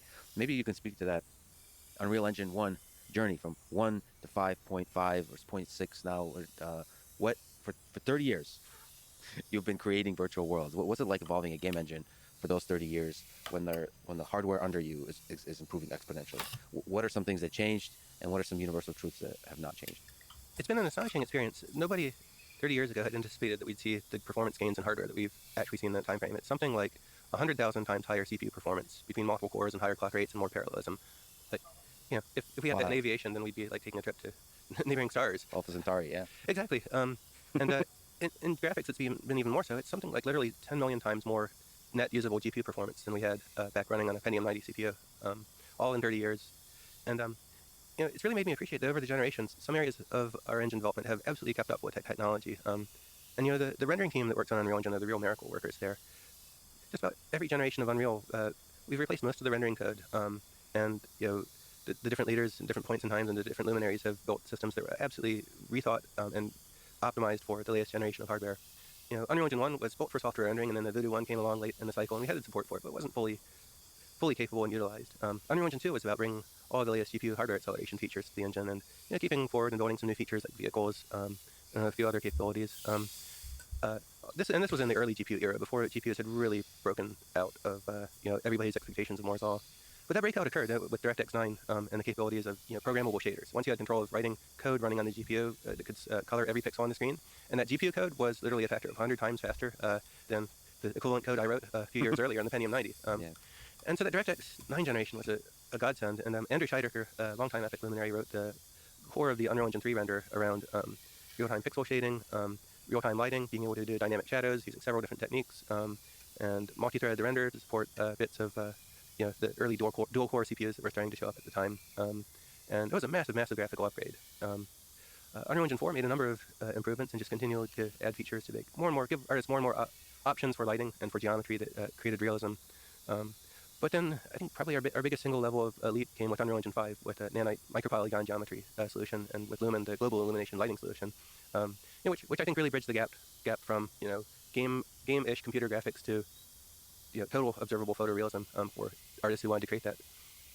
And so that's been the evolution, and the progress on the graphics side is absolutely astonishing, as it is on the audio side and a number of other areas. But parts of the engine also haven't changed all that much since the version I wrote and shipped in 1998. File management system has been optimized a number of times, but hasn't been completely rethought. And the networking system, the ways that clients and servers talk together and negotiate game state is still an evolution of the thing I wrote. And it's feeling kind of dated now. You still see networking bugs in Fortnite where, for some reason, when you're spectating, you're not seeing some parameters update. Well, that's because of the lossful nature of that networking model. And and the biggest limitation that's built up over time is the single-threaded nature of game simulation in Unreal Engine. We run a single-threaded simulation. If you have a 16-core CPU, we're using one core for game simulation and running with the complicated game logic because single-thread programming is orders of magnitude easier than multi-thread programming.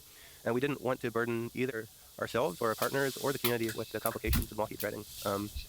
And over time that becomes an increasing limitation. So we're really thinking about and working on the next generation of technology, and that, being Unreal Engine 6. And that's the generation where we're actually going to go and address a number of the really core limitations that have been with us over the history of Unreal Engine, and get those on the a better foundation that the modern world deserves, given everything that's been learned in the field of computing in that time frame. That's a terrifyingly challenging engineering problem, and it seems like every version of Unreal Engine, the amazing teams behind it are willing to just throw away most of the code.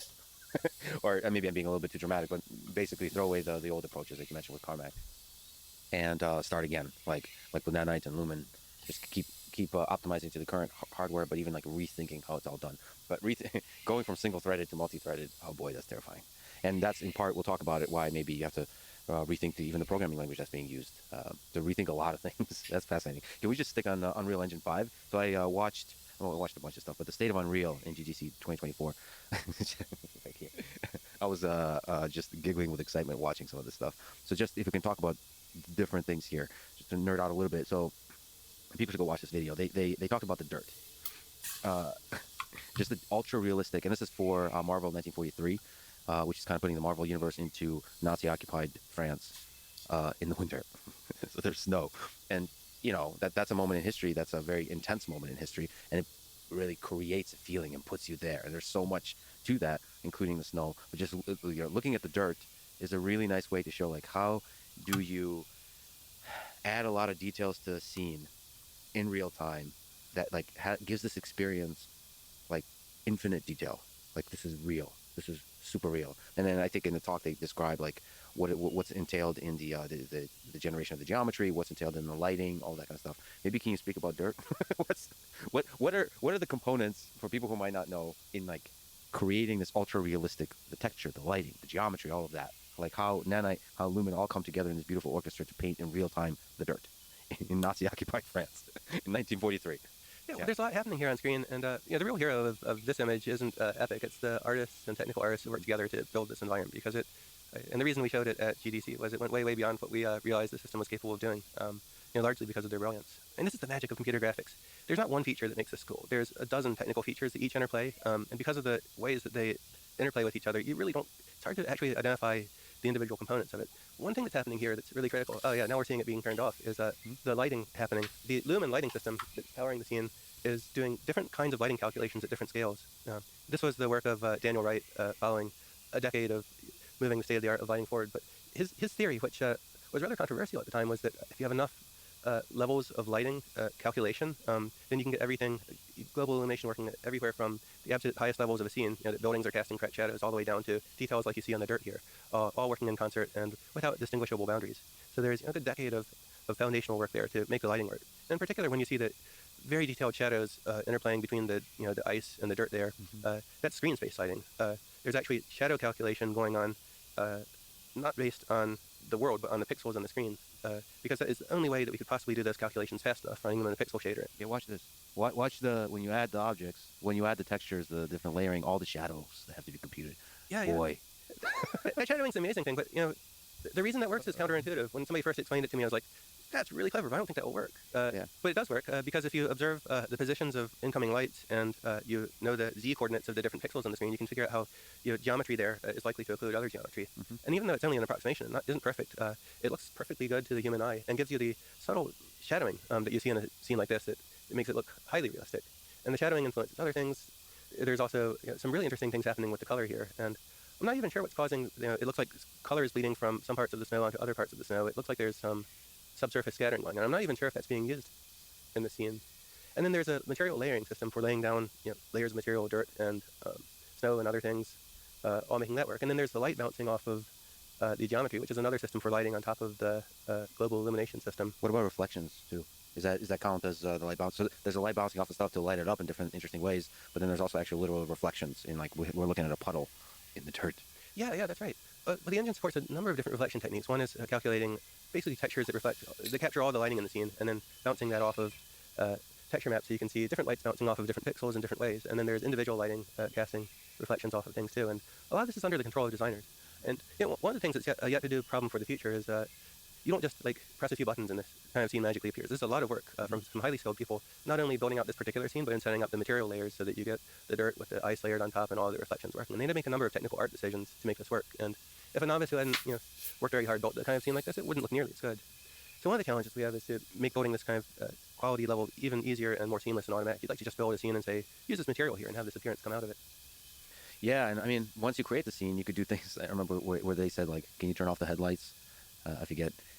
You can control the lighting. I mean, all of this, we should say, like, this is dynamic. So you can change the position of the light. You can turn on the lights, off the lights. That's incredible. So this is all real time. The geometry, the lighting, the textures, all of it, real time. This is the power of awesome technical art, 3 decades of feature development, and you have to give credit also to the 20 teraflops of graphics performance that NVIDIA is delivering. Thanks, NVIDIA. 90 megahertz to this. 90 megahertz is 90 megaflops. This is 20 teraflops. That's a big change. That's a lot. So one of the other things that they talk about in the presentation is about snow. So you have to, if you're talking about 1943 Nazi Germany in the winter, you have to create a feeling, one of which is the season, the winter, the cold. And you can control you have to cover everything in snow. And here shown is the ability to control how much snow covers the objects. So the ability to do that for the artist is incredible. Like, just to control how much snow is in the scene dynamically like that. That's cool. Yeah. That's really cool. It's a cool system for material layering, and a dozen pieces coming together here. You also notice, there's fogginess and there's some hot objects emanating fog. An artist did that. That didn't just arise automatically. So that's called material layering. So an artist creates the different materials and are able to layer the scene with it. Yeah, layer materials on top of each other and say how much of each material should be protruding in different places with the engine handling transitions and things like that. And that's on top of the sort of the geometry that creates the structure of the scene and all the occlusions that have to be computed. Man. Okay, I got to go to the other one that was just blowing my mind, which is smoke. Let me see that. Look at that. Yeah.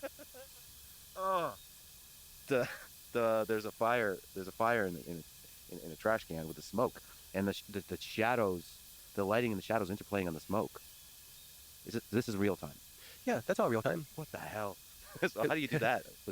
How do you do the smoke? Well, there's a really powerful particle system underneath. It's providing the technological foundations for this sort of thing. But there's awesome artistry on top of that, and an awesome physics engine powering it. It's hard to tell exactly what piece is doing what. You have several different particle systems there. There's one for the fire, and then there's another one for the smoke coming out of it. The really interesting thing happening with the smoke here is that it's occluding light. There's calculation of how the light should diminish as it travels through smoke, and so you're seeing the lighting on the smoke being the really interesting thing. And there have been a lot of attempts, but this was the first demo where I felt like this kind of smoke had really no longer looked like a video game. It looked like just a burning trash can billowing out dark smoke. It's artist sophistication. It's a very, very, very large part of it. So yeah, again, it's the interplay between the tooling and the artist. But yeah, like that, I could watch that for a long time. I mean, there's something magical sitting around a fire in real life and just watching the fire and the smoke. I mean, humans have been doing that for, I don't know, hundreds of thousands of years maybe. And then that same, I was just staring at that. And I wish the people would just stop talking and I could just watch the fire infinitely. And that, I mean, that's immersion. That's like, I want to be in that. I want to sit around that trash can with the fire and the smoke and watch and maybe warm myself. Because I was also feeling cold because of the snow. You're like, you really get immersed into the thing. I mean, it's so beautiful. It's true art. It's true art. It's just really wonderfully done. But okay, so I got to ask you about the humans. We talked about what's it like to create the scenes, but you know, creating realistic humans is really tough. Can you speak to that? How to create ultra realistic humans? So you have an actor behind this to convey emotion, show the nuances and details of the faces. And maybe this is a good opportunity to also mention MetaHuman Creator that's part of Unreal Engine.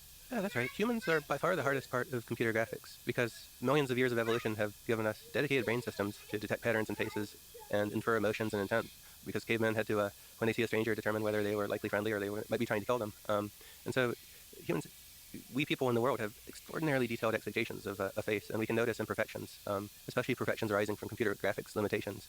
But it becomes by far the hardest problem. So the MetaHumans effort is part of a decades-long initiative that Vlad Mostilovich, the most talented digital humans visionary in the world, has been working on for generations and generations of games, serving individual clients around the game industry for a while and then joining Epic as part of the three-lateral team. And leading now a worldwide effort to build all of the technologies required to make digital humans realistic. Okay, one part is capturing humans, and so they built really advanced dedicated hardware that puts a human in a capture sphere with dozens of cameras in them taking high-resolution, high-frame rate video of them as they go through a range of motions. And then capturing the human face is complicated because the nuanced detail of our faces and how all the muscles and sinews and fat work together to give us different expressions. So it's not only about the shape of a person's face, but it's also about the entire range of motion that they might go through. Capturing one human requires a few hours of capture work in a dedicated environment like that, then thousands of hours of processing work to capture a precise and real-time replicatable version of that human in the environment. And so one of the things that it's done is just capturing an actor or actress in the real world and then using them in a video game. But the much more interesting thing going on is capturing thousands of humans to form a data set whose goal is to encompass the entire range of faces in all of humanity. So going around every culture, every continent, every age, and every face variety, and capturing representative people. So the entire range of faces is represented. And then being able to combine and merge those together to enable recreating an arbitrary face that the system's never seen before. Mm-hmm. So one of the ideas is capture giant amounts of this high precision data, and then you use it to reconstruct a face at a consumer level. Like maybe take an iPhone photo of somebody's face and then capture a very accurate depiction of that, not by synthesizing it then and there on that device, but by combining all of the known details of human faces to accurately capture the most accurate representation of that. So that's the data problem. There's a lot of other problems with computer graphics. There's technology for rendering hair, which is really hard because you can't render again, we know the laws of physics. It would be easy to just render every hair. It would just be a billion times too slow. So you need approximations that capture the net effect of hair on rendering and on pixels without calculating every single interaction of every light with every strand of hair. That's one part of it. There's detailed features for different parts of faces. There's subsurface scattering because we think of humans as opaque, but really our skin is light travels through it. It's not completely opaque, and the way in which light travels through skin has a huge impact on our appearance. This is why there's no way you can paint a mannequin to look realistic for a human. It's just a solid surface, and we'll never have the sort of detail you see. We should actually just linger on that. That kind of blew my mind, like thinking through that. I think I heard that sort of the oiliness of the skin creates very specific, nuanced, complex reflections, and then some light is absorbed and travels through the skin, and that creates, would it be fair to say, like micro shadows or something? It creates like textures that are human eyes able to perceive, and it creates the thing that we consider human, whatever that is. And so like you have to compute both that, the reflection, how light interacts with the oiliness of the skin, and how it is also absorbed in it. All of that while considering all the muscles involved in making a nuanced expression. Just the subtle squinting of the eyes or the subtle formation of a smile. It's a stupid, annoying subtlety of human faces that you have to capture. Like the difference between a real smile and a fake smile. Man, I love human faces. I love humans in general. But the way to show like beginning of a formation of a smile that actually reveals a deep sadness. All of that, like when I watch a human face, I can like read that. I can see that. Again, this is the engineering and the artist. You have to have the tools that in real time can render something like that. And that's incredibly difficult. Anyway, sorry. So there's a lot of this kind of complexity in even just the lighting of a face. That's right. Getting faces right requires the interplay of literally dozens of different systems and aspects of computer graphics. And if any one of them is wrong, your eye is completely drawn to that, and you find it on the wrong side of Uncanny Valley. So the level of perfection needed in this area is vastly, vastly higher than world rendering or grass or any of these other things. If the shadows on a work of architecture are slightly wrong, you're pretty forgiving with it, actually. Your brain doesn't really care that much. But if anything wrong with a human, it's totally jarring. Can you speak more to the creation of digital humans with MetaHuman, both on the editor side and sort of bringing it to life side? It seems like, because I've watched a bunch of videos, a bunch of individual developers doing it, it's not too difficult to bring a human to life using the tooling that Unreal Engine editor provides. There are two main tools. compared to the old days where every face was created by hand by an artist from scratch.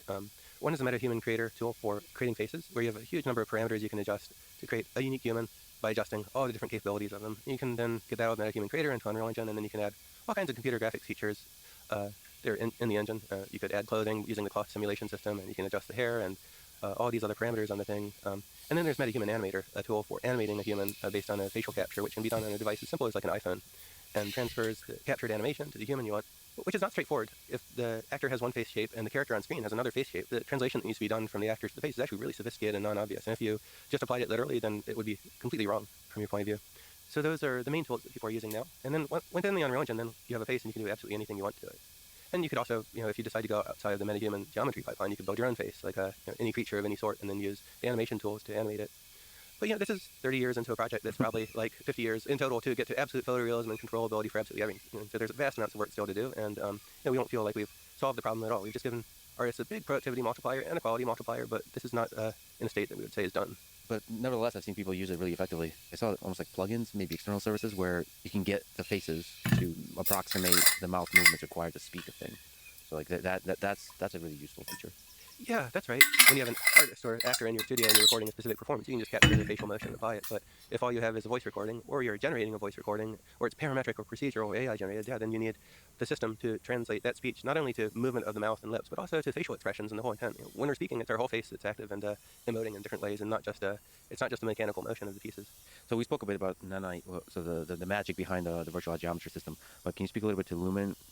And in general, what it takes to dynamically light in all the complicated ways, the faces, the scenes that we discussed. Like, what are some interesting things to you that made the magic of it happen? Lumen is a system for global illumination, meaning it's supposed to calculate the interact.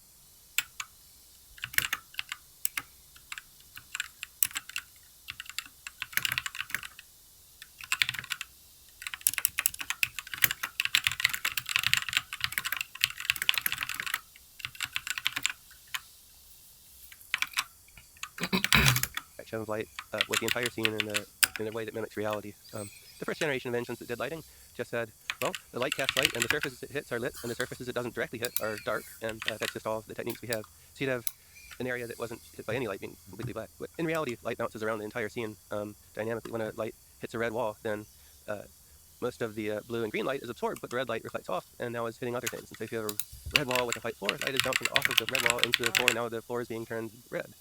And so the entire bouncing of light around the scene through multiple bounces is the critical.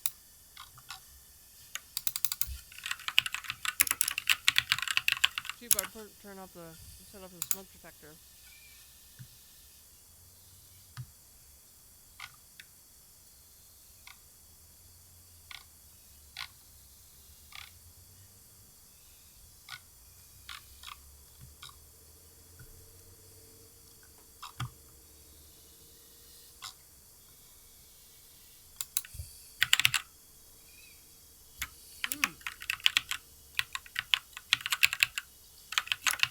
Morning, Wine Boy.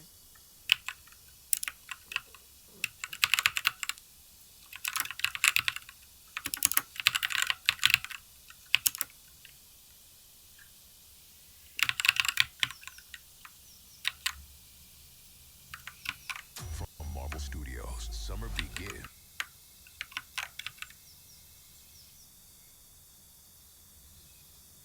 I feel a little dizzy for some reason.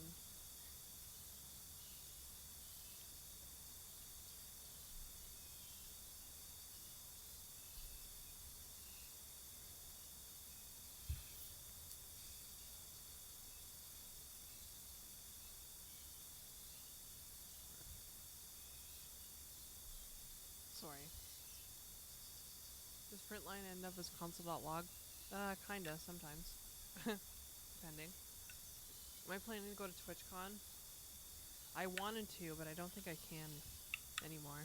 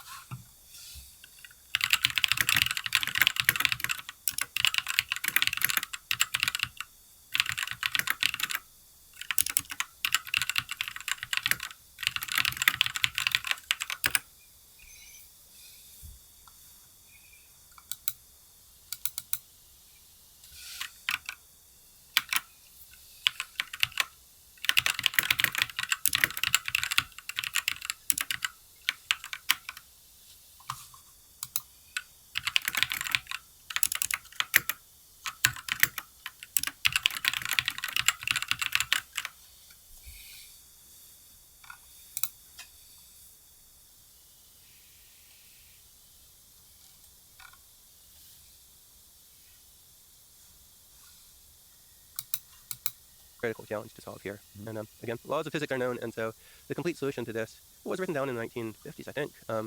The real magic here in Lumen is the system that Daniel Wright developed over the course of many years, based on ideas formed over a longer period of time, to calculate the way lighting bounces around at different scales, ranging from the scale of miles or kilometers down to the scale of pixels and millimeters, and to not only calculate at each level but integrate it seamlessly at each level to give the appearance of completely seamless and accurate lighting. And previous techniques were highly specialized, and artists had to make a decision for each light about exactly what it did. The goal, and a lot of the practice with the night now is you build a scene, you place lights in it, and it just works to make it that much easier. Yeah, I mean, we're watching, so I recommend people go to this blog post. Like, look at that. So dynamically, I mean, we should say that, so there's the indoors and the outdoors, and to be able to dynamically compute the impact of outdoor light, just look at that. Look how gorgeous that is. Yeah. Just the lighting, like, look, we're looking now at an image of a cave. So external light lighting this, the intricate complexity of insides of a cave. Yeah, look at that's right. that. Light in the real world goes through a lot of bounces, and the effects of it are very, very subtle, but when they're not there, you miss them. Often a person can't point out why a scene is wrong, but they know it looks wrong, and it's the lack of the subtle lighting cues that we're seeing here. And, for great, because we mentioned for great video games, but also for great films, lighting can make a film. And we're just looking at sort of a very dramatic way.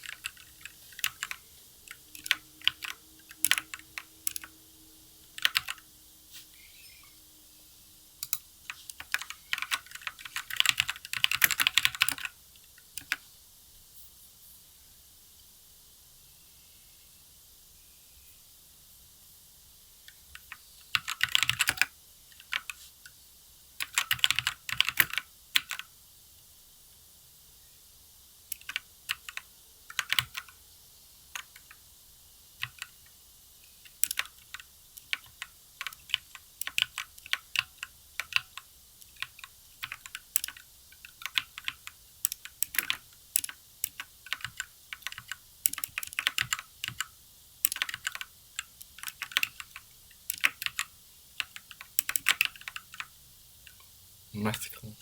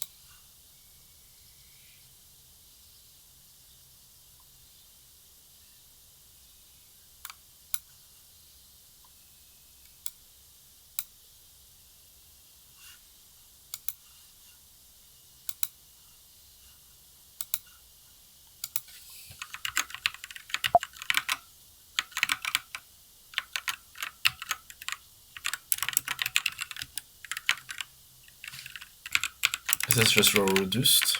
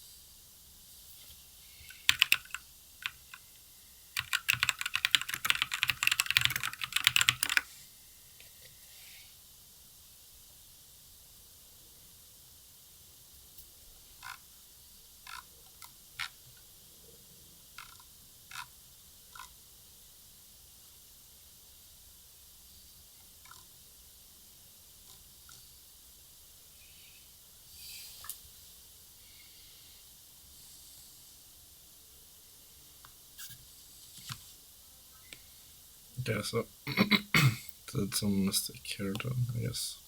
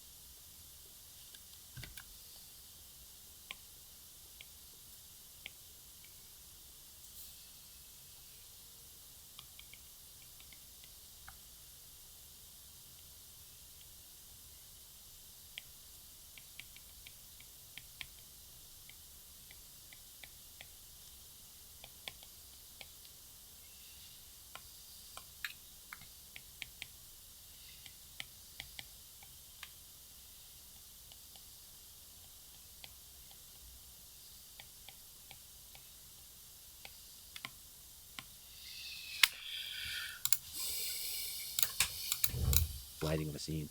Like imagine stepping into the scene that it's exciting, it's terrifying, and all of that has to do with light. The interplay between light and darkness. It's incredible. It's really, truly, truly incredible. Like light is everything. And then to put the power of the tooling in the hands of an artist, that is what.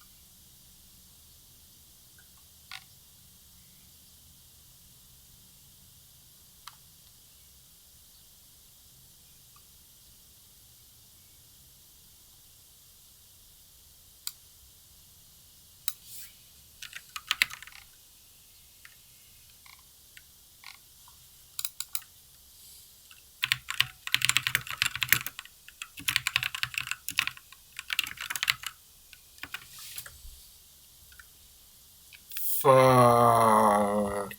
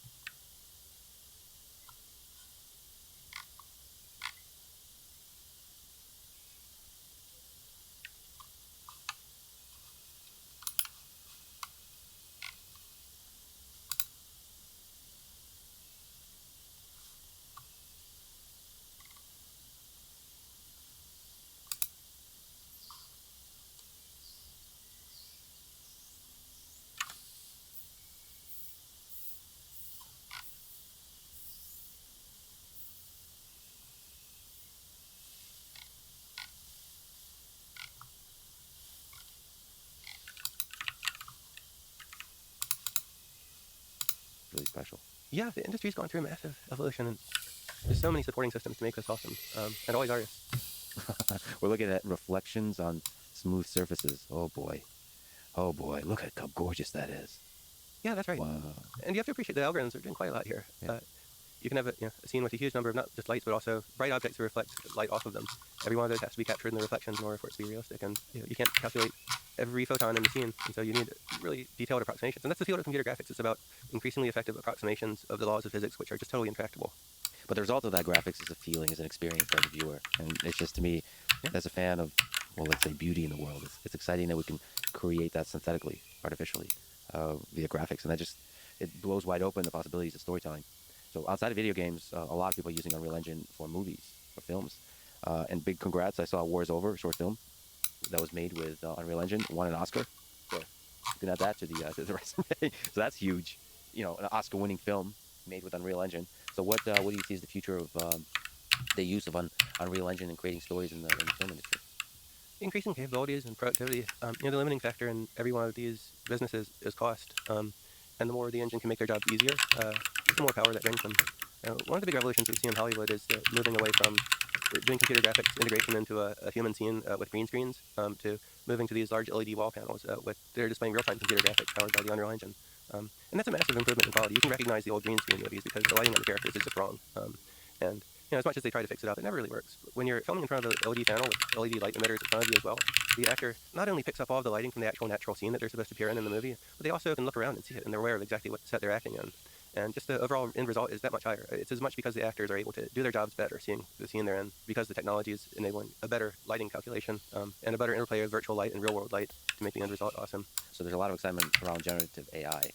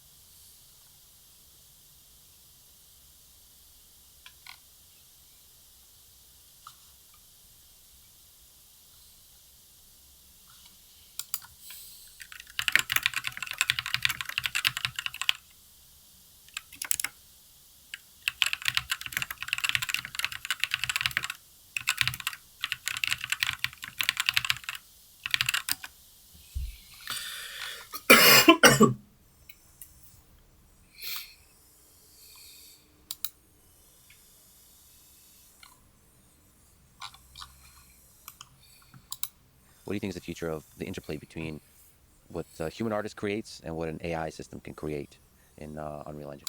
I think. Oh my fucking god! Holy shit! Why? Why?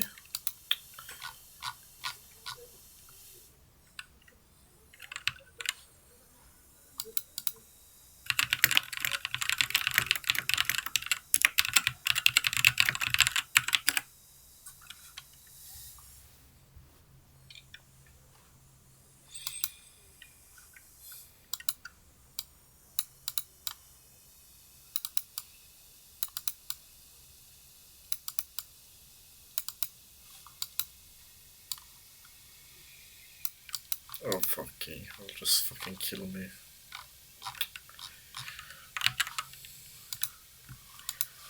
Which model doesn't?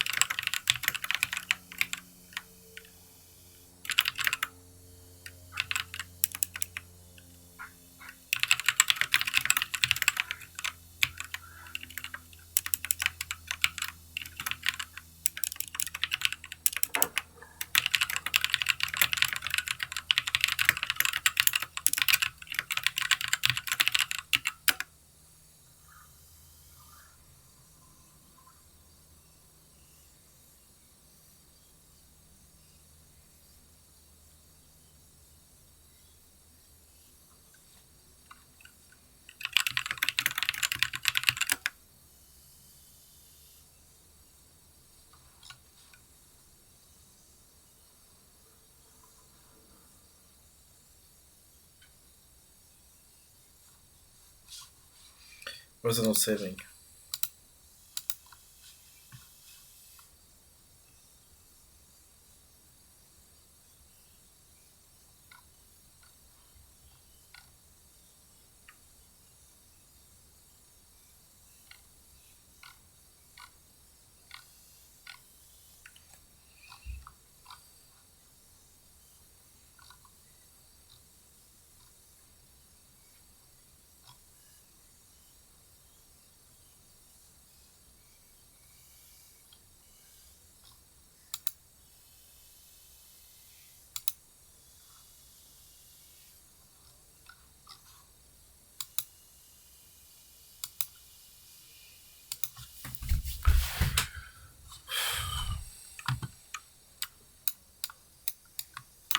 Maybe the small will come to it.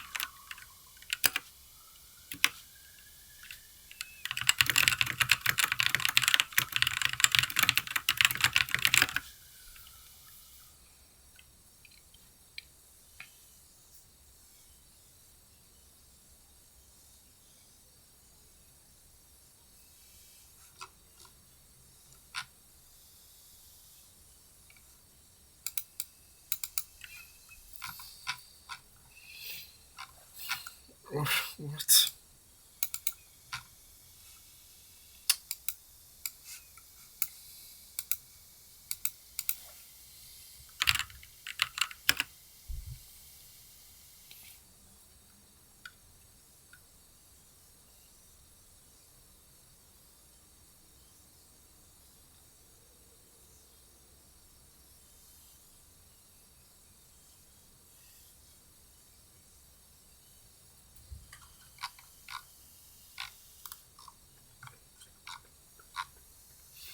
Guess I might have fixed it a bit, maybe. But oh, these models are becoming worse in many ways. Like oftentimes it fails right equal and plus signs.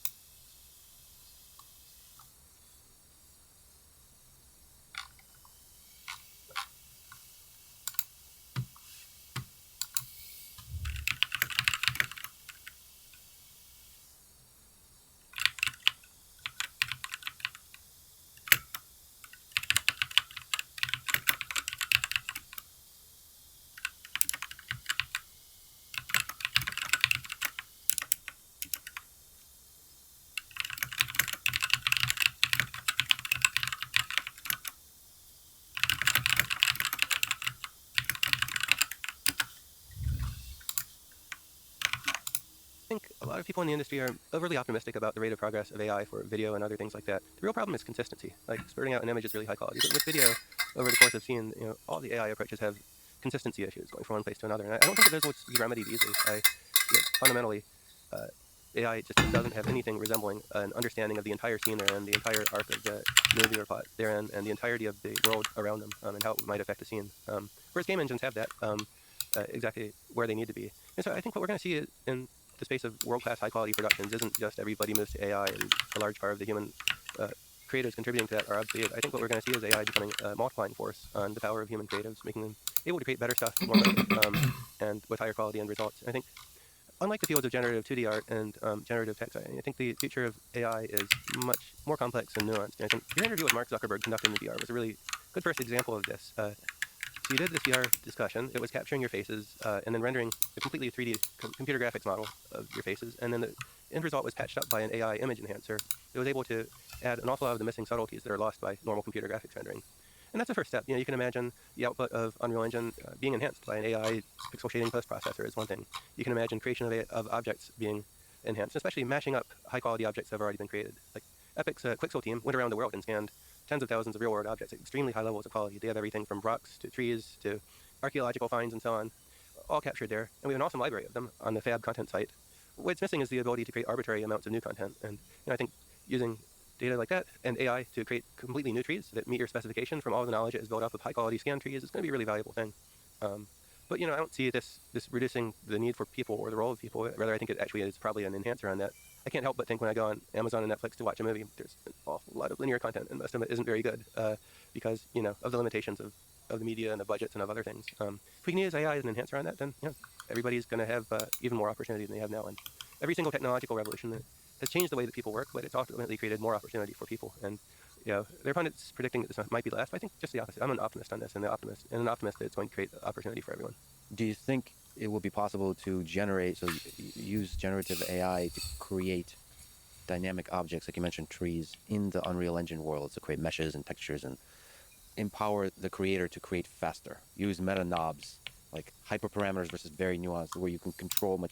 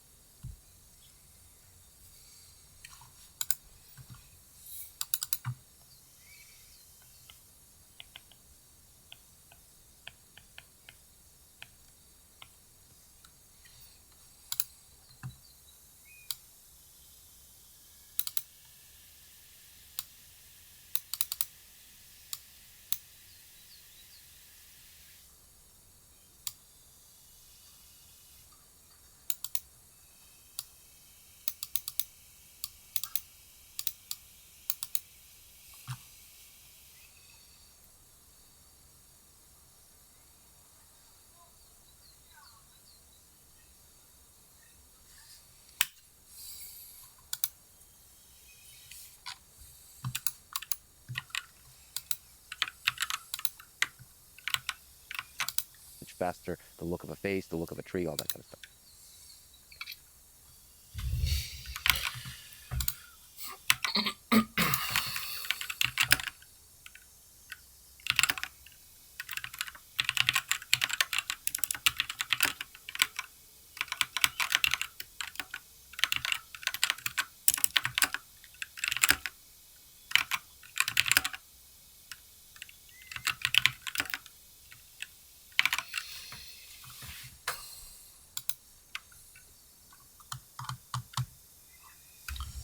I'm gonna head out, I think. Buy a pizza.